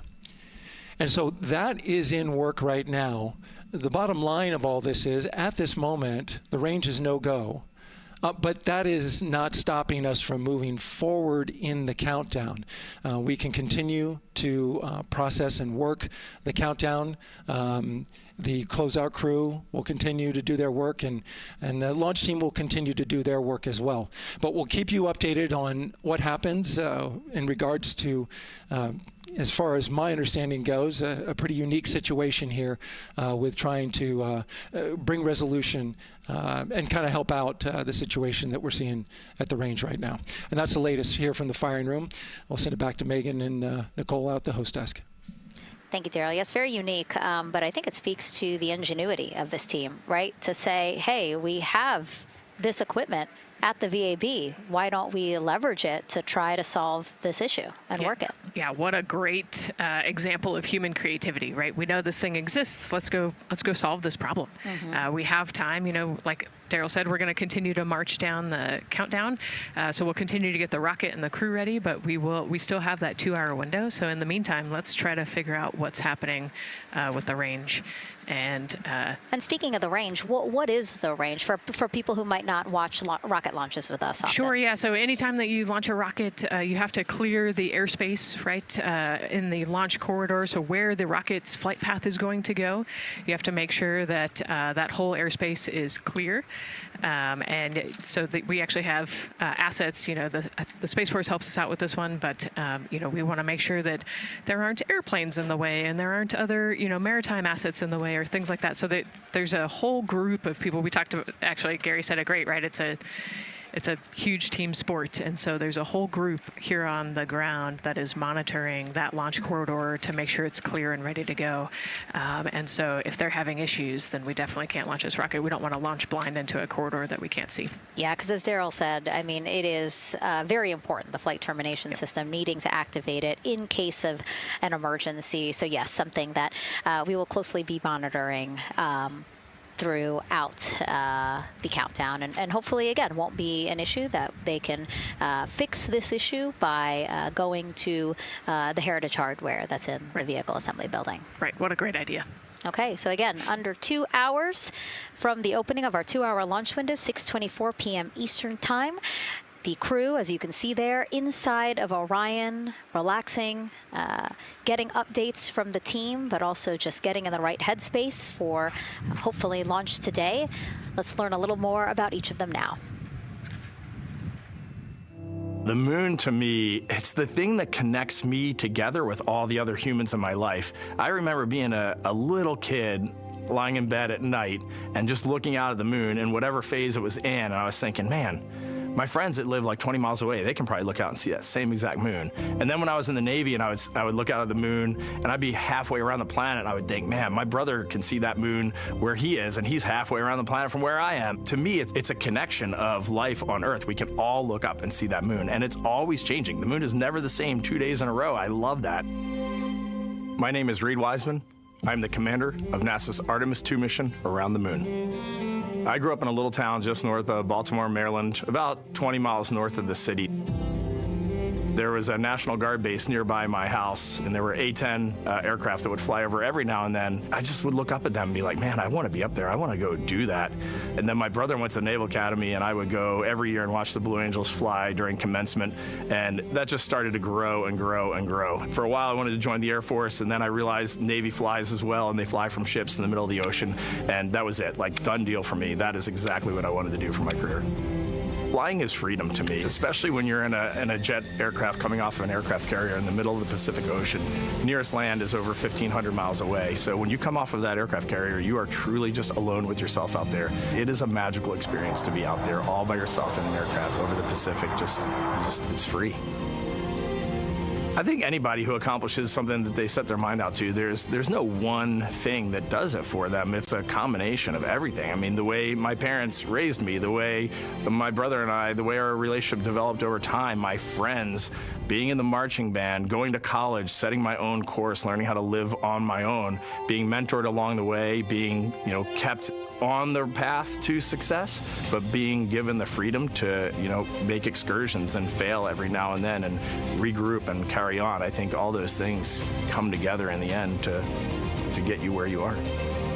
I've had to overcome, I'm a human being. I've had to overcome a lot of fears. I'm pretty scared of heights. I joked about that on the International Space Station, but it turns out I'm only scared like at the edge of a building. When you're up on the International Space Station, even though you're 250 miles up, I never had that feeling of falling or that I was, at risk up there. I just kind of loved the feeling of floating and looking down at Earth. There have been challenges all throughout my life. By far, the biggest challenge was losing my wife in 2020 to cancer, and now raising two daughters who are grown up now, but that's been the biggest challenge by far I've ever had to face. It is not easy being an only parent, trying to work a full-time job, and raising two kids is something that I think about every single day. I'm very proud of the work I've done. I haven't always done it well, but I've always shown up and tried as hard as I possibly can.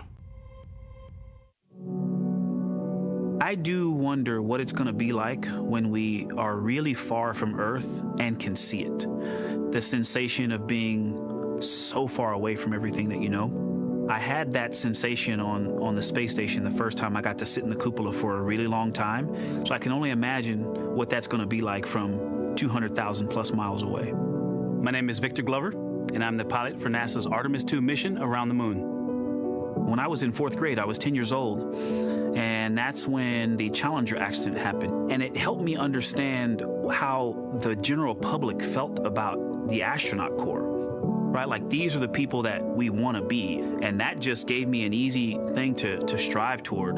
The biggest fear that I've had to overcome in my life is 오늘 지금 나사 공식 라이브 방송은요, 발사하고 20분 정도 뒤에 오리온 우주선의 태양 패널이 전개되면서 제가 알기로는 방송이 끝나는 걸로 알고 있습니다. 그 이어서 오리온 우주선에 설치된 동체 캠이라든지 내부 캠 영상이 다른 영상으로 아마 계속 중계가 되는 걸로 알고 있습니다. was a part of, swinging for the fence and trying to go get an engineering degree, not 지금 just go to 보시면은 college, but get an engineering degree and then go do 글로버 something challenging and 나사 difficult, 우주 비행사죠. like flying. 달까지 가는 최초의 비백인 남성 우주 비행사입니다. To the moon. Artemis has an opportunity to continue the Apollo story, but I actually think it's important for this 한국에선 story 보이진 to stand on 않죠. its own. Artemis is a new program, and we're trying to do new things. 논스톱 생중계일지는 잘 모르겠어요. 우주정거장처럼 그냥 이렇게 캠 영상을 아무런 코멘터리 없이 쭉 생중계하는 게 있긴 있는데 그거는 아닐 것 같습니다. 아무래도 달까지 가면은 점점 통신 속도가 신호가 약해지기 때문에 해상도 문제도 있고요. 끊김도 좀 있을 것 같습니다.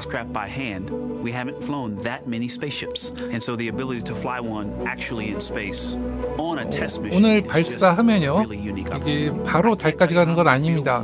일단은 주차 궤도에 지구를 한 바퀴 돌아서 주차 궤도에 진입을 하고요. 그리고 고궤도, 지구 고궤도 약 7만 킬로미터 고도까지 다시 한번 타원 궤도로 크게 고도를 높이게 됩니다. 그리고 하루 뒤에 달까지 달 전이 가속을 하게 되죠. I tell a story which is 자, one that my 이분은 dad told me 크리스티나 코우, before the Apollo missions when he was just a 달까지 very 가는 little boy. 최초의 여성 He was 우주 looking up at the 비행사가 moon 되는 with his 거죠. mom, and his mom said to him, "Don't worry, Ronnie, we'll never get there." Fast forward maybe 70 years later, it's his daughter that's actually going there. 이분은 좀 유명한데요. 국제 우주정거장에서도 여러 가지 영상으로 교육 영상이라든지 이런 걸로 많은 분들한테 좀 낯익은 분일 겁니다. If you just believe in it and are willing to work hard and come together to achieve it. 제 방송 시작한 지 3시간 50분이 좀 지났거든요. Specialist for NASA's Artemis 2 mission around the moon. When I look back at my dreams as a 자, kid, 이렇게 I 세 분, definitely never thought 리드 I would 와이즈먼 actually get 사령관이고요. here. I was very 그리고 빅터 pragmatic. 글로버, Even though I'm a 그리고 dreamer, 크리스티나 I knew 코우, that the odds were way 이분은 against 모두 me again. 나사, So I might as 미국 well do 우주 something I'm 비행사입니다. loving in the meantime. I definitely loved science and math in school and, did pretty well in those things, but I also loved being active. I was always outside. I loved things that made me feel small. I loved looking at the night sky, oftentimes between the pine tree branches, or I loved the ocean. North Carolina also has mountains, and when we would go there, I just loved the vastness of all of those things. I loved how they made me feel and what they made me think about and the vastness of the universe and how much out there there was to learn. I'm drawn to exploring. I'm drawn to challenges that involve both mental and 좌석값이 physical. 1.5조. And I'd much rather be solving problems. 1조 5천억짜리 좌석에 앉아서 달까지 가려고 대기 중입니다. That's just something I've carried with me. 아르테미스 2 미션 발사 비용 전체 비용이 미션에 대해서 약 우리 돈으로 한 6조 원 가량 드는 걸로 알고 있습니다. 42억 달러라고 추정이 돼요. That means I have to follow my own advice. So doing what scares me meant getting on a plane and going to the Antarctic, getting on a plane and going to study abroad in Ghana, applying to become an astronaut, opening the EVA hatch in the airlock and going out of it into the darkness, strapping myself onto a rocket. And so for me, I think that no matter what the challenge, recognizing that if people believe in you and you believe they believe in you, challenges seem always a little bit easier. 그렇죠. 이번 제일 목적이 우주 비행사들의 유사 생환입니다. Everything that's ever happened to the moon is still written on the moon. Every single 수십 person 년 has looked 만에 at the moon 지구에서 their entire lives. 거의 40만 킬로미터까지 떨어진 먼 거리까지 가는 우주 비행사들이기 때문에 안전히 돌아오는 게 가장 제일 문제죠. But this also represents exploration and reaching. 그리고 마지막으로 제레미 헨슨, 이분은 캐나다 우주 비행사입니다. 달까지 가는 최초의 비미국인 우주 비행사가 되는 거죠. 이렇게 미국인 우주 비행사 3분, 그리고 이 캐나다 우주 비행사 1분, 전부 4분이 달까지 10일간 여정을 약 1시간 40분 앞두고 있습니다. My elementary school years, I grew up on a farm outside of London, Ontario. I spent as much time as I could with my dad on the farm. I learned the value of hard work, for example. If I wanted to go to work with Dad, it was going to be a long day, and I was going to have to not complain, or I wasn't going to get to go the next day. I had a treehouse. I had a vivid imagination, and I changed my treehouse into a spaceship. I made all these dials and controls. I had circuit breakers for switches that I found in the barn, and I was exploring space in my imagination. The most important thing I did to get to where I wanted to go in life, which was flying fighter jets and eventually becoming an astronaut, is I shared those desires with other people. And it turns out, just like you don't go to the moon on your own, if you could, I would have done it a long time ago in my treehouse as a kid, you have to go as a team. I think the biggest impediment to achieving my goals was, of course, myself. And I think that's a common human experience. There are many times where just little things would get in my way, and my immediate interpretation of that was, well, now that goal's out the window. You know, people must have lifted me back up, and somewhere in the back of my head, that persistence came through. And I think that's a common human experience, to doubt ourselves. I've come to this, I guess, realization that I believe that we all have gifts to contribute, and the goal is to figure out how to use your energy towards adding positively to humanity's existence on this planet. But I love it when humanity sets big goals, like sending humans to the surface of the moon with an eye to eventually going to Mars, because when we do that, we can bring together genius from not just even in one country, but around the world. I've also learned from my indigenous mentors that they refer to the moon as Grandmother Moon. So you've probably heard of Mother Earth. They use Grandmother Moon because Grandmother Moon is responsible for the water in their community, just like the moon moves the water around the planet, affects the tides. And I think that's a really beautiful thing for us as we go back to the moon, to think about all the different cultures around the world and how they view the moon differently. And that's really neat because we all share that same moon in the night sky.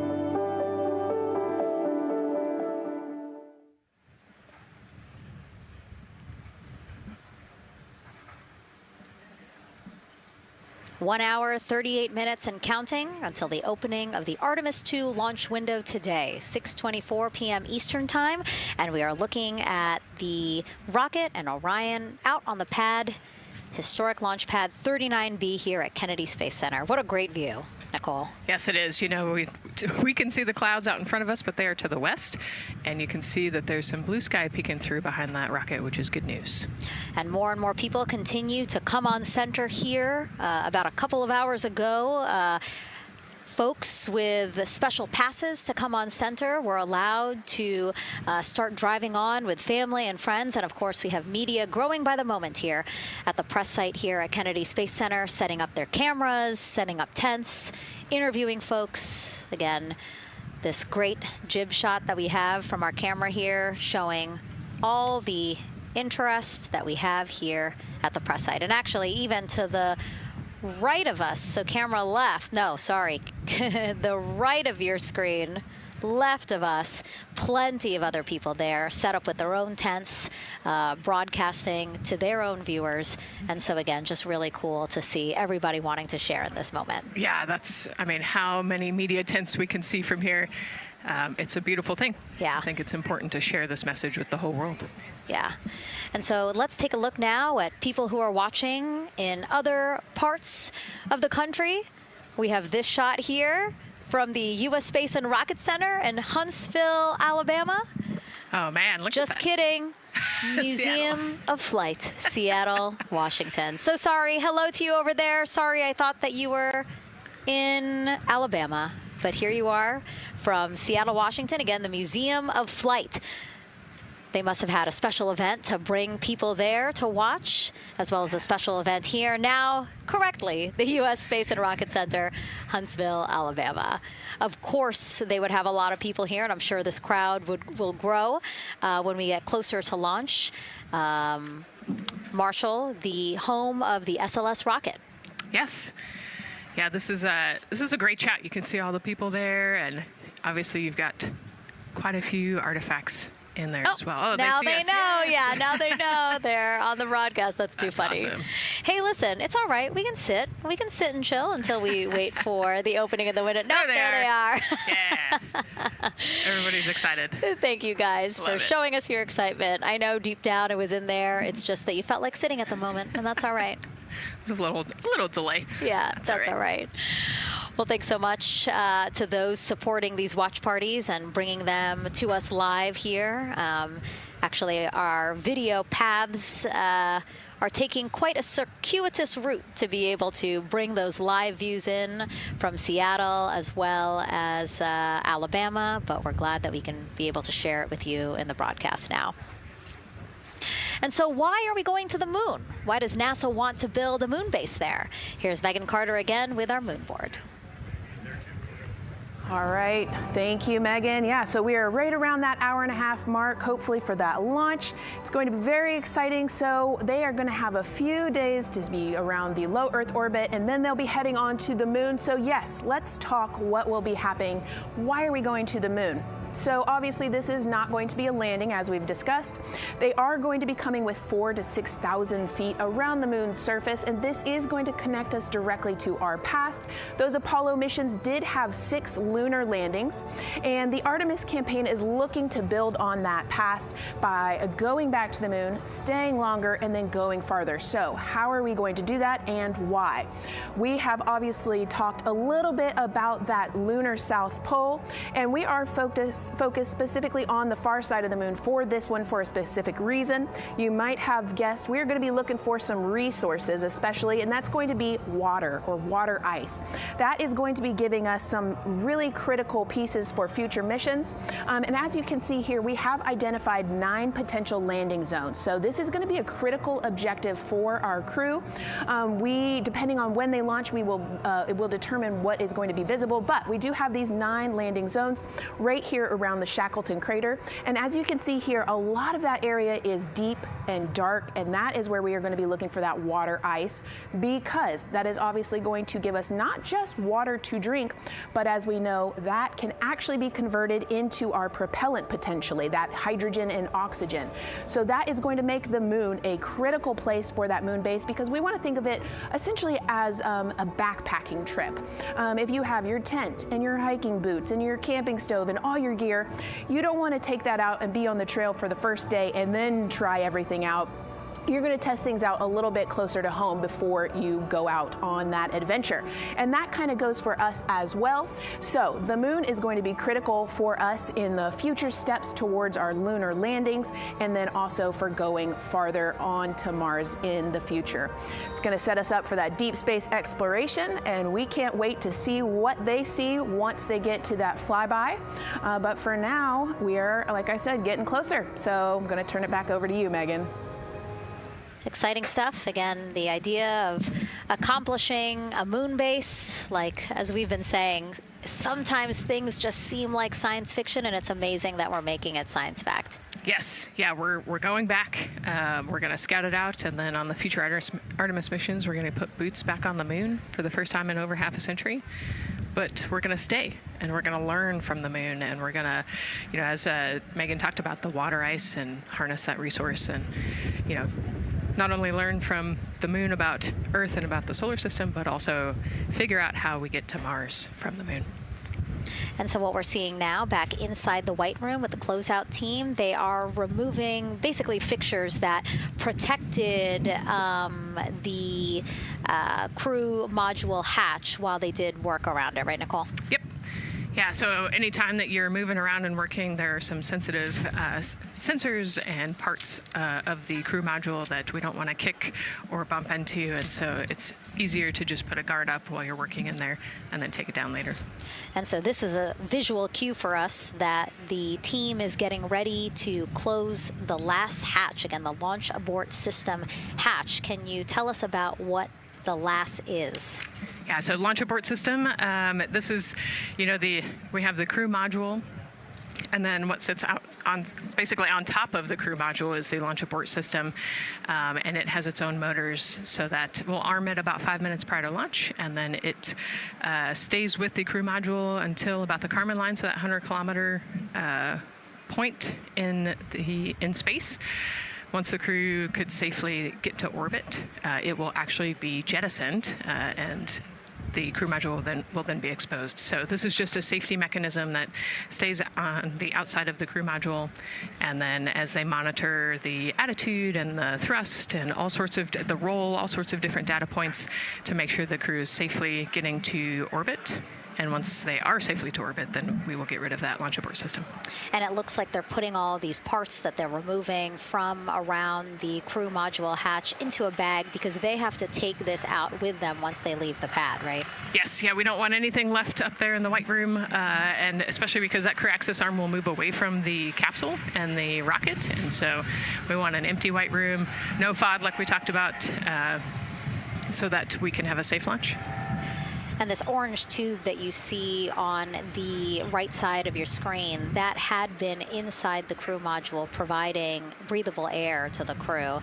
And now again, with the crew module closed and them getting ready to close the second hatch, that has been removed and is out of the way. So again, the closeout crew can continue to do their work. Yeah, that's just a duct to provide some cooling air and some breathing air to the crew and the closeout crew while they're in there. That's actually a good point, yeah. And so as we continue to watch the crew prepare to close the launch abort system hatch, why don't we take a look at the crew's mission patch? Now, crews have designed their official mission patches since the Gemini 5 launch in 1965. Reed, Victor, Christina, and Jeremy, they really wanted to play on the abbreviation of Artemis 2 to all, signifying not only the second major flight of the Artemis program, but also a mission to explore for all, by all. The crew chose the iconic Earthrise photo for a reason. It was taken by the Apollo 8 crew in 1968, the first crew to ever fly around the moon. The mission was to prove teams then were ready to land on the moon the same way Artemis 2 hopes to fly around the moon ahead of a lunar landing with Artemis 4. This time, as we've been saying throughout the broadcast, to stay on the moon. 인류가 달 궤도까지 처음 갔던 거죠. 1968년 아폴로 8호였습니다. 그때도 지금 아르테미스 2처럼 달을 이렇게 선회해서 지구로 한번 돌아왔고요. 그리고 1972년 아폴로 17호가 마지막으로 달 착륙하고 54년 만에 지금 달까지 유인 우주 비행을 하게 됩니다. 보통 지구에서 달까지는 한 3.5일, 4일 걸린다고 보면 돼요. 그럼 달과 거리가 이렇게 유동적으로 변하고 있거든요. 그리고 이번에는 달까지 가는데 바로 이렇게 달 전이가속이라고 그래요. 천이가속이라고 하는데 트랜스 루나 인젝션을 바로 하는 게 아니라요. 발사하고 하루 뒤에 하게 됩니다. 일단 지구 주변을 두어 바퀴 이렇게 돌게 되는데요. 아주 큰 궤도로 7만 킬로미터 고도까지 큰 타원 궤도를 한번 도는데 이게 하루 정도 걸리거든요. 지구로 돌아오는데 이렇게 좀 우주에서 좀 여러 가지 궤도를 또 실험하게 됩니다. 자, 이제 발사 예정 시간까지 지금 1시간 30분이 채 안 남았거든요. 지금 저 카운트 이렇게 보시면은 L- 타임이라고 나옵니다. 요건 런치, 그러니까 발사 런치 타임 기준이고요. 그리고 저게 발사 10분 전에 T-로 바뀌게 될 겁니다. T-는 터미널 카운트, 그러니까 자동화된 내부 컴퓨터의 자동 카운트다운으로 변경되게 됩니다. 쉽게 생각하면 L 카운트는요, 예정 시간, 정해진 예정 시간, 절대적인 시간을 얘기하고요. 그리고 T- 시간은 발사에 임박해가지고 컴퓨터가 유동적으로 시간을 또 조정하게 됩니다. 딱 그 시간에 할 수도 있고요. 아니면은 중간에 홀드가 걸릴 수도 있고, 아니면은 이렇게 뒤로 빠꾸 할 수도 있고 그렇습니다. Again, we talked a little bit about this before. The basically like a computer there on Jeremy's 지구 고궤도가 36,000km가 정지 궤도 고도죠.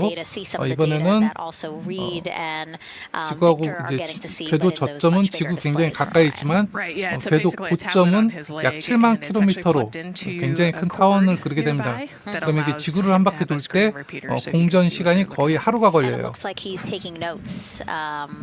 Can you talk a little bit about what that is? It's part of all of them have like a little procedural book, right? Right. Yeah. So they have what we call a knee board, and they'll have. 오늘 지금 라이브 이 방송은 나사 공식 나사 플러스라는 매체가 있거든요. 그러니까 나사 홈페이지 안에 나사 플러스라고 있습니다. 모바일 앱도 따로 있고요. 지금 거기에서 나오는 방송을 받아서 중계 송출해주고 있습니다.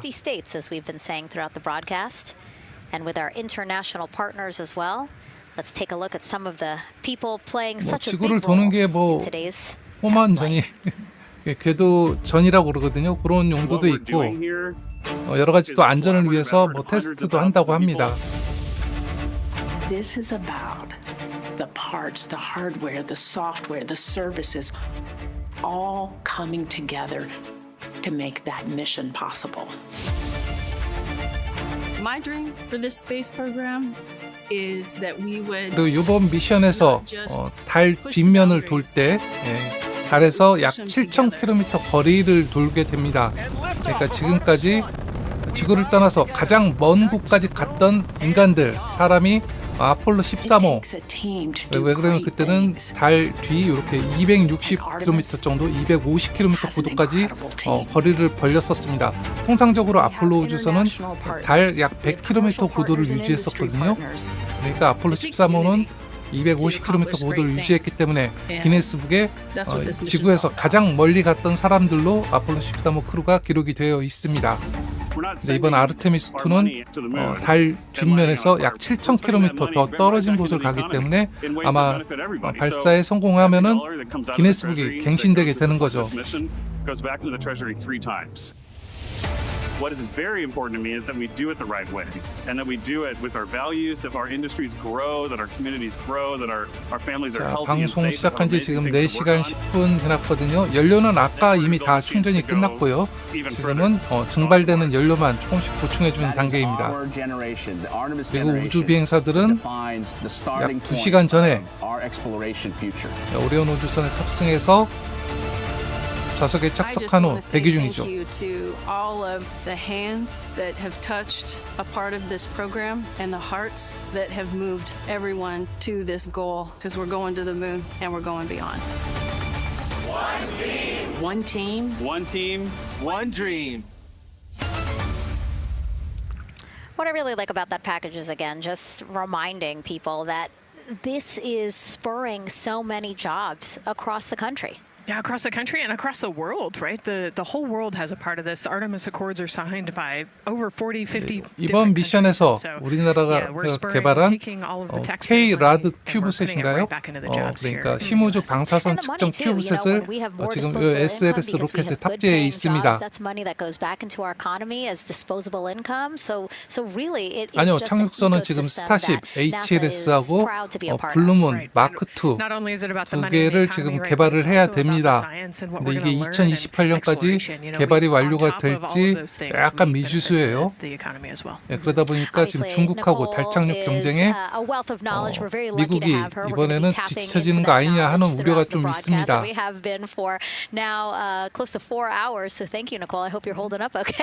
loving it out here. Let's learn a little bit more about Nicole. Her first mission to space was actually last March. She launched from here at Kennedy Space Center as pilot of NASA's NASA's SpaceX Crew 10 스페이스X mission 우주 to the 비행사들 International 크루 드래곤 Space 탑승하는 Station. What a 거하고요. beautiful 지금 launch that 보면은 was. 아르테미스 She spent 우주 비행사들 148 오리온 days in 우주선 space tab승하는 conducting 거하고 science experiments 지금 that could 보면 benefit 굉장히 us on Earth. 절차가 많이 For 차이가 example, 나죠. one studied the physics of 아르테미스 쪽이 liquids, 좀 더 which can help 까다롭고 복잡합니다. researchers deliver medicines more effectively. She also conducted an almost 6-hour spacewalk to help upgrade the orbiting lab's power system.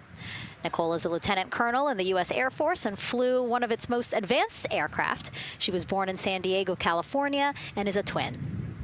That's a cute photo of the two of you. Oh, that one too. Young explorers, yeah. Yes, yes. That's so great to just see how far you've come. Again, I think that speaks to what we've been saying. Like, you know, just if you're passionate about something, go for it and see where that takes you. Yeah, I think that's a great example. You know, I was a serious little kid with really high goals and just kept working hard and never got bumped off the path and ended up here. And I think it's a testament to the human, like we talked about, if you're willing to work hard, be a good team player, you can really get anywhere you want in life. And that's what I love to talk about. Christina has mentioned similar things. And so it's been kind of a theme for the day. Yeah, definitely a theme for the day, a theme for the team. The team has said the same, the crew has said the same sort of things. So absolutely, Nicole, thank you so much for being here. And hopefully only a little bit more until launch today. Hopefully. So today's Artemis 2 test flight will mark only the 7th time NASA astronauts will launch on a new NASA spacecraft designed for crew. And then controlling the flight will be Mission Control in Houston. Our Gary Jordan is inside with flight controllers. Hey, Gary. Hey, Megan, you are right. This is a significant milestone, and we may be putting the names of a few more astronauts in the history books today. The Artemis 2 crew is set to launch today will join a select list of humans to fly in a spacecraft for the very first time. And Artemis 2, like missions before it, is a test mission. During Ascent, the crew and the teams here in the room are prepared for a variety of scenarios. Some of these will be called out directly by Capcom's Stan Love during Ascent, and some are a little more subtle. These calls can be split into two categories: alternate main engine cutoff or MECO targets and aborts. First, there are two alternate MECO targets, or AMTs. These note milestones to give flight control teams and astronauts an idea of what would happen after that moment should the core stage lose one of the main engines. First is AMT low. You won't hear it called out by the crew or Capcom since this happens right at liftoff. If the core stage loses one engine at this moment, an abort once around option could be made at main engine cutoff, meaning the crew could target a splashdown in the Pacific. The second is AMT high, which would be called out by Capcom's Stan Love around 22 seconds. After this moment, if the core stage loses an engine, we can still pursue an alternate mission in low Earth orbit to accomplish some of the test objectives. And at about 5 minutes, 16 seconds into the flight, you'll hear the call 3-engine press. This is a good moment. After this point, if the core stage loses an engine, we can still make a nominal main engine cutoff and pursue a moon mission as expected. Again, these MECO targets give the flight control teams and crew an idea of what lies ahead should one main engine be lost, but assumes we are otherwise continuing to a main engine cutoff target. This differs from an abort, where the Orion capsule separates from the Space Launch System prior to the planned separation time. There are abort options at every moment that integrity is attached to the Space Launch System, from the pad to more than 3 hours into the mission.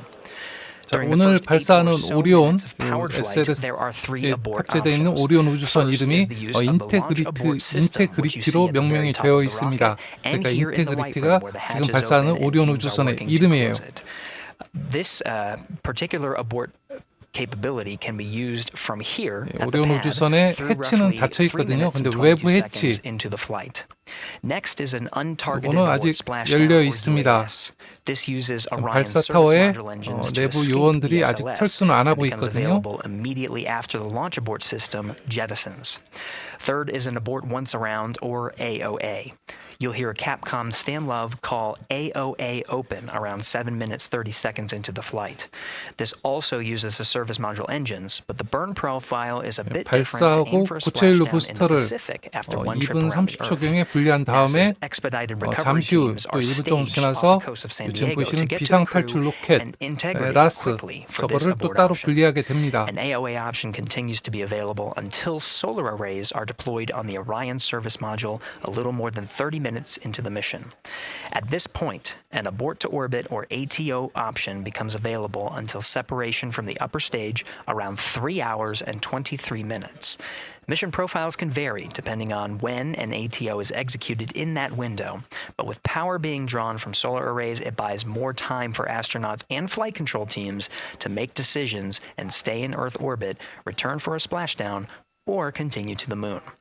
The Artemis 2 crew and flight control teams are well trained on all of these scenarios, and the calls you hear to the crew on Orion to Earth may help them be in a ready state for whatever challenge may come their way.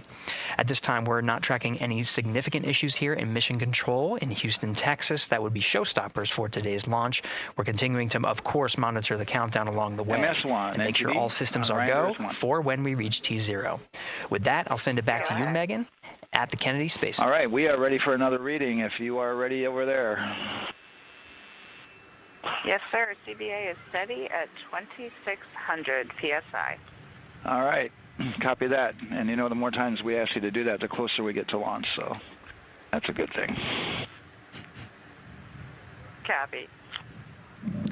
You heard it there from NASA Test Director Jeff 지금 Spaulding. 새로 오신 분들을 위해서 좀 정리를 해드리면요. 우주 비행사들은 약 2시간 전에 우주선에 탑승해서 지금 좌석에 앉아 대기 중이고요. 그리고 로켓의 연료는 이미 충전이 아까 다 끝난 상태입니다. 지금까지 모든 컨디션이 좋고요. But now I want to get back over to Daryl with the launch team. He has an update 지금 now on the L- 타임 system that 런치 the team was 카운트다운이 tracking. 약 1시간 15분 남았는데요. 꼭 저 시간에 발사하는 건 아닙니다. 저기에서 2시간 런치 윈도우 발사창이 열리기 때문에 앞으로 최소 이제 1시간 15분에서 3시간 15분 사이에 발사를 시도할 예정입니다. 이제 발사가 가까워지면서 여러 가지 체크를 하게 되거든요. 제가 미션 프로파일 보니까 체크하는 게 너무 많더라고요. 특히 유인 미션이기 때문에 굉장히 꼼꼼하게 체크를 하고 있습니다. 그중에서 하나라도 문제가 생기면 발사가 중단될 수도 있죠. 자, 우주 비행사들 지금까지 발사가 여러 차례 지연이 됐죠. 그리고 발사일이 잡히게 되면은 예정일에서 14일 전부터 격리에 들어가게 됩니다.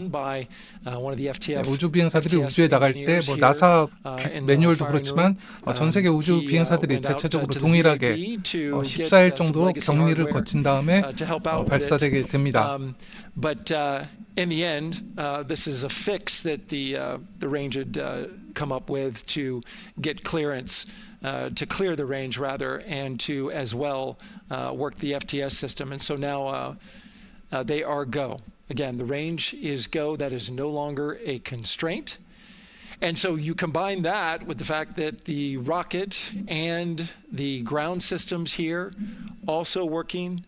No 지금 보이시는 SLS 오리온 저게 1회 발사 단가가 대체적으로 약 42억 달러, 우주선만 약 10억 달러, 그리고 지금 로켓, 고체 부스트하고 코어 로켓, 2단 로켓이 대략 한 22억 달러, 그리고 각종 이제 지상 관제 서비스 관련된 것들이 약 5에서 6억 달러 정도 드는 걸로, 그러니까 42억 달러가 든다고 합니다. 지금 환율로 계산하면 약 6조 원이 되죠. Currently over in Titusville, currently still within that mile kind of constraint of flight through precipitation rule, but we're still far enough from the window that it looks like it won't be an issue. And in fact, we're seeing some good sunlight now breaking through onto the launch pad. As you can see, it's actually shining on the other side of the rocket here. But to the west, we're starting to see some of that clearing that was forecast. And so the launch weather officer held his forecast for 80% go for flight during our launch window tonight, which as a reminder is 6:24 p.m. Eastern Time until 8:24 p.m. Eastern Time.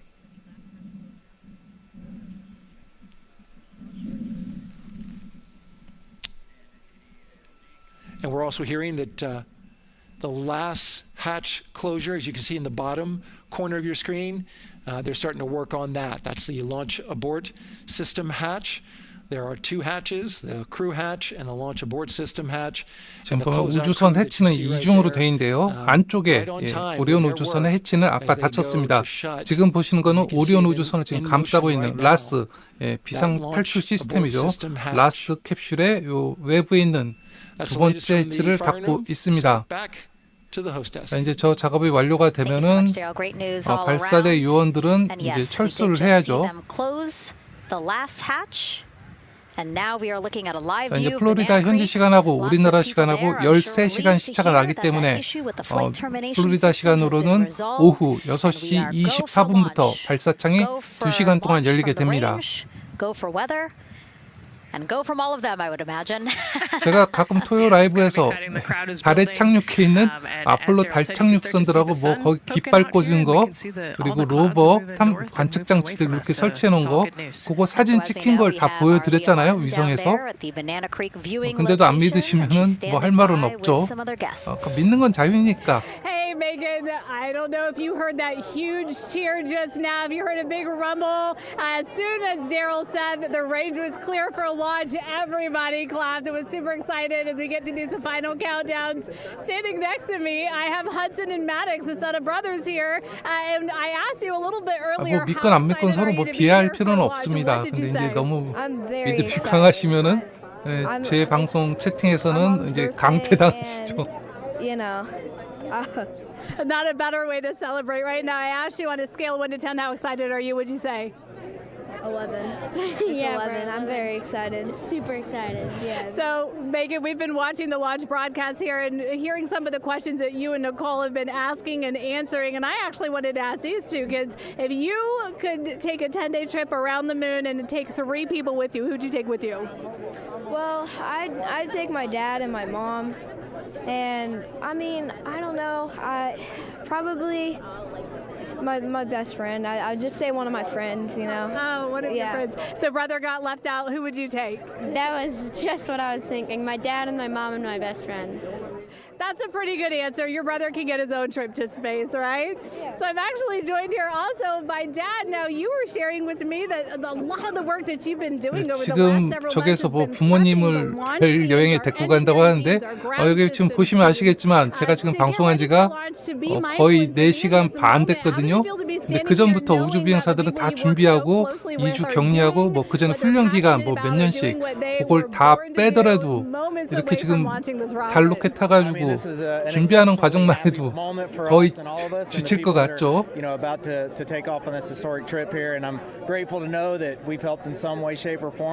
이게 아무나 우주여행하는 건 아닌 것 같습니다.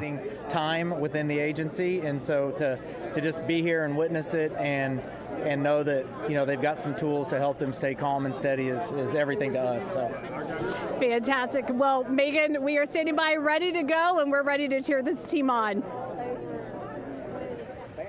Thanks so much, guys. And yes, Leo, we did hear that cheer. That was very exciting.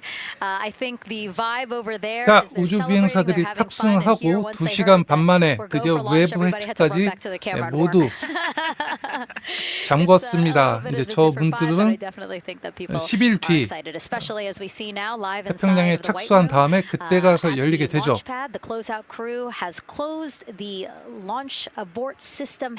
이번 발사에서 부디 지금 라스 외 바깥에 보이는 게 라스 캡슐 외벽이거든요. 저거는 이제 사용이 되지 말아야죠. And then they felt around the perimeter of the door to make sure that everything was sitting just right. Right, yeah, we talked about how heavy the crew module hatch is. This hatch is just as heavy probably, and so they're working the closure here. 오리온 우주선은 내부에 아주 간단한 간이 변기가 설치가 되어 있습니다. 지금 뭐 샤워 시설은 없고요.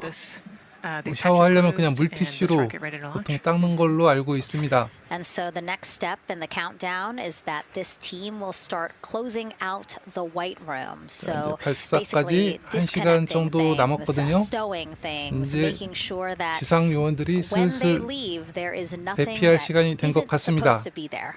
And really, then at that point, it's just all 4 the crew member, Victor, Reed, Christina and Jeremy by themselves at the top of the launch pad. Yeah, and then eventually that crew access arm will move away, and then it'll really just be them up on top of that rocket. Mm-hmm. Yeah, your eyes lit up when I said that. That's exciting. It is. It is. Yeah, we had a moment, we talked a little bit about my fear of heights, but most of our crew is afraid of heights. And so there was a moment where I realized that it was just us, 100 and some odd feet up and no crew access arm, and may or may not have said something that made everybody go, huh. Were you wondering to yourself, how did I get here? We're pretty far up. That crew, again, bringing that drag-on camera. That camera is a handheld camera that is a live look for teams who are remotely watching these operations closely. Again, verifying that things are as they should be before the crew starts, the closeout crew starts leaving the white room. You see them checking their procedures. You can see they're covering the ends of those hoses. That's to protect those hoses from FOD. So we don't want any dirt or anything to get into those while we transport them and stow them. So you can see Andre there working to close out the hoses as well while they're cleaning up the white room. And so they'll tape that close. You just saw number 5. Number 5 holding some tools. Again, we'll stow those away. You have to account for everything. Obviously, they did have tools out. They did have procedures, paper, notes out. Like, all of that has to go. Yes, and you can even see on number 3's hat, he's got a string that's connected to his suit there. Mm-hmm. That's, again, just to make sure that we don't lose anything. If, gust of wind or you get knocked or something, you don't want to lose a single thing in the white room. So 지금 L-1시간 5분 정도 남았거든요. 제가 이 타임라인 한번 살펴봤는데요. 지금 L-40분이 되면은 의도적으로 약 30분간 홀드를 할 예정이라고 합니다. Jeremy, Christina. 홀드가 어느 정도 진행될지는 뭐 체크하는 데 따라서 좀 다르거든요. 지금 외부에서 발사 시스템의 여러 가지 상태를 정밀히 체크하고 있을 겁니다. 우주 비행사들이 이렇게 위아래로 나눠서 2명씩 앉아 있죠. 이렇게 탑승하는 우주선은 저도 처음 봅니다. Jobs that each of them have throughout the launch, and once they get to orbit, this first day on orbit is actually really busy for them. Mm-hmm. They've got 2 burns that they have to monitor. They've got to get the system set up, and they've got to get the cabin set up. So there's a lot going on in the next 24 hours for this crew. I think they've got a couple sections where they get to take a nap, but I don't think they get a full night's rest for quite some time. So going through what's next. And so as we say that, I mean, imagine what it would be like to live in a spacecraft for 10 days. Let's take a look at what life will be like in Orion. Artemis 2 is our first crewed mission back to the moon since the Apollo program. A lot of the focus of Artemis 2 is really checking out systems to be sure that we're ready and well positioned for continued human exploration. My name is Susan Baggerman, and I'm the Chief Health and Performance Officer for the Orion program and the Artemis 2 mission. And this is 10 Days in Orion.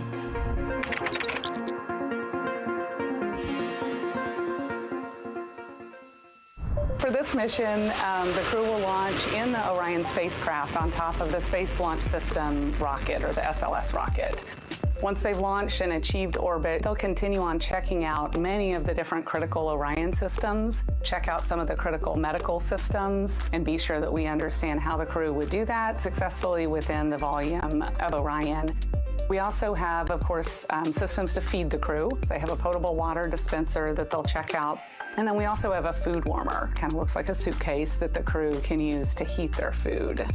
They're also going to check out the flight wheel system. We'll have the crew perform some initial exercises. Part of that is to ensure that the flight wheel is actually working, but part of it is actually to be sure that our environmental control systems are actually working. For sleeping, the crew will sleep in sleeping bags. Some crew members like to be very tightly bound up, and some like to float very free. They'll use the toilet for the first time and be sure that it's able to flush. While they're on their journey, they'll do some testing that they quickly don their suit just to be sure that we would be ready in the future for an emergency. They'll also check out our radiation shelter. If we were to have a solar particle event, we would be asking them to take stowage out of the stowage bay and put it in some specific locations on the vehicle, basically for it to serve as shielding.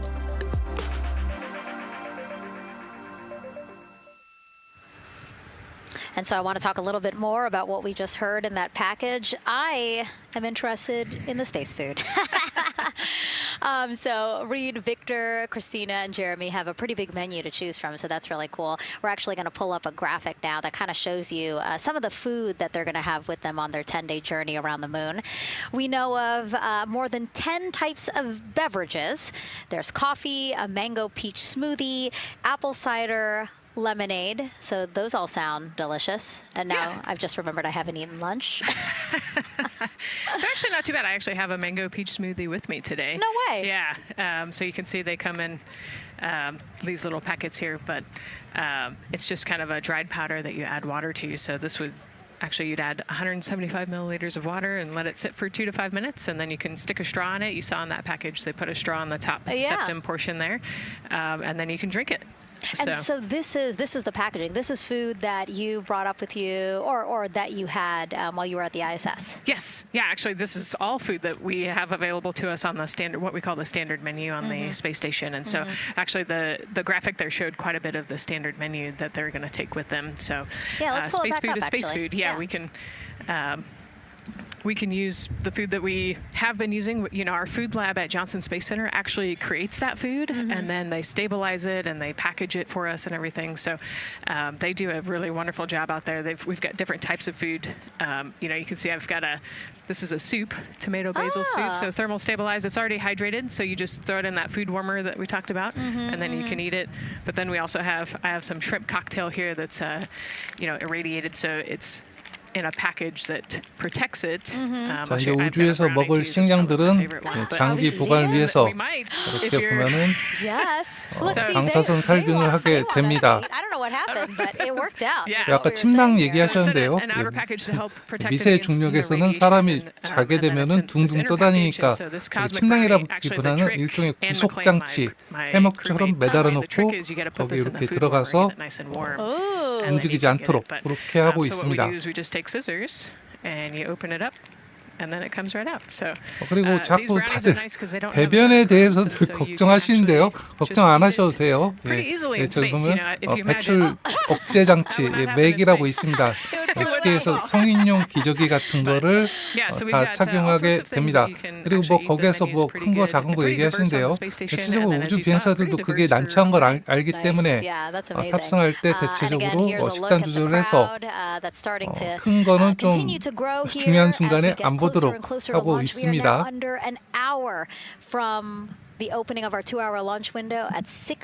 아마 우주 비행사들 사이에서 노하우가 계속 전수되고 있을 거예요. 본인들도 좀 난처하죠. Nicole, we have another celebrity who submitted a question. Let's take a look. Okay. A quick question for the Artemis crew. What food from Earth would you bring with you into space? And why would it be lasagna? Because that's the greatest food. Again, not really a question. Yeah. Because he was like, it's lasagna. It's got to be lasagna. You know, there is lasagna on Space Station, and it wasn't too bad. Probably not my favorite food of all, but yeah, lasagna's not a bad option. It's a high-calorie meal. If you're trying to, you know, carb load for a spacewalk or something, it's a great option. Yeah, I remember Christina saying that her favorite food on the menu, and actually, she was saying that she was getting in trouble because people kept on saying, you can't eat mac and cheese every day, Christina. You know, we mentioned the mac and cheese and brisket earlier. Man, I would put those two on a tortilla. That would be great. 예, 맞습니다. 우주 비행사들, 경험 있는 우주 비행사도 다시 이제 무중력에 나가게 되면은 멀미 증상을 겪게 돼요. 근데 지구상에서 겪는 그런 멀미하고 좀 다르다고 합니다. 아무튼 발사하고 뭐 하루 이틀 정도는 멀미 증상으로 좀 미식미식할 거예요. Liftoff of Artemis 2. You see a beautiful aerial shot there of our rocket on the pad. For the first time in more than 50 years, we are sending humans to fly around the moon and back, and we're taking you all of you with us on this next chapter of human spaceflight. I'm NASA's Megan Cruz, and this is NASA astronaut Nicole Ayers. 제가 보면은 이게 외국에서도 뭐 그런 얘기 있잖아요. 한국 사람들이 특히 우주선 안에서 배변 문제 여기에 대해서 굉장히 관심이 사실 많은 민족이에요. 이유는 모르겠습니다. Yes. Exciting is an understatement, I think. That's true. We're going to see the far side of the moon for the first time by humans in a long time. It's important. And as the crowd again builds behind us, more activity that you're 제 seeing 생각에는 here at the 한국 Kennedy Space 사람 Center 같으면요 Plus site. We also 우주로 have a 나가게 ton of 되면은 people gathering 컵라면이 around the 제일 world to 먹고 watch 싶지 this 않을까 하는 history-making 생각이 좀 moment. So let's take a 듭니다. look at those watch parties now. 우주에서 지구나 달을 보면서 컵라면을 That crowd has grown. We checked them probably like 30 minutes ago, and it was half that. But again, as we get closer and closer to launch, we are 자, seeing 이제 more and 다들 more people gather 일어나셔서 together, 출근 wanting to 준비하시면서 experience this together, and 방송을 not 이제 just in a 시청하시는 vacuum at 분들이 home, you know? 점점 늘어나고 있네요. So exciting. Look at all of those people. 다시 말씀드리지만 오늘 발사는 저기 L- 지금 앞으로 1시간 뒤 발사 예정이라고 되어 있는데요. 꼭 그때 발사한다는 게 아니라 1시간 뒤부터 2시간 동안 발사할 수 있는 런치 윈도우가 열리게 됩니다. 그때 발사하면 돼요. That is exciting. Hello, 그쵸? everyone. 국물만 안 떠다니면 어떻게 좀 먹고 싶은 게 컵라면입니다. And now let's get you up to speed on what's happened so far. Again, we are now within an hour 아까 처음 of 봤을 the 때 opening of our L- launch window. So 거의 what has been happening so far today? Well, a lot. After waking up and 5시간 grabbing a 뭐 bite 반 to eat, 이랬는데 our 지금 Artemis 2 crew suited up 상당히 많이 시간이 inside the historic crew 지났습니다. quarters, a tradition that dates back decades. Teams helped them into their custom Orion crew survival suits, and just like other crews before them, 자, they 4 gathered 명의 around 우주 the table 비행사. for a card game 지금 to pass 계속 the time, 처음부터 but 보신 also 분들은 burn off 아시겠지만 any lingering bad 유인 luck 우주 비행은 before they 엄청나게 walked 복잡한 in the 절차를 footsteps of every 거쳐가지고 NASA astronaut 우주선에서도 몇 시간씩 저렇게 어려운 힘든 자세로 대기해야 된다는 거. They walked outside the Neil Armstrong Operations and Checkout Building to greet a crowd of family, friends, supporters before getting into their Astrovan for their security escorted 그리고 아까 ride 저기 out to 이제 historic launch complex 이동할 때요, 39B. 발사대로 이동할 They 때 had a close-up look at the 중무장한 SLS 장갑차가 rocket and walked across 따라갔거든요. the crew access arm and 좀 climbed 예외적인 one by one 경우인 것 inside their 같습니다. Orion spacecraft. After that, teams conducted final checks with the crew before closing both hatches. The crew module hatch, as well as what you're seeing there, the 그리고 launch 발사 abort 이제 system hatch. 3시간, 4시간 And 전에 now we are back 우주선에 live at the 탑승해서 pad, where the closeout crew is getting ready to leave the White Room.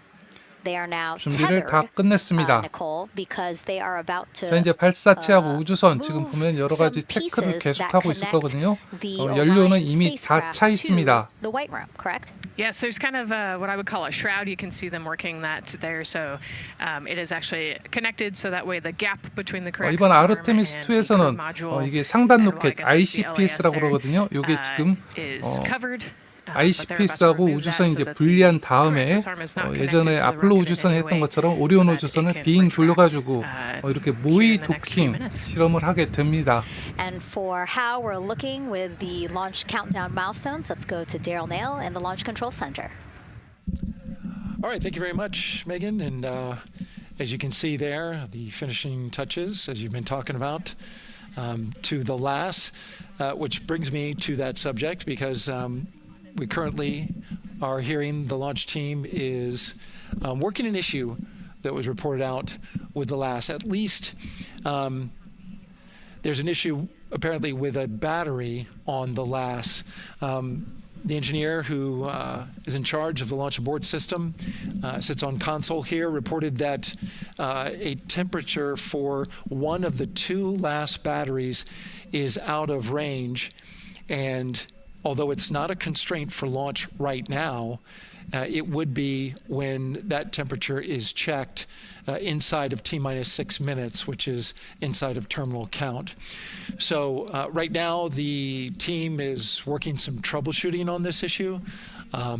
Going to follow, of course, along closely with what they learn. But again, a battery temp for one of the two batteries on the LAS is out of spec. 비상 탈출 시스템 라스에 배터리가 2개 들어가는 것 같은데요. 그 중에 하나가 온도가 조금 높다는 얘기가 있습니다. 이게 유인 발사기 때문에 라스가 굉장히 중요하거든요. 유사시엔 탈출해야 되기 때문에 그러니까 그 문제가 With regards to the 해결이 weather, we 돼야지 did 아마 get some good 발사 news there. Launch weather officer Mark Berger 불길한데. reporting to the launch director that the weather chances have now improved for the window. We are up to 90% go, which is great news. Again, 90% go. That is up from the 80% that we started when we had the first weather forecast come out officially 3 days ago. And so that is great. And for anybody who's here in the launch area knows that is certainly 지금 L-40분이 되면요. 의도적으로 홀드가 30분까지 걸릴 수 있다고 합니다. And then just a reminder for those people who are watching 지금 L 타임, 런치 카운트다운이기 때문에 정해진 시간, 발사창 시작 시간하고 맞춰져 있거든요. 저게 만약에 L-10분까지 가게 되면 이제 터미널 카운트 T-로 변경이 되게 됩니다. 기상 조건은 양호한 것 같고요. Are watching, don't wait to the last second to run outside if you're inside your 현지 RV or your 시간으로는 camper. 이제 해질 무렵 발사가 되는 것 같습니다. That's the latest here from the firing room. Of course, we'll keep track of that last battery issue. We'll send it back now to Megan and Nicole at the host desk. Two of them there had to be tethered to the inside of the white room because obviously now we have detached the white room from the Orion spacecraft. Yes, that view is quite something. 번지 타워 높이 같은데 Yep. Oh no, I'm sorry. 상당히 무서울 것 같은데요. 저 회사들을 보면. An astronaut afraid of heights is actually not uncommon, as we've learned today. But yes, so obviously, again, things proceeding as we march closer to the opening of our 2-hour launch window at 6:24 p.m. Eastern Time. Again, the closeout crew just finishing up those last couple of things they have to 플로리다 do 현지 before 시간하고 우리나라하고 leaving the white room 13시간 and then 시차가 leaving the 나거든요. pad, leaving only the 4 Artemis 2 crew members inside the spacecraft by themselves at the pad.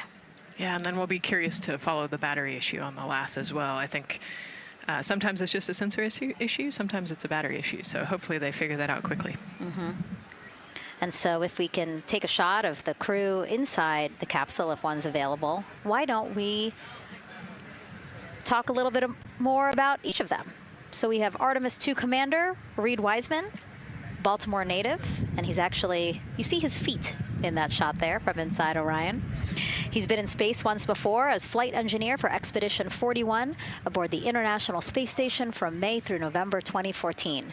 During the 165-day mission, Reed and his crewmates completed more than 300 science experiments in areas like human physiology, medicine, physical science, earth science, as well as astrophysics. They actually set a milestone for station science by completing a record 82 research hours in a single week. He also served as chief of NASA's astronaut office from December 2020 to December 2022. His 2 daughters were out to wave goodbye to him as he made his way to the launch pad. And again, there's Reed's feet. Reed is the one sitting in the seat to the right, closest to our camera there. So looks like he's relaxed by the body language of his feet. 방송하는 건 또 처음 보는 것 같습니다. A holding pattern, if you will, or 4명의 우주 비행사 평균 나이는 지금 40대 후반이고요. 40대 중반부터 40대 후반까지 지금 비슷한 연령대의 우주 비행사들이 탑승하고 있습니다. And so in this shot, Reed is the one sitting on the left, and to his right, Artemis 2 pilot Victor Glover. 지금 NASA 계기판 selected the 콘솔이 California native 보이는데요. as an 이게 astronaut in 위쪽 2013. 사령관하고 파일럿이 있는 쪽인 것 같은데요. fellow in the United States Senate. His first trip to space, November 2020, pilot of NASA's SpaceX Crew 1 mission. That was the first operational mission of NASA's commercial crew program, which 최초의 resumed launching 비백인 American rockets 달 from 우주 비행사가 American 될 soil to the 예정입니다. International Space Station since the end of the shuttle program. Victor is a U.S. Navy captain and naval aviator who served as a test pilot, racking up more than 3,500 flight hours and more than 40 지금 아까 different 여러분들도 aircraft. 얘기하셨지만 So 이 again, he probably 계기판 feels 콘솔 pretty at 화면이 home 나올 in 때 the pilot seat 유독 of 해상도가 많이 Yeah, I think he 떨어지게 does. 지금 송출되고 있거든요. He got to 아마 say, 보안 때문에 그럴 수도 goodbye, 있다는 얘기가 to 맞을 his 것 같습니다. wife, 전체적인 and 다른 four kids. 내부 캠 Again, 영상에 those 비해서 were, 콘솔을 the 찍을 family that he 때 had here 해상도가 상당히 안 at, 좋습니다. Kennedy Space Center before the four of them drove out to the pad. Yeah, and you can see 아까 there, we 발사대로 talked 갈 때 about, 저 신발 Victor's 이렇게 energy 덮개로 earlier, and you could see 다 him working 싸가지고 through, 갔거든요. pushing some buttons on the displays. Looked like he was pulling 우주선 up the 탑승한 다음에 procedures, so he's following 커버를 along 다 and, 벗겼습니다. ready to go. Looks like. And then 지금 입고 있는 우주복은 선내 우주복인데요. 일종의 가압복입니다. 저게 유사시에 약 한 130시간 정도 그 정도 견딜 수 있게 설계가 됐다고 합니다. 그리고 이분은 나사 우주비행사 크리스티나 코후, 달까지 가는 최초의 여성 우주비행사가 될 예정입니다. Single space flight by a woman with a total of 328 consecutive days in space. How cool. She also participated in the first ever all-female spacewalk. 이렇게 세 분은 미국 나사 우주비행사고요. Space science instruments and led scientific fieldwork in some of the most remote environments on the planet. Her hobbies include surfing, rock climbing, And community CDR, service, yoga, and photography. Go ahead, NCD. There's a couple of suppressed overvolt messages. We're going to go ahead and clear those off your screen. We see them and we copy. All right. NASA test We're director. still working here, trying to get through everything. So 라스 we're getting 배터리 close 문제가 and trying to talk to that 해결되는지 other 얘기는 issue 아직 that 안 we 나오고 just picked up a 있습니다. little bit ago, but I think work-wise we're doing really well. Sounds good, NCD. We're doing great on board. Glad to hear it. NASA test director giving an update to the crew. Some messages flashed on their displays. Just wanted to say that they didn't have to worry about that. We're going to clear that. And that also just reassuring the crew, again, that they are tracking and working the issue with the launch abort system battery. Yeah. All right. And then first-time flyer, Canadian Space Agency astronaut Jeremy Hansen will fly to the moon as mission specialist on the Artemis 2 mission. The London, Ontario native selected as an astronaut in 2009. 마지막으로 After that, he worked 캐나다 as 우주 Capcom 비행사 at NASA's Mission 제레미 Control 헨슨. Center in Houston.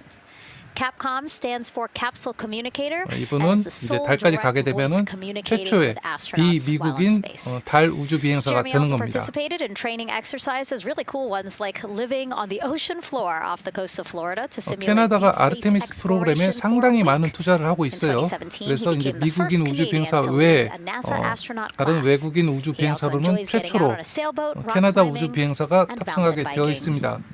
He has a wife 저 and 좌석 하나가 거의 우리 돈으로 he's the one that you see 1조 bottom left-hand 5천억짜리 corner of your 좌석이거든요. screen. 그러니까 캐나다가 지금까지 수조 원을 투자했거나 trying to see what he's 투자하겠다고 했으니까 저런 좌석을 배정받은 겁니다. Christina's looking too. And so there is your Artemis 2 crew inside the Orion spacecraft. And this is actually the 7th time NASA astronauts will launch on a new NASA spacecraft designed for crew. And if you're wondering about the first 6 crewed test flights, here they are.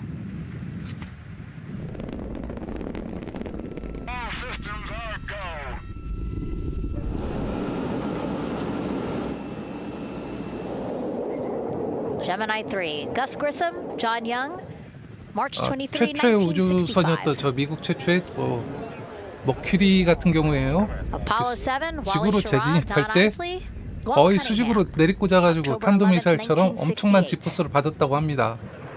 Space Transportation System, or STS-1, 자, John Young, 우주왕복선. Robert Crippen, April 12th, 1981. 콜럼비아호죠. 최초의 우주왕복선 Then NASA 콜럼비아호 SpaceX 발사. Demo 2, Doug Hurley, Bob Behnken, 그리고 May 최신 30th, 크루 2020, 드래곤. followed by NASA's Boeing crew flight tests, 그리고 말도 많은 스타라이너. 저 두 분 딱 보면 짠하죠. 8개월 동안 강제 노역. Artemis 2 with Reed, Victor, Christina, and Jeremy. It is really 자, 이제 L-40분에서 일단 홀드가 예정은 되어 있거든요. 어떻게 처리되는지 좀 지켜보겠습니다. 그리고 라스에 지금 배터리 2개 중에 하나가 좀 고온으로 열이 좀 나는 문제가 어떻게 또 처리가 될지 지켜보도록 하죠.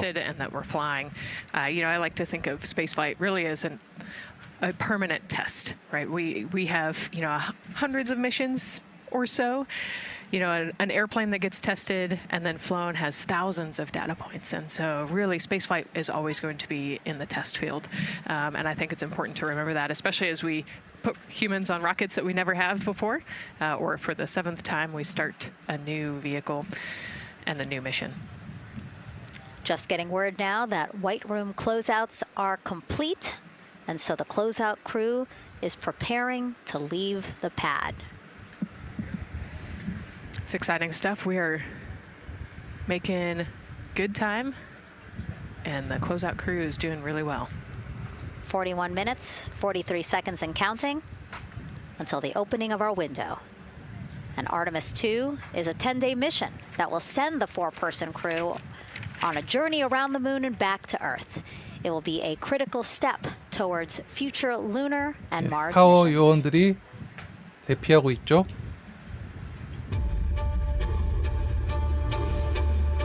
We're going back to the moon because it's the next step in our journey to Mars. We need to go explore the moon. There's vast regions of unexplored areas with the coldest, darkest places in our solar system. This is a test mission, and when we get off the planet, we might come right back home. We might spend 3 or 4 days around Earth. We might go to the moon. That's where we want to go. But it is a 다들 아시겠지만 저 오리온 우주선에 저 태양 패널 4개가 있죠. 저게 ICPS 상단 로켓이 부착된 상태에서 가속을 할 때는 뒤쪽으로 젖혀지게 됩니다. 이게 왜 그러냐면은 가속도를 받고 있기 때문에 이렇게 너무 똑바로 펼쳐져 있으면 기계적 부하가 생겨서 뒤로 젖혀버리거든요. 근데 이제 오리온 우주선만 남아서 오리온 우주선의 저 추진 로켓을 이용할 때는 저 패널이 거꾸로 앞쪽으로 또 접히게 됩니다. 이거 뒤가 아니라 그 이유는 요 뒤쪽으로 배기가스가 나올 때 그게 태양 패널하고 너무 가깝기 때문에 파손될 우려가 있어서 그때는 앞으로 접습니다. 오리온 우주선의 특징은 저 끝에 후면에 부착된 태양 패널, 길쭉한 4개의 태양 패널이 계속 움직인다는 거. You have inspiration, a whole generation of people starting this pipeline of STEM workers and manufacturers and operators that are excited to see what you can do when you work hard and you come together as a team. When I think about the 4 of us flying around the far side of the moon, seeing that Earth rise, taking images and video and sending them back to you, the feeling that I have inside is hope.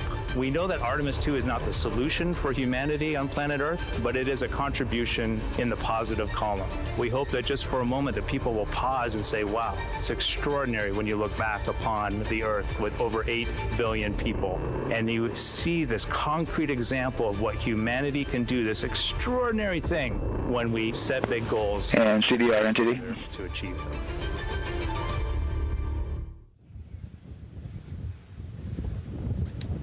And so Mission Control Houston will control the flight of Orion after a liftoff here at Kennedy Space Center. Here's Gary Jordan, who's embedded with that team. Gary, you might have to pause because we did just hear a call out to the commander in Orion. Will do, Megan. I think that was Commander Reed Wiseman responding to prepare for some of the next steps. We are now holding at the T-minus 10-minute hold. Expected a 30-minute hold. So we are well on the countdown. We are well on the timeline to meet this L-minus time and launch towards the beginning of the window, but continuing to track progress along the way. Again, I'm here with the Artemis 2 flight control teams in Mission Control Houston. The team 시스템 체크 in the 들어가면서 room behind me has been 문제가 monitoring the 생기면 잠깐 countdown 홀드가 and 계속 걸릴 verifying 수가 their own 있습니다. mission-specific 그리고 launch criteria L-10이 of the space 되면은 launch 저기 이제 system, the Orion T- 카운트로 spacecraft 변환이 integrity 되게 and its 됩니다. crew. 이번 우주선, 오리온 우주선의 정식 명칭은 인테그리티로 정해졌습니다.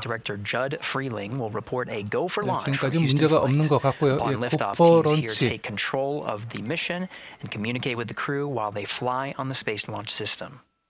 This phase of flight is highly dynamic, and each console position has a dedicated and important role of looking after critical systems. You'll hear calls from Capcom and NASA astronaut Stan Love in this room to the Artemis II crew as milestones are reached during the more than 8 minutes of powered flight on the core stage. Liftoff and Ascent are just the beginning. This room will be staffed around the clock over the next 10 days to oversee every moment of the mission through splashdown. Here from the Johnson Space Center, we'll be streaming the mission live 24/7, so anyone can follow the crew's journey. 오늘 발사가 성공하면요, 발사 후 약 20분경에 오리온 우주선의 태양 패널을 전개하게 됩니다. 아마 그때 요 공식 나사 라이브 방송은 중단될 것 같고요. 그 뒤에도 이어서 계속 이제 오리온 우주선의 캠이나 이런 영상은 따로 영상이 나오는 걸로 알고 있습니다. As we continue the countdown, but we'll be right back with you during the Ascent phase of today's flight. With that, Megan, I will send it back over to you at the Space Coast. Thanks so much, Gary. Under 37 minutes until the opening of our 2-hour launch window, 6:24 p.m. Eastern. I've never been more excited for a time. But why don't we send it back over to Megan Carter with the moon board to learn more about what happens after Ascent. Absolutely. I am definitely also getting excited. Things feel like they're starting to pick up a little 오늘 pace 발사하면은 here. 예전 아폴로 로켓 같으면요, 지구를 한 바퀴 돌고 바로 달 천이 가속이라고 했거든요. 달까지 가는 궤도로 바로 갔습니다. 하지만 이번 아르테미스 2 오리온 우주선은 약 하루 동안 지구를 한 두세 바퀴 돌면서 계속 고도를 높이게 됩니다. 자, ICPS가 상단 로켓을 얘기해요. 작은 상단 로켓입니다.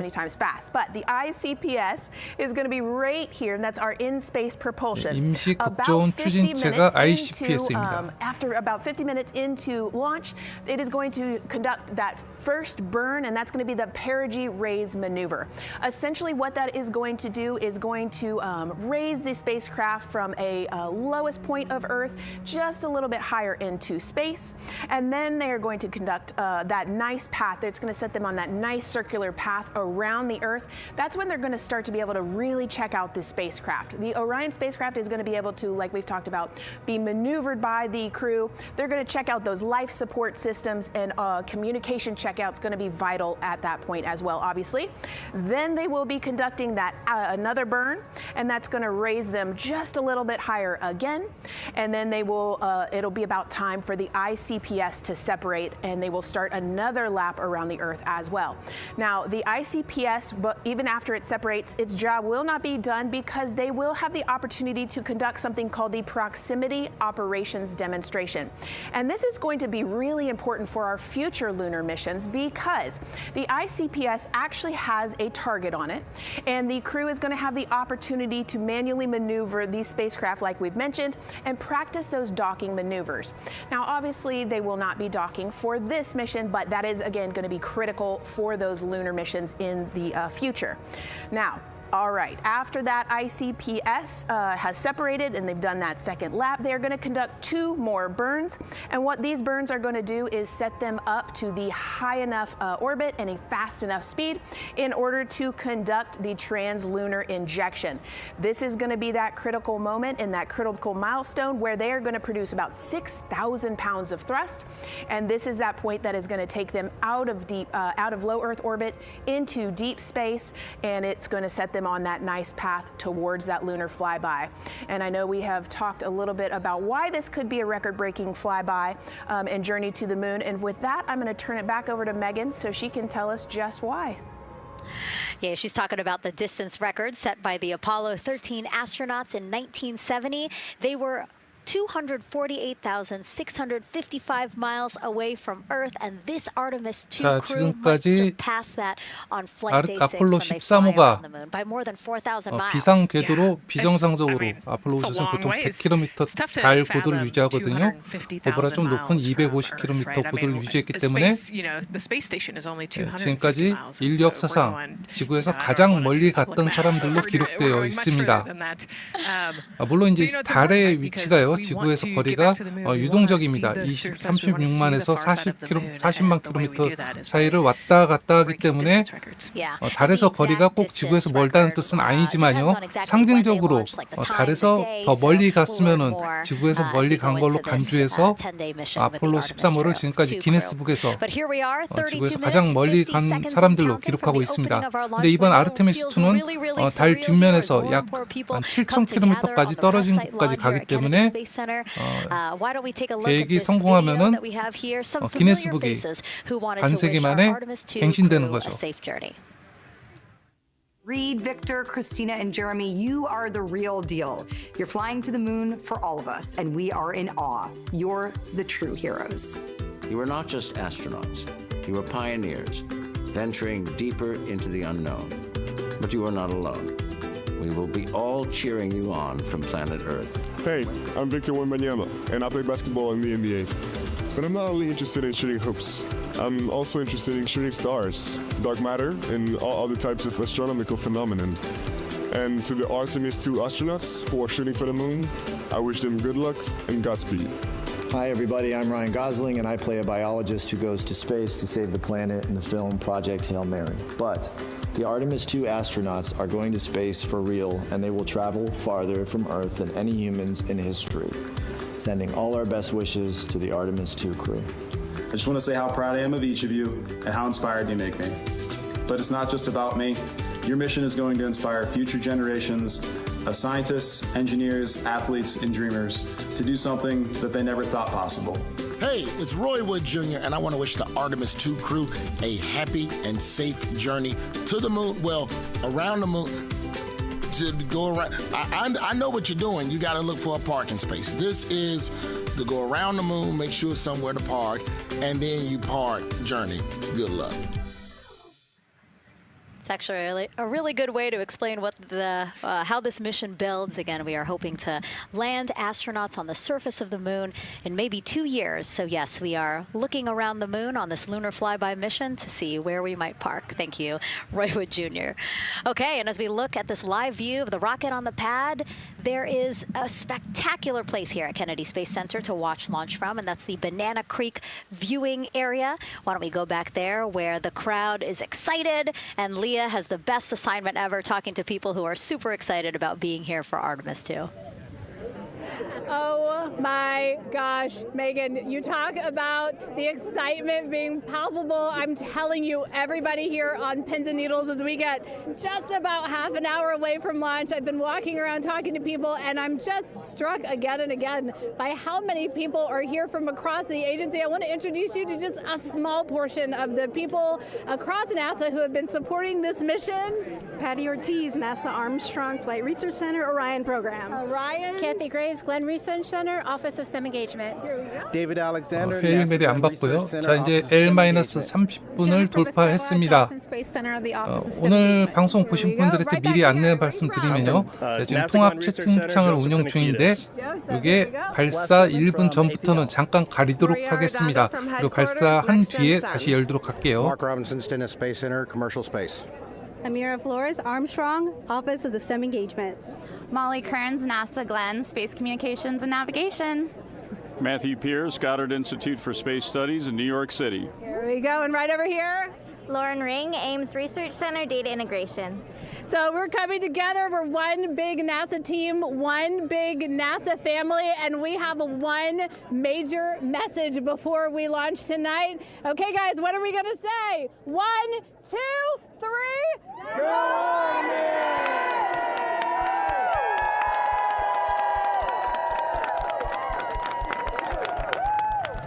Oh my gosh, that made me so emotional. That was so inspiring to see. I mean, wow, yeah, that was great. I mean, just to hear everybody say their position, what they're doing to support this mission is amazing. And I'm sure this was something that really rang true and resonated with NASA's Administrator Jared Isaacman, again, to see the workforce come together to do the work and then to be here for launch. So why don't we actually go over to him now with our Jasmine Hopkins at one of our other viewing locations. All right, Megan, thank you so much. The energy here on the balcony is honestly becoming electric as we get so close to launch. And now we are thrilled to welcome NASA Administrator Jared Isaacman. Jared, we're really entering a golden age of exploration. How will Artemis 2 set the pace for the coming years? Well, I mean, Artemis 2 is the opening act, right? This is the test mission. This is getting very comfortable with the SLS rocket, the Orion spacecraft. No humans have ever flown on this before, right? And we're going to put it through its paces. We'll go into Earth orbit for a little bit, make sure Orion's doing okay, and then we are sending them, right? We're going to send them farther into space than any humans might have gone before, 250,000 miles away, and it's going to set up for the subsequent missions. That's why we're going into the golden age of science and discovery right now, because you're going to see a moon rocket launch in 2027 when we do our testing with the lander. We're going to go for the landing on Artemis 4 in 2028, and in parallel, we're going to build the moon base, right? And that is going to be filled with science discovery and tech demonstrations that's going to support the enduring presence we're trying to create on the surface. Absolutely. So honestly, history-making years ahead of us, with Artemis 3 and 4. But first is Artemis 2. What will be our single greatest takeaway from this mission?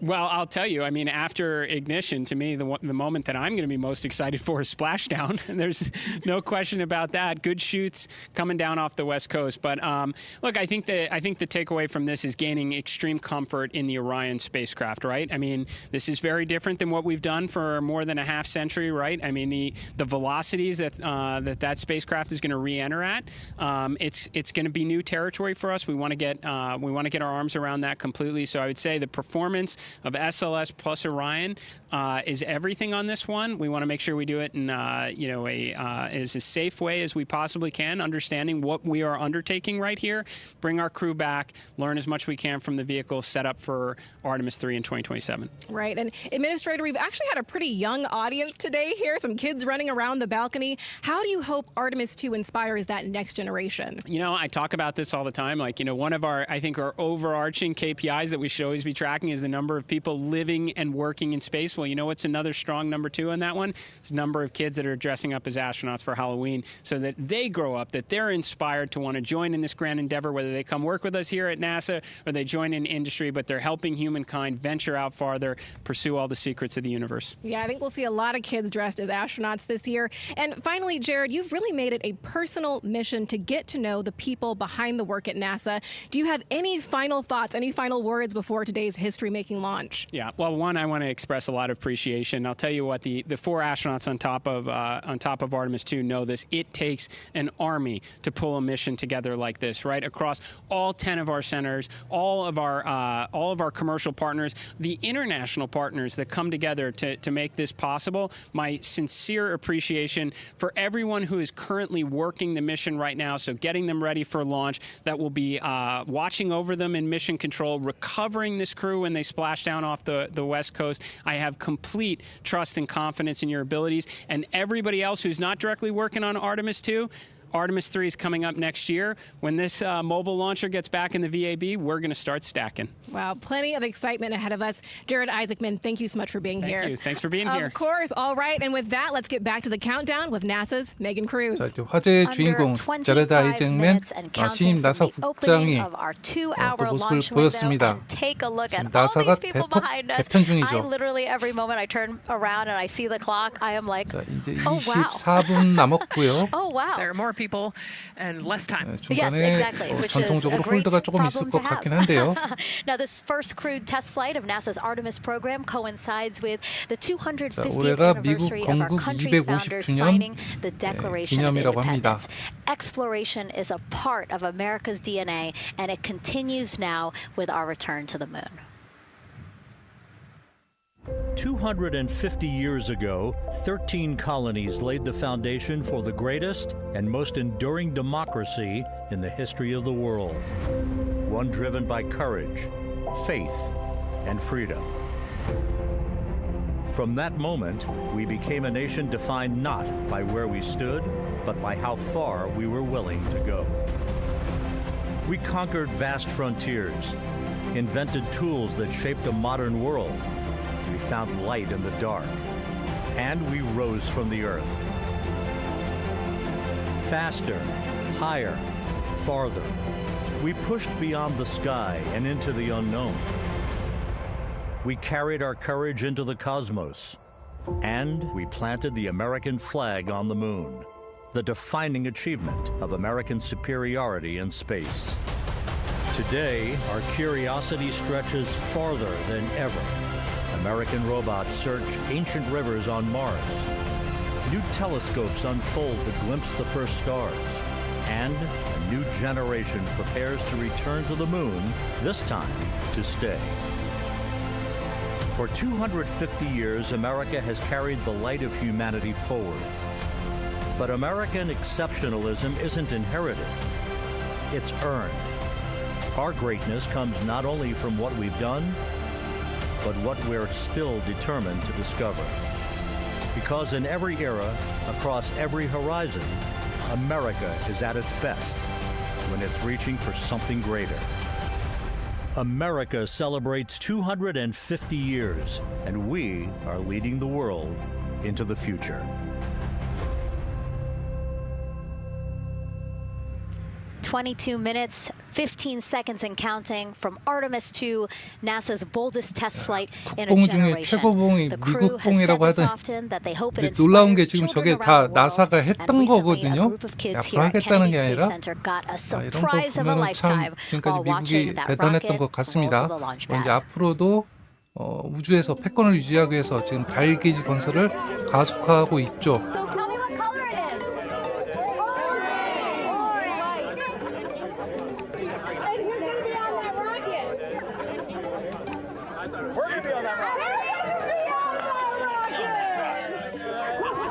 Make it a little bit longer.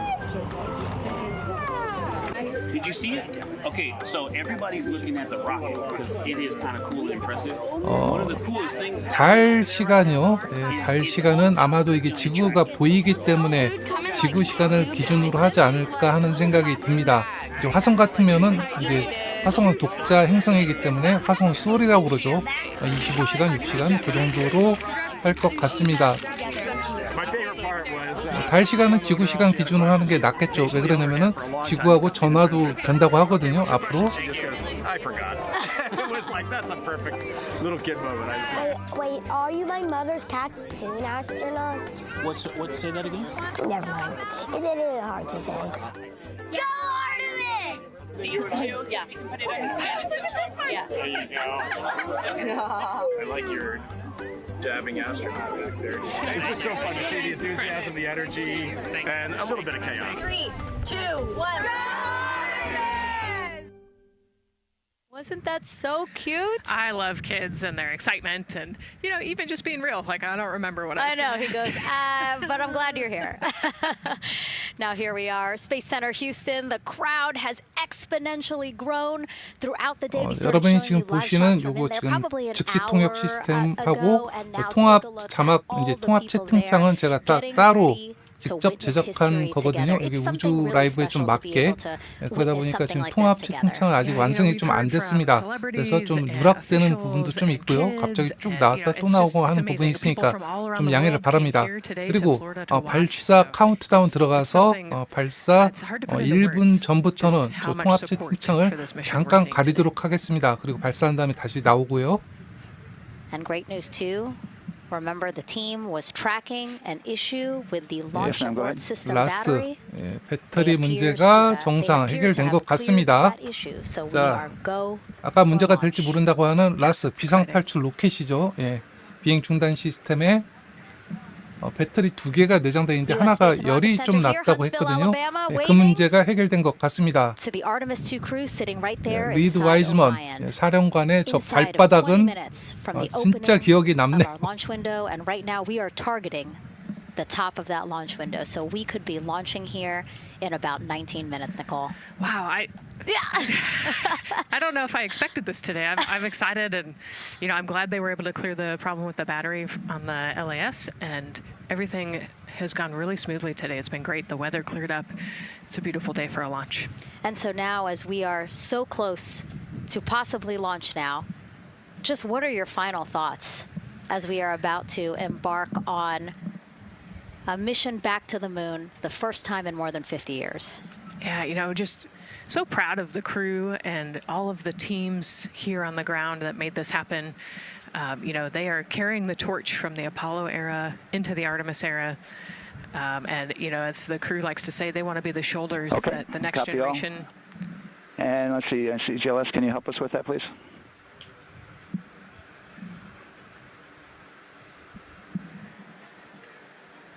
They want to be the crew wants to be the shoulders that the next generation can climb on. 001. I think it's in their patch. We're going for all. It's in the name of their capsule, integrity, representing humility and the professionalism of everyone that got them there today. So proud of them. We love them. We're excited for them. And we cannot wait to see what they see.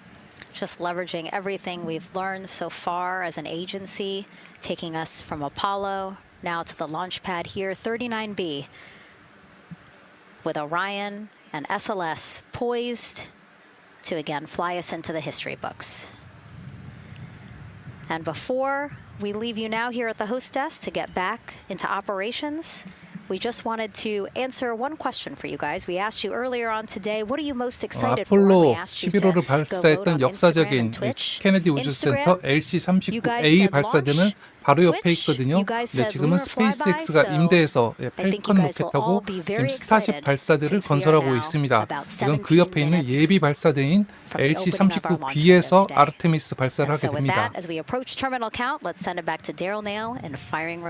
자, 이제 L 타임이 L-16분 50초가 남았습니다. 방송 시작한 지 5시간 18분이 지나고 있거든요. 계측 장비가 There are two batteries on the LAS. The LAS, of course, and with the help of my 2-year-old son's model rocket, Daniel said I could use this, so it's okay. The LAS is right here. It's the tower above Orion. Orion capsule is inside of here. It's used to pull Orion off the rocket in case the rocket is something's going on with the rocket, either on the pad or in flight. Two batteries are bad. Well, I'm sorry, one of the two batteries reported an out-of-family temperature, and it was very much out of family.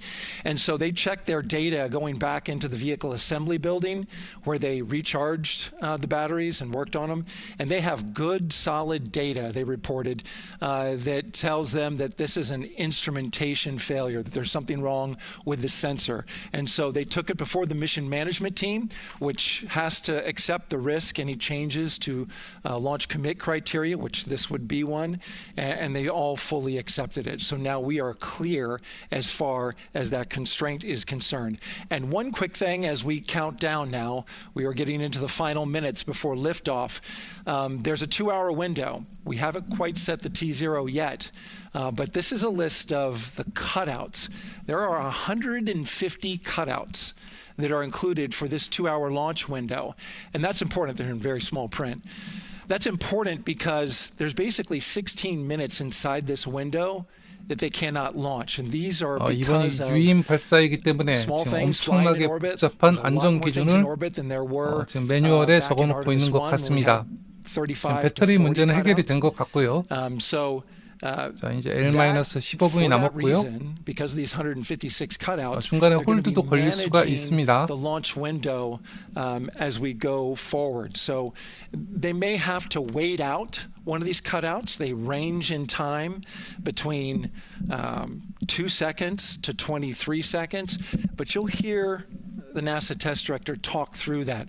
We're getting ready to merge that loop from NASA test director Jeff Spaulding.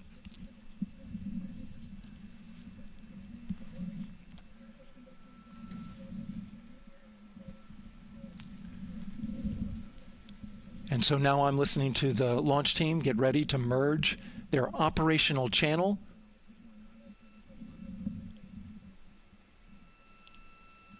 지금 플로리다 현지 시간하고 13시간 시차가 나거든요. 아직 해가 떴네요. 주간 발사를 볼 수 있을 것 같습니다. We're now entering one of the most consequential phases of launch day, and that's terminal count, the final 10 minutes. And OTC, NTD on 212 for comm check. Good comm. Help me. I hear the same. STC? GTC? 지금 L- 타임으로 나오거든요. 저 런치 타임, 런치 카운트다운입니다. 그러면은 정해진 시간, 스케줄에 따라서 지금 진행되고 있고요. 이제 L-10분에 T- 타임으로 변경이 됩니다. 터미널 카운트다운으로 변경이 되죠. 그럼 이제 유동적으로 시간이 변화가 또 될 수도 있습니다. One from Spaulding the NASA test director, confirming the ground systems and the launch team are ready to proceed. At this point, we have a clear board, no constraints, but we need confirmation from each individual on the NASA test director team. So we'll hear him poll his team. The other poll that we're waiting for is the poll from Launch Director Charlie Blackwell Thompson, who will take that final status from NASA management before giving the go to come out of a hold. And you're seeing the clock count down at L minus 12 minutes. CCL, OTC, Orion, RS1. CCL. Yes, sir. Reconfigure ARS primary loop ISO valves. Copy, that's in work. And CDR, OTC, Orion, Earth1. Go. ARS loop ISO valves are being closed at this time. Integrity copies. NGDLP. Go. Yes, I had a discussion with Sea Ice and with MER Manager regarding the observation the Sea Ice had a few minutes ago. They were able to confirm with BCI photos that the condition that they observed has been there since 2025. MER Manager has had a chance to review the findings, and they do not have any constraints from either a Sea Ice or MER Manager perspective. Okay. Copy all. And Launch Director, NTD, you copy? Yes, sir. I copy. That's good news. OTC, CCL 212. OTC. ARS primary loop isolation valve configuration is complete. Copy. 지금 아르테미스 2 SLS 로켓에는 우리나라가 제작한 천문연이 제작한 K 라드 큐브셋 심우주 방사선 측정용 작은 큐브셋 하나가 탑재가 되어 있습니다. Before we pick up the clock, and we're about a little over a minute from getting to T-minus 10 minutes, but we've canceled the resume time there, and then we'll pick it up after we get through all of our work and anything else that we need to do to get through the remainder of count. So we'll continue working that to get to our T0 today. So when we get to about 50 seconds from now, we'll extend that hold. 기본 홀드는 걸리는 것 같고요. CVSE 400 290, looking to verify that we are configured for Ascent. Yep, give me about 2 more minutes. I'm going to start CMA2 streaming. Copy. NTD, COSE, hold requested. Copy that. I have an LCC violation of O-CT-004. S-band transponder anomaly.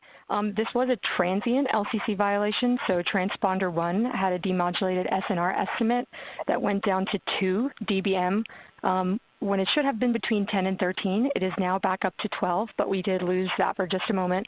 It does not appear that we lost our bit sync or carrier lock, which would be indicative that we lost our lock with the vehicle. So at this point, recommendation would still be go. 자, 일단 홀드 없이 홀드가 걸렸죠. If we want to look at that, but again, this is transient, so we're back in a nominal range. All right, let's see LPE NTD. 자, L-10분, T-10분 전환하면서 홀드가 잠깐 걸렸습니다. 여기서 몇 분간 더 체크를 할 수도 있고요. Stand by, let me look. It did look like it did persist for several seconds on mine, but let me take a look. 이제 런치 윈도우는 10분 뒤부터 열리게 됩니다. Affected LCC, please. Yes, ma'am. That's going to be O-CT-004. Thank you.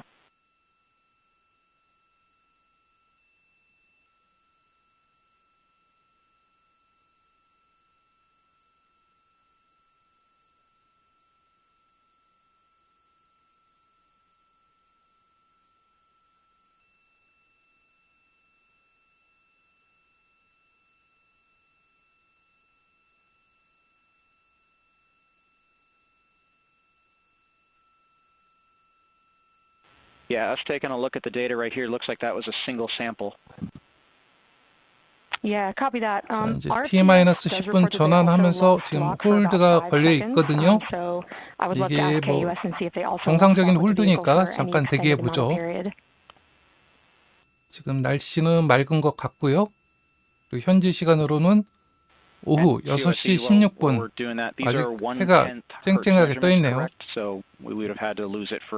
over 10 seconds to get a second sample? Yes, sir, that's correct. It is 1/10 hertz. Yeah, so from our perspective, the allowance is effectively up to 30 seconds, up to 3 samples based on the 1/10 hertz. 수많은 체크 항목을 This is not an LCC 하나하나 violation, 자세히 I believe. 꼼꼼히 체크하고 있는 것 같습니다. Yes, sir. 특히 이번에 유인 우주 비행이기 때문에 지구에서 가장 멀리 떨어진 달 뒷면, 인류 역사상 가장 먼 곳으로 가는 우주 비행사 4명을 탑승시켰기 때문에 안전이 최우선 상황이라고 그랬어요. Okay. And I guess for both KUS and COSE, do we have lock now? That's affirmed. We do have lock for COSE. 지금 관제관들이 각자 맡은 부분을 열심히 체크하고 있습니다. Yeah, so from the integration 발사 console 디렉터가 그 perspective, we 모든 did have 정보를 a temporary 통합해서 loss there within the 발사할지 allowable and 말지를 또 per the 결정할 것 requirement. 같아요. Let's go. This is Houston Flight. We have lock and we have good telemetry here in GSE. And KUS has reported too they have good lock now. So with all of that, OSE, then are we in a go configuration per your LCC? Yes, sir. Recommendation would be go. Okay. LPE, you concur with that? 예, 지금 상황이 좋은 것 같습니다. 예. Yes, sir. Launch director concurs go. All right, and I'm going to go ahead and just verify everybody has everything else complete, launch director, and if we do, we'll be ready to pick up the poll at that time, unless there's something else that you're aware of. No, sir. Let's verify all our work is complete, and I would like one last check of our constraints list. All right, let's see. OTC, are you still waiting for ComConfig, or are you complete? That is affirmed, sir. Okay, is that your only open item? Yeah, OTC, this is CVSC. That 400 step 290 is complete. 모든 파트에 OK 사인이 나오기를 Okay, so 기다리는 OTC, 것 you completed 같습니다. all your work? That's affirmed. All right, copy that. STC? STC is complete. And GTC? GTC is complete. Okay, excellent. All right, and LPE, just want to verify we have no open constraints at this time. No open constraints. We have a clear board, sir. Okay, tracking the same here. And launch director, with that, we are clear and ready to pick up the launch readiness poll with your go. All right, sir. I am go for the poll. All right. 자, 최종 And for all personnel, 발사 this is 여부 the NTD 투표를 하고 conducting the 있습니다. Artemis 2 launch readiness check. Verify ready to resume count and go for launch. OTC. GTC is go. STC. STC is go. GTC. C's go. MCO. TO's go. Safety console. The safety console is go. LPE. LPE's go. RTD. RTD's go. Houston flight. Houston Flight is go. ROC. Rock is go. And CDR. Cruise go. Copy that. Thank you, Reed. And launch director, NTD, our launch team is ready to proceed at this time. All right, NTD, I copy all. At this time, I'll perform my poll. Attention on the net. This is the launch director performing the final poll for launch, verifying no constraints, and go for launch. EGS, Program Chief Engineer. Artemis Chief Engineers are go. Copy, thank you. EGS, Chief Safety Officer. The Artemis CSOs are go. Copy, thank you. Range Weather. Launch weather is go. Thank you, LWO. And Artemis MMT Chair. MMT's go. Thank you, John. And Integrity Launch Director. Good Air Voice, Charlie, PLT. Thank you, Charlie. This is Victor. We are going for our families. MS1. This is Christina. We are going for our teammates. MS2. This is Jeremy. We are going for all humanity. 자, 우주 비행사들하고 통신을 하고 있죠. Crew is go for launch. 우주 비행사들 상태도 좋다고 합니다. I copy that. Reed, Victor, Christina, and Jeremy. On this historic mission, you take with you the heart of this Artemis 자, team, 발사하는 것 같습니다. the daring spirit of the American people and our partners across the globe, and the hopes and dreams of a new generation. Good luck. Godspeed, Artemis 2. Let's go. 자, 출발할 것 같습니다. And T-10분. NTD Launch Director. Go ahead, Launch Director. Yes, sir. You have a go to proceed with countdown. Copy that. I'll put it in work. CDR, NTD. Go. Your risers and initiate short purge per your EPROC 10.1.1, steps 8 and 9. 10.1.1, 8, and 9 going to work. Copy. CVSE NTD, start and verify recordings of our Orion cameras. Copy. Okay. Well, there you heard it. RSR NTD. RSR. They're getting ready to start terminal count. arm rotation enable at this time, please. It's currently at T-minus 10 minutes. Once we wrap up this last bit of work, SNA arm rotation enable complete. we're going to start that clock. Copy that. Thank you. Integrity crew, close and lock visors. 자, 우주선 승무원들이 헬멧 바이저를 내리고 있다고 합니다. 네, 발사 준비가 다 끝난 것 같아요. 지금 홀드가 8분 경과했습니다. You heard an issue, worked in real time with telemetry lock on the Orion. It was transitory. It was very short. They checked the data, confirmed that they had a good lock. This was with the S-band transmitter on the Orion. Worked through that issue, looked at the data, and cleared it. All with the world watching. Impressive work by the launch team. So we have a 2-hour window, which starts in just a few minutes at 6:24 p.m. Eastern Time and goes until 8:24 p.m. Eastern Time. And ECL NTD will be waiting for your verification on the short purge. ECL copies. And for all personnel, once we get that short purge verification, we'll verify that we are clear to go, and then we'll proceed with the terminal count.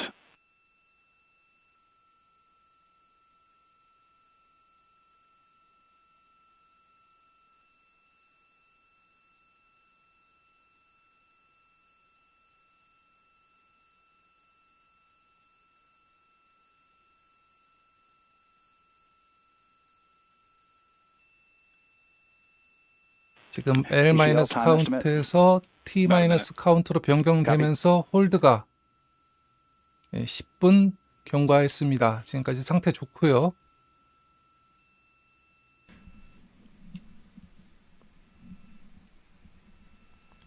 아, 지금 우주선에 타고 있는 우주 비행사들. Into the launch window, but not by much, it looks like. Just wrapping up some final work. And once that's completed, you'll hear NASA Test Director Jeff Spaulding ask for the ground launch sequencer operator to go ahead and start the clock. The ground launch sequencer is an application software. It runs on top of the launch control system in the firing room, acts like a conductor of an orchestra, executing hundreds of commands in precise order and timing. It's all autonomous. NTD CCL 212, short purge initiation is verified. All right, copy that, and we're verifying our constraints.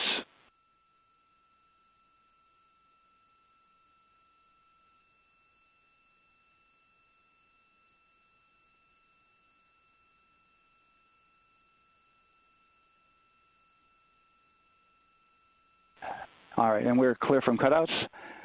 And with that, we're going to resume the clock momentarily. And CGLS, you can resume the clock on your mark. GLS copies. 네, 타이머가 곧 작동한다고 합니다. 2, 1, mark. GLS mainline has been initiated. T-26분, 27분으로 후퇴해서 진행이 되고 있습니다. 다시 꺼졌네요. And that begins terminal count. Our new T0 is 6:35 p.m. Eastern Time. 6:35 지금 p.m. 보면은 Eastern 현장 Time. We are now counting 카운트는 down to 진행되고 liftoff 있거든요. of Artemis 2. 현장 안내판 시계는 진행이 되고 있고요. From now on, you're going to hear two voices on the loops. If everything goes nominally, NASA Test Director Jeff Spaulding, who's directly managing the launch team, and Alex Bendelos, the GLS operator who closely monitors the software. 화면상에 나오는 He has the ability to stop 카운트다운은 지금 사라졌고요. 대신 현장에 설치된 카운트다운 타이머는 작동하고 있습니다. 지금 T-9분으로 되어 있는데요. Houston flight and rock. Our new T0 is 22:35:12. Houston flight copies. 22:35:12. Affirm. There you heard confirmation of the exact T0, 6:35 and 12 seconds p.m. Eastern Time. Again, our T0 is 6:35 and 12 seconds p.m. Eastern Time. But as I was saying, there's no launch button. This is autonomous. But there is a button that keeps you from launching, and that button allows the GLS operator to pause the countdown. 카운트다운은 정상 작동하는 것 같습니다. 하지만 화면에 나오는 카운트다운이 지금 사라졌거든요.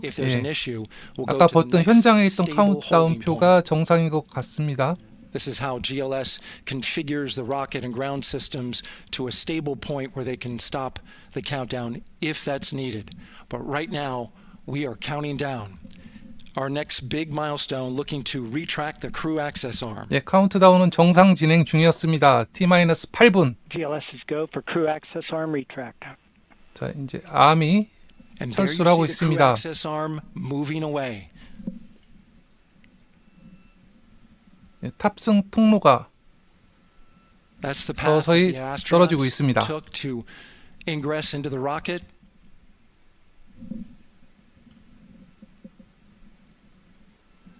Until this point, that was their way off the pad if they needed to evacuate. But now with that arm retracting, the backup transitions to a launch abort system. And they'll begin arming that shortly.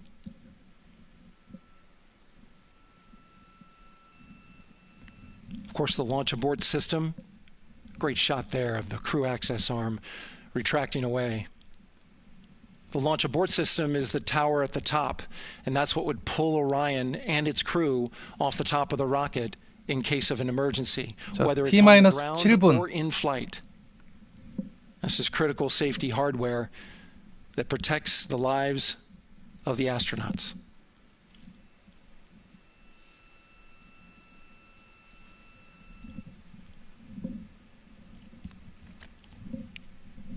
Starting at T-minus 6 minutes, the GLS will start bringing that and other high-energy systems online, starting with core stage pressurization.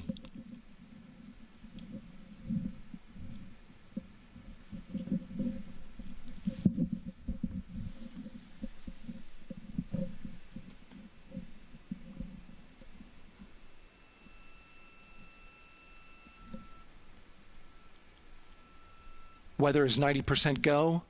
The range is go. All systems are go.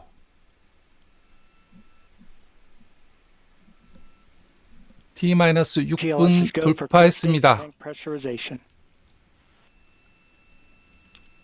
생각보다 홀드 시간도 적었고요. tank has now closed, and that tank is beginning to pressurize to flight levels because that hydrogen is naturally boiling inside the tank. 최초로 SLS의 주간 발사를 볼 수 있을 것 같습니다.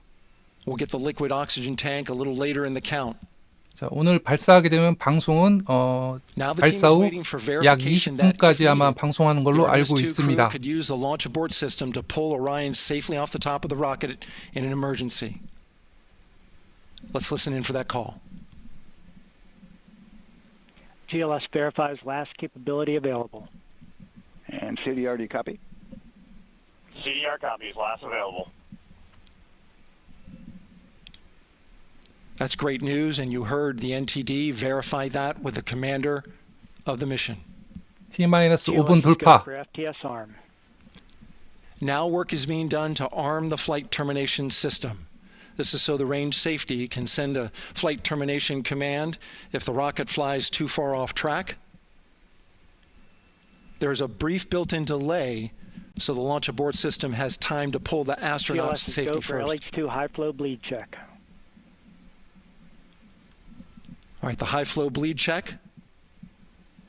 That's so the cryo team gets verification that the RS-25 engines, all 4 of them, are in the proper temperature range for launch. 자, 개당 1억 달러짜리 RS-25 엔진이 제대로 작동할지.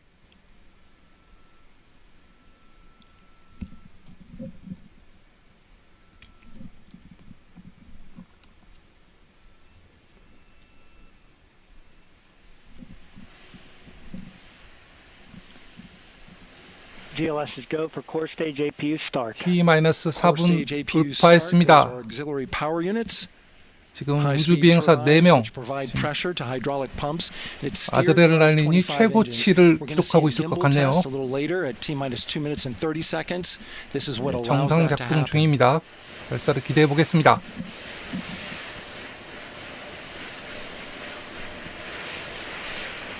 Coming up in about 20 seconds, we're listening for go for purge sequence 4. That's a helium purge of the 4 core stage engines downstream of the propellant valve. This gets all the air and moisture out of there.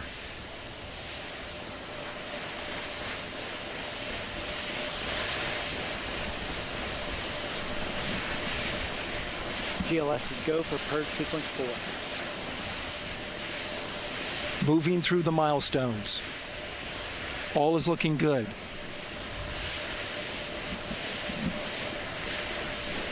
Coming up in just a few seconds, we're going to get that thrust vector control actuator test.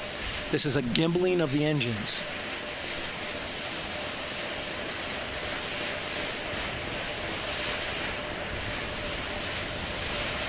There are the 4 RS-25s, 3 of them shuttle heritage, 1 of them built from shuttle parts.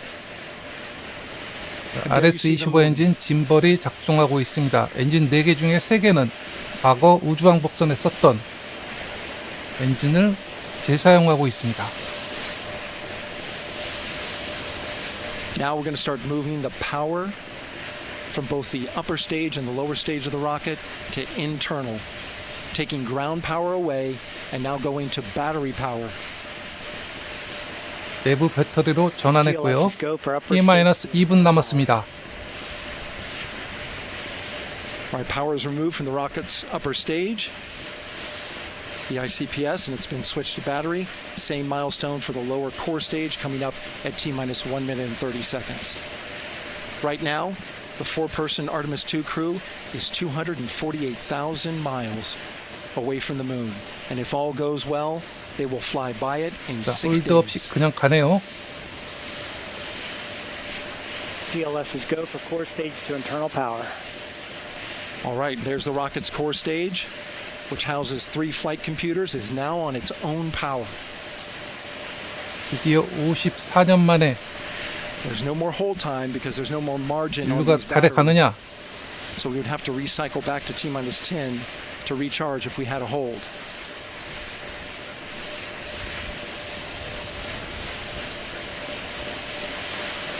One minute. T-1분. Right now the rocket does not know what the T0 is, but coming up at T-minus 33 seconds, control shifts from the ground launch sequencer to the rocket's onboard autonomous launch sequencer, or ALS.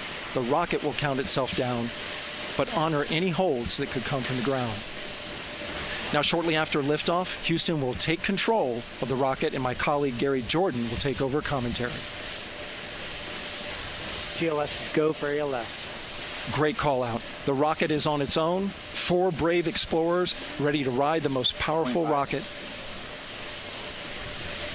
NASA has ever 카운트가 사라졌는데요. Sound suppression water is flowing. 15. And here we go. 갑니다. 10, 9, 8, 7. RS-25 engines lit. 메인 엔진 점화.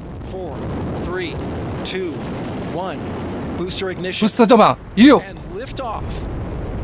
The crew of Artemis 2 now bound for the moon. Humanity's next great voyage begins. 아르테미스 2 이륙했습니다. Roger, roll pitch. 놀 피치 기동 정상.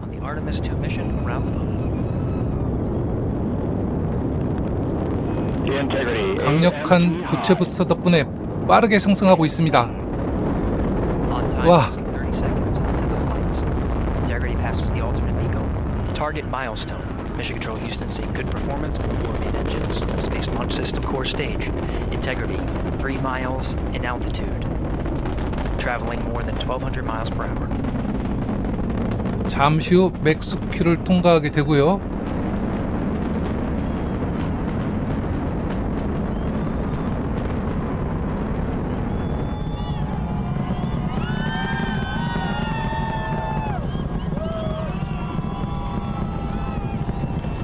Mission elapsed time passing 1 minute. 예, 곧 맥스큐 진입합니다.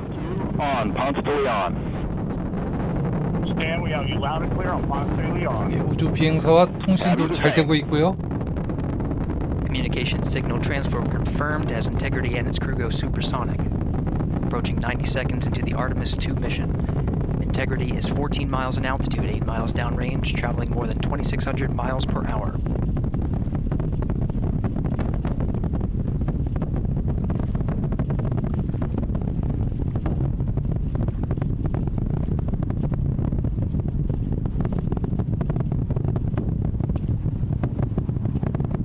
Minute 50 seconds of mission elapsed time, standing by for main engine throttle down to 85%, ahead of solid rocket booster separation, expected at the 2 자, minute 이제 9 고체 연료 second mark. 부스터는 점점 추력을 줄이고 있고요. 잠시 후 We see throttle down.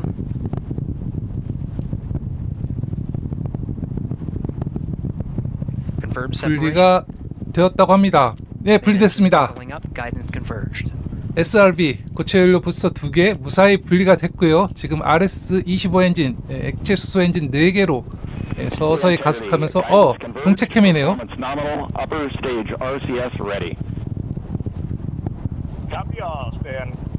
와, 선명하게 보이네. 날씨가 굉장히 맑네요. 자, 이제 잠시 뒤에 라스 비행 중단 시스템 비상 탈출 로켓을 분리하게 됩니다. 그러면은 오리온 우주선이 개방되면서 전방창으로 우주 비행사들이 밖을 볼 수가 있죠. 로켓 하단에서 바라본 모습 같네요. 예, 페어링이 떨어져 나갔습니다. 이제 서비스 모듈이 개방됐고요. 라스가 떨어져 나갔습니다. 예, 다 보이네요. 서비스 모듈 페어링 떨어지는 거하고 3개가 떨어졌고요. 정확히. 그리고 앞쪽에 라스가 떨어진 게 보입니다.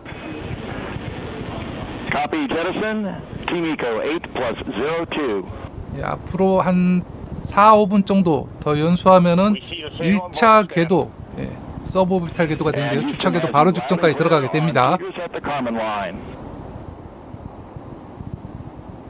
Outstanding, Stan. We have the same. 3 minutes 50 seconds into the flight of Artemis 2, Wiseman, Glover, Cook, and Hansen crossed the boundary to space with good comm checks. GPS signals acquired after last jettison now working on internal checks to verify accuracy. Flight Dynamics Officer analyzed the time of main engine cutoff, confirmed at 8 minutes 2 seconds time of MECO. 지금 엔진 4개 다 정상 작동하는 것 같고요.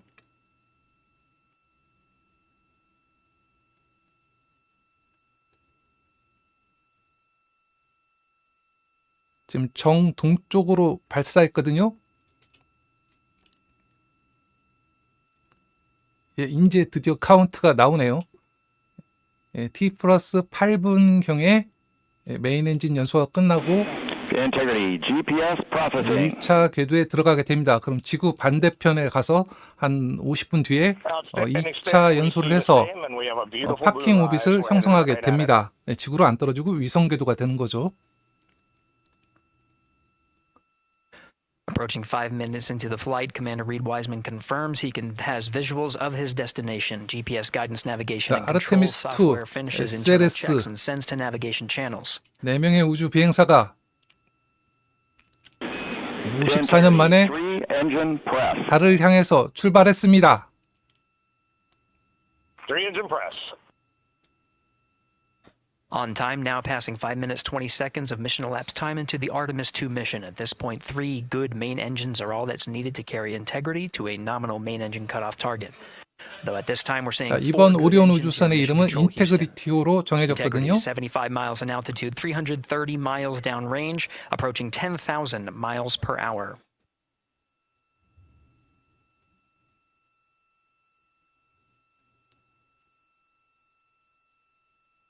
지금쯤 연료가 줄어들면서 서서히 다시 이제 가속을 더 빠르게 하고 있을 것 같습니다. Integrity looking good at 6 minutes. 자, 오리온 우주선에서 우주 비행사들이 쿨아웃을 하고 있네요. Good trajectory and engine performance. Booster officer will soon report the shutdown plan to Flight Director Judd Friedling expected at the 7-minute 여기도 mark. 또 마일로 표시가 되네요. Integrity 78 miles in altitude, 460 miles downrange. 고도는 일단 100km 고도를 돌파했고요. Integrity copies nominal shutdown.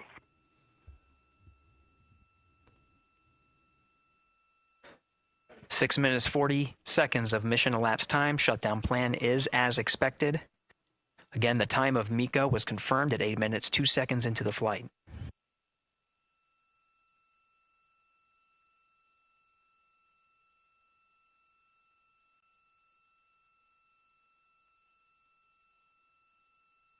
Seven minutes of mission elapsed time.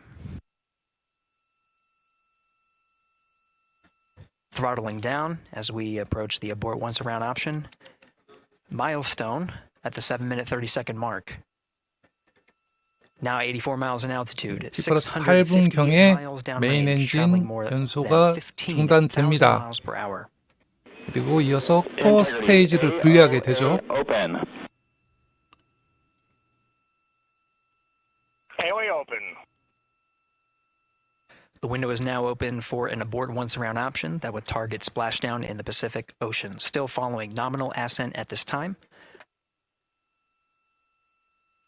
잠시 후 일단 연소가 끝나게 됩니다. Until the main engine cutoff 거의 다 왔습니다. system core stage. Standing by for confirmation of MECO and core stage separation.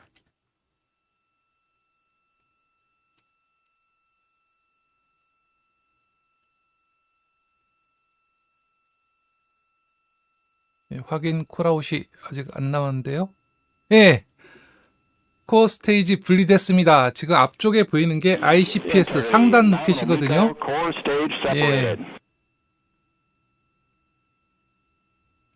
아직 CG 영상은 분리가 안 됐지만요. 아까 분리된 영상이 나왔죠. 자, 저렇게 ICPS 오리온 상단부가 분리가 됐습니다. 자, 지금 상태에서는요, 지금 지구 반대편까지는 갈 수가 있습니다. 스타쉽처럼. 그리고 이제 다시 이제 지구를 한 바퀴 돌기에는 약간 부족한 상태인데요.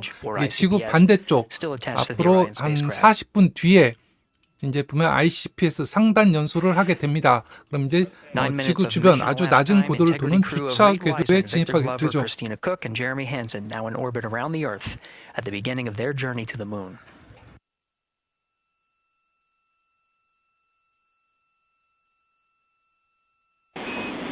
Integrity Houston, looking ahead to PRM numbers so far per the pad.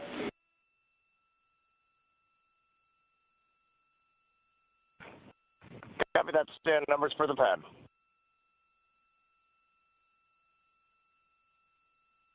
Capcom Stan Loves now reminding the crew that the 자, 이제 우주선은 이대로 그냥 관성 비행하게 됩니다. 지구 반대쪽까지 약 40분간 관성 비행하게 됩니다.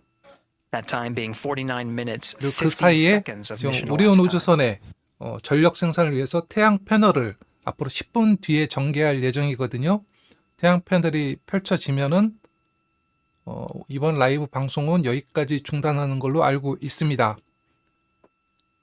여기에서 문제가 생겨도 캡슐만 분리해서 바로 또 지구로 돌아오면 되니까 상관은 없습니다.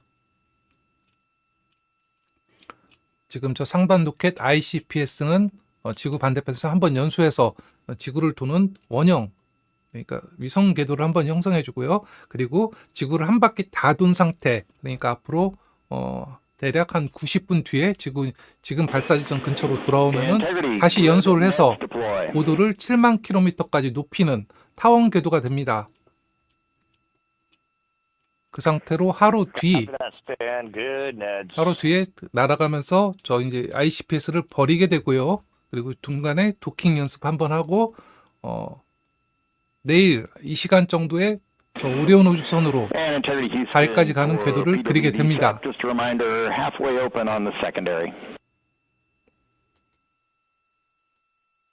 We copy that, stand halfway open.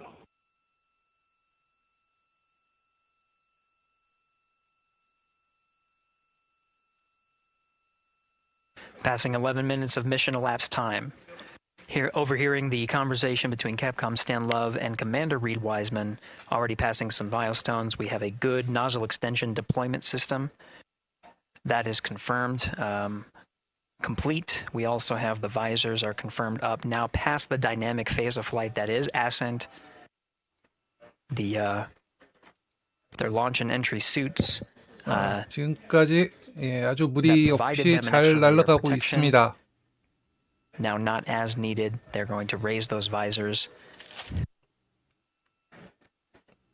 And later in today's mission, they will begin to 우주 비행사들은 지금 탄도 계속으로 비행 중이긴 하지만 거의 이제 마이크로 그래비티, 미세 중력을 느끼기 때문에 아까 인형이 둥둥 떠다니고 있겠죠.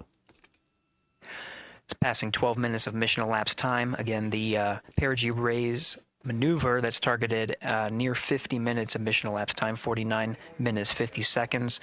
That's what the crew is going to be working towards. The Commander Reed Wiseman, pilot Victor Glover will focus on preparing for that milestone.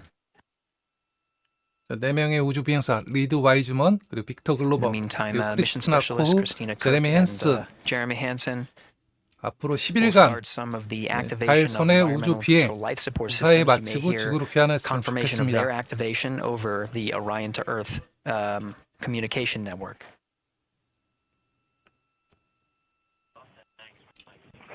Houston, C3 aux power back in auto.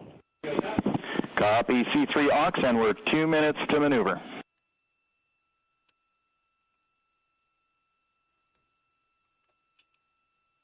오늘 발사가 나사 입장에, 미국 입장에서는 굉장히 사실 중요했습니다. 오늘 발사에서 로켓이나 우주선에 뭐 문제가 생겼다고 하면은 지금 아르테미스 프로그램 자체가 1, 2년 정도는 그냥 지연될 수도 있거든요.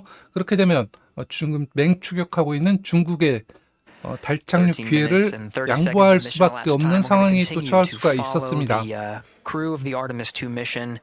They are beginning their journey around the moon to verify the systems that will take us to its surface. An incredible ascent. Artemis 2 is underway. Reed Wiseman, Victor Glover, Christina Cook, and Jeremy Hansen begin their journey to the moon. 이게 아르테미스 우주선의 사실 세 번째 시험 발사거든요. 예전에 아르테미스 이제 오리온 EM이라고 델타4 헤비 로켓으로 오리온 우주선만 발사한 적이 있었어요. 그리고 지난 아르테미스 1 유인 발사했고요. 지금 유인 발사입니다. Very jealous to hear how the launch experience was over on the Space Coast. Yeah, Gary, if people are just joining us, welcome back 지구 to the Space 반대편으로 Coast, where we 계속 just 관성 saw 비행하면서 Artemis 2 lift off 앞으로 T+20경에 14 minutes ago, and wow, what 태양 an 패널 amazing launch and 전개를 an emotional one 할 too. 겁니다. As soon as the rocket lifted off, Nicole, you had tears in your eyes, I had tears in my eyes, and we had all. 아까도 얘기했지만 RS-25 엔진이 개당 한 1억 달러 정도 하는 걸로 지금 나와 있거든요. 그러니까 스페이스X 스타쉽의 랩터 엔진 개당 100만 달러 예상하고 있거든요. 그러니까 랩터 엔진 100배 So proud of them. 저런 엔진을 4개를 썼습니다. Man, we don't have the words in the English language to describe this kind of an event. And RS-25 엔진 하나가 우리나라 누리호 제작비하고 맞먹습니다. 아주 초고가 호화 로켓이죠. As Gary just said, they've got a long day ahead of them, so wishing them well on everything, but so far, what a beautiful launch to watch. Yeah, to be returning to the lunar orbit in more than 50 years. Maybe they go farther from Earth than any other humans before them. Maybe they see parts of the moon that we've never seen before. I mean, what 자, 아마 내일 이 시간 정도가 되면은 이제 달 천이 가속을 하게 될 겁니다. 그럼 이제 그때부터 4일 정도 달까지 날아가고요. 그럼 달 뒤를 돌아서 달에서 약 7,000km 떨어진 근지점까지 접근한 다음에 그대로 팔자 궤도를 그리면서 지구로 다시 귀환하게 됩니다.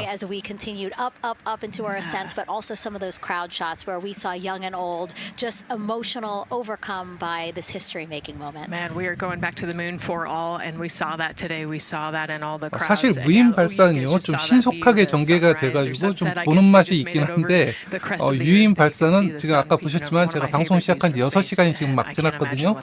우주 비행사들이 준비하는 과정 여러 가지 체크 과정이 훨씬 많기 때문에 사실 좀 지루한 감도 있습니다. 하지만 그 중요성에서는 또 유인 발사만큼 더 중요한 건 없죠.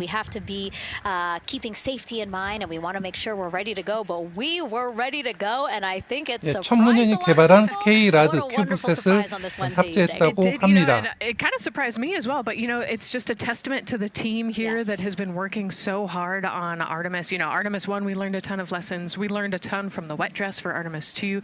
We were able to go in, fix those things. We even had a couple mishaps today, not mishaps, but a couple, you know, anomalies today that the team creatively came up with solutions for. 자, 오늘 라이브 방송은 지금 T 플러스 한 20분 정도 되면은 끝난다고 했거든요.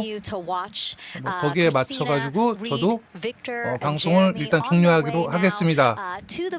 제 방송 역사상 6시간 라이브는 또 처음이네요.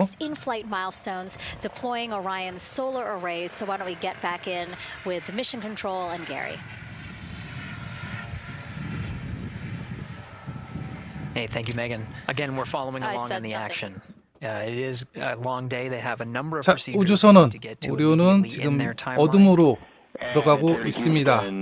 Crosstie is on board per the ETSI. We copy Houston. Thank you.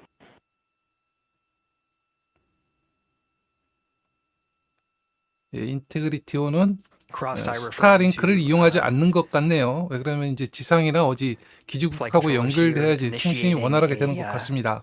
Connection between some of the batteries aboard the Orion spacecraft.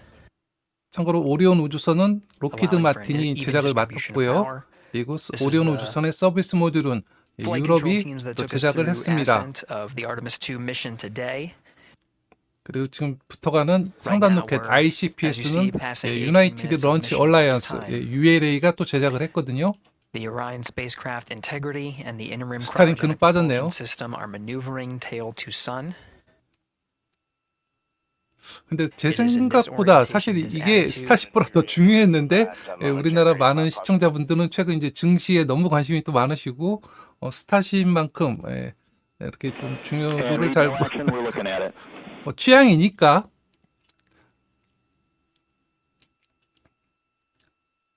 미션 컨트롤에서 여러 가지 관제를 하고 있거든요.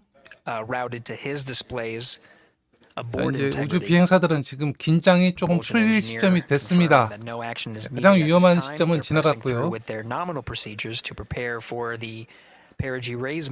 이제 ICPS로 두 번의 점화 과정을 거치고 분리한 다음에 도킹 연습, 도킹 예행 연습, 그리고 오리온 우주선 자체 추력으로 달까지 천이 가속을 하고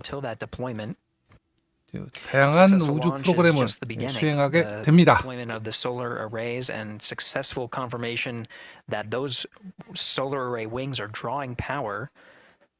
Is a significant milestone and says to the flight control teams that we will continue on today's mission. Power needs to be drawn to continue through some. 지금 이거 한번 쏘는 게요. 스타쉽 한 10대 번 쏘는 거 그거 돈이 들어가거든요, 사실. 근데 덩치가 또 무시를 못하는구나. 덩치 큰 게 장땡인 것 같습니다. 개인적으로는 저 오리온 우주선은 유인 우주선으로 진짜 지금까지 안정성 여러 가지 안전한 것도 그렇고 그거 하나로는 역사상 최고의 우주선으로 좀 생각을 하고 있습니다. 저게 10억 달러짜리예요, 우주선만. 그리고 밑에 ICPS 뭐 이런 거 다 로켓 부분 합쳐서 22억 달러, 지상 관제 시스템 서비스가 한 6억 달러, 총 42억 달러. Roger. Tidris, handover east to west, expected 1 예전 한 second earlier. 십몇 년 전에 미국 항공모함 한 대 만드는 가격이 들어가는 로켓입니다. 자, 이제 태양 패널을 전개할 시점이 됐거든요. 예. 예, ICPS도 지금 한번 점화를 하네요. 지구 저궤도를 좀 높이는 거를 하고 있습니다. 지금 반대편을 하는 게 아니라 가는 도중에 하고 있네요. 쉽게 해서 궤도 원형화 그냥 두면은 언젠가 지구 반대쪽에서 지구에 추락하니까 그렇게 이제 궤도 저점 지구 반대쪽에는 궤도 저점을 좀 높이는 기동을 하고 있습니다. ICPS의 RL10 액체 수소 엔진이 좀 느리지만 느릿느릿 가속을 하고 있습니다. It'll be several minutes until they are what is called in a latched position. Once they are latched and confirmed to be drawing power, they can switch the mode to ATO and continue along the mission. The teacher's handover at the pad, that message meant the crew was providing. 태양 패널은 지금 서서히 전개되고 있는 단계 같거든요. 아까 얘기했을 때 전개 시작하면 완전히 펼쳐지는데 한 10분 정도 걸린다고 했던 것 같습니다. Currently orbiting Earth at an altitude of 545 statute miles above the Earth. They are in a near-Earth network communication system. The tracking and data relay satellites, geosynchronous satellites that are stationed about 23,000 miles above the Earth. 야, 근데 진짜 나사 공식 방송인데 단위가 다 마일, 피트로 나와서 좀 아쉬운 점이 있는 것 같네요. The burn itself will put them in an altitude that surpasses the range of the tracking and data relay satellites, and they will transition to the deep space network today.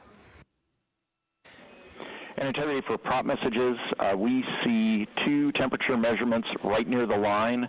It's that momentary message you saw earlier. We're going to suppress those. It's CM helium heater 2 T1 and heater 1 T1. They're going 자, suppressed. 오늘 라이브 방송은 여기까지 제가 하는 걸로 하겠습니다. 뭐 거의 다 된 것 같거든요.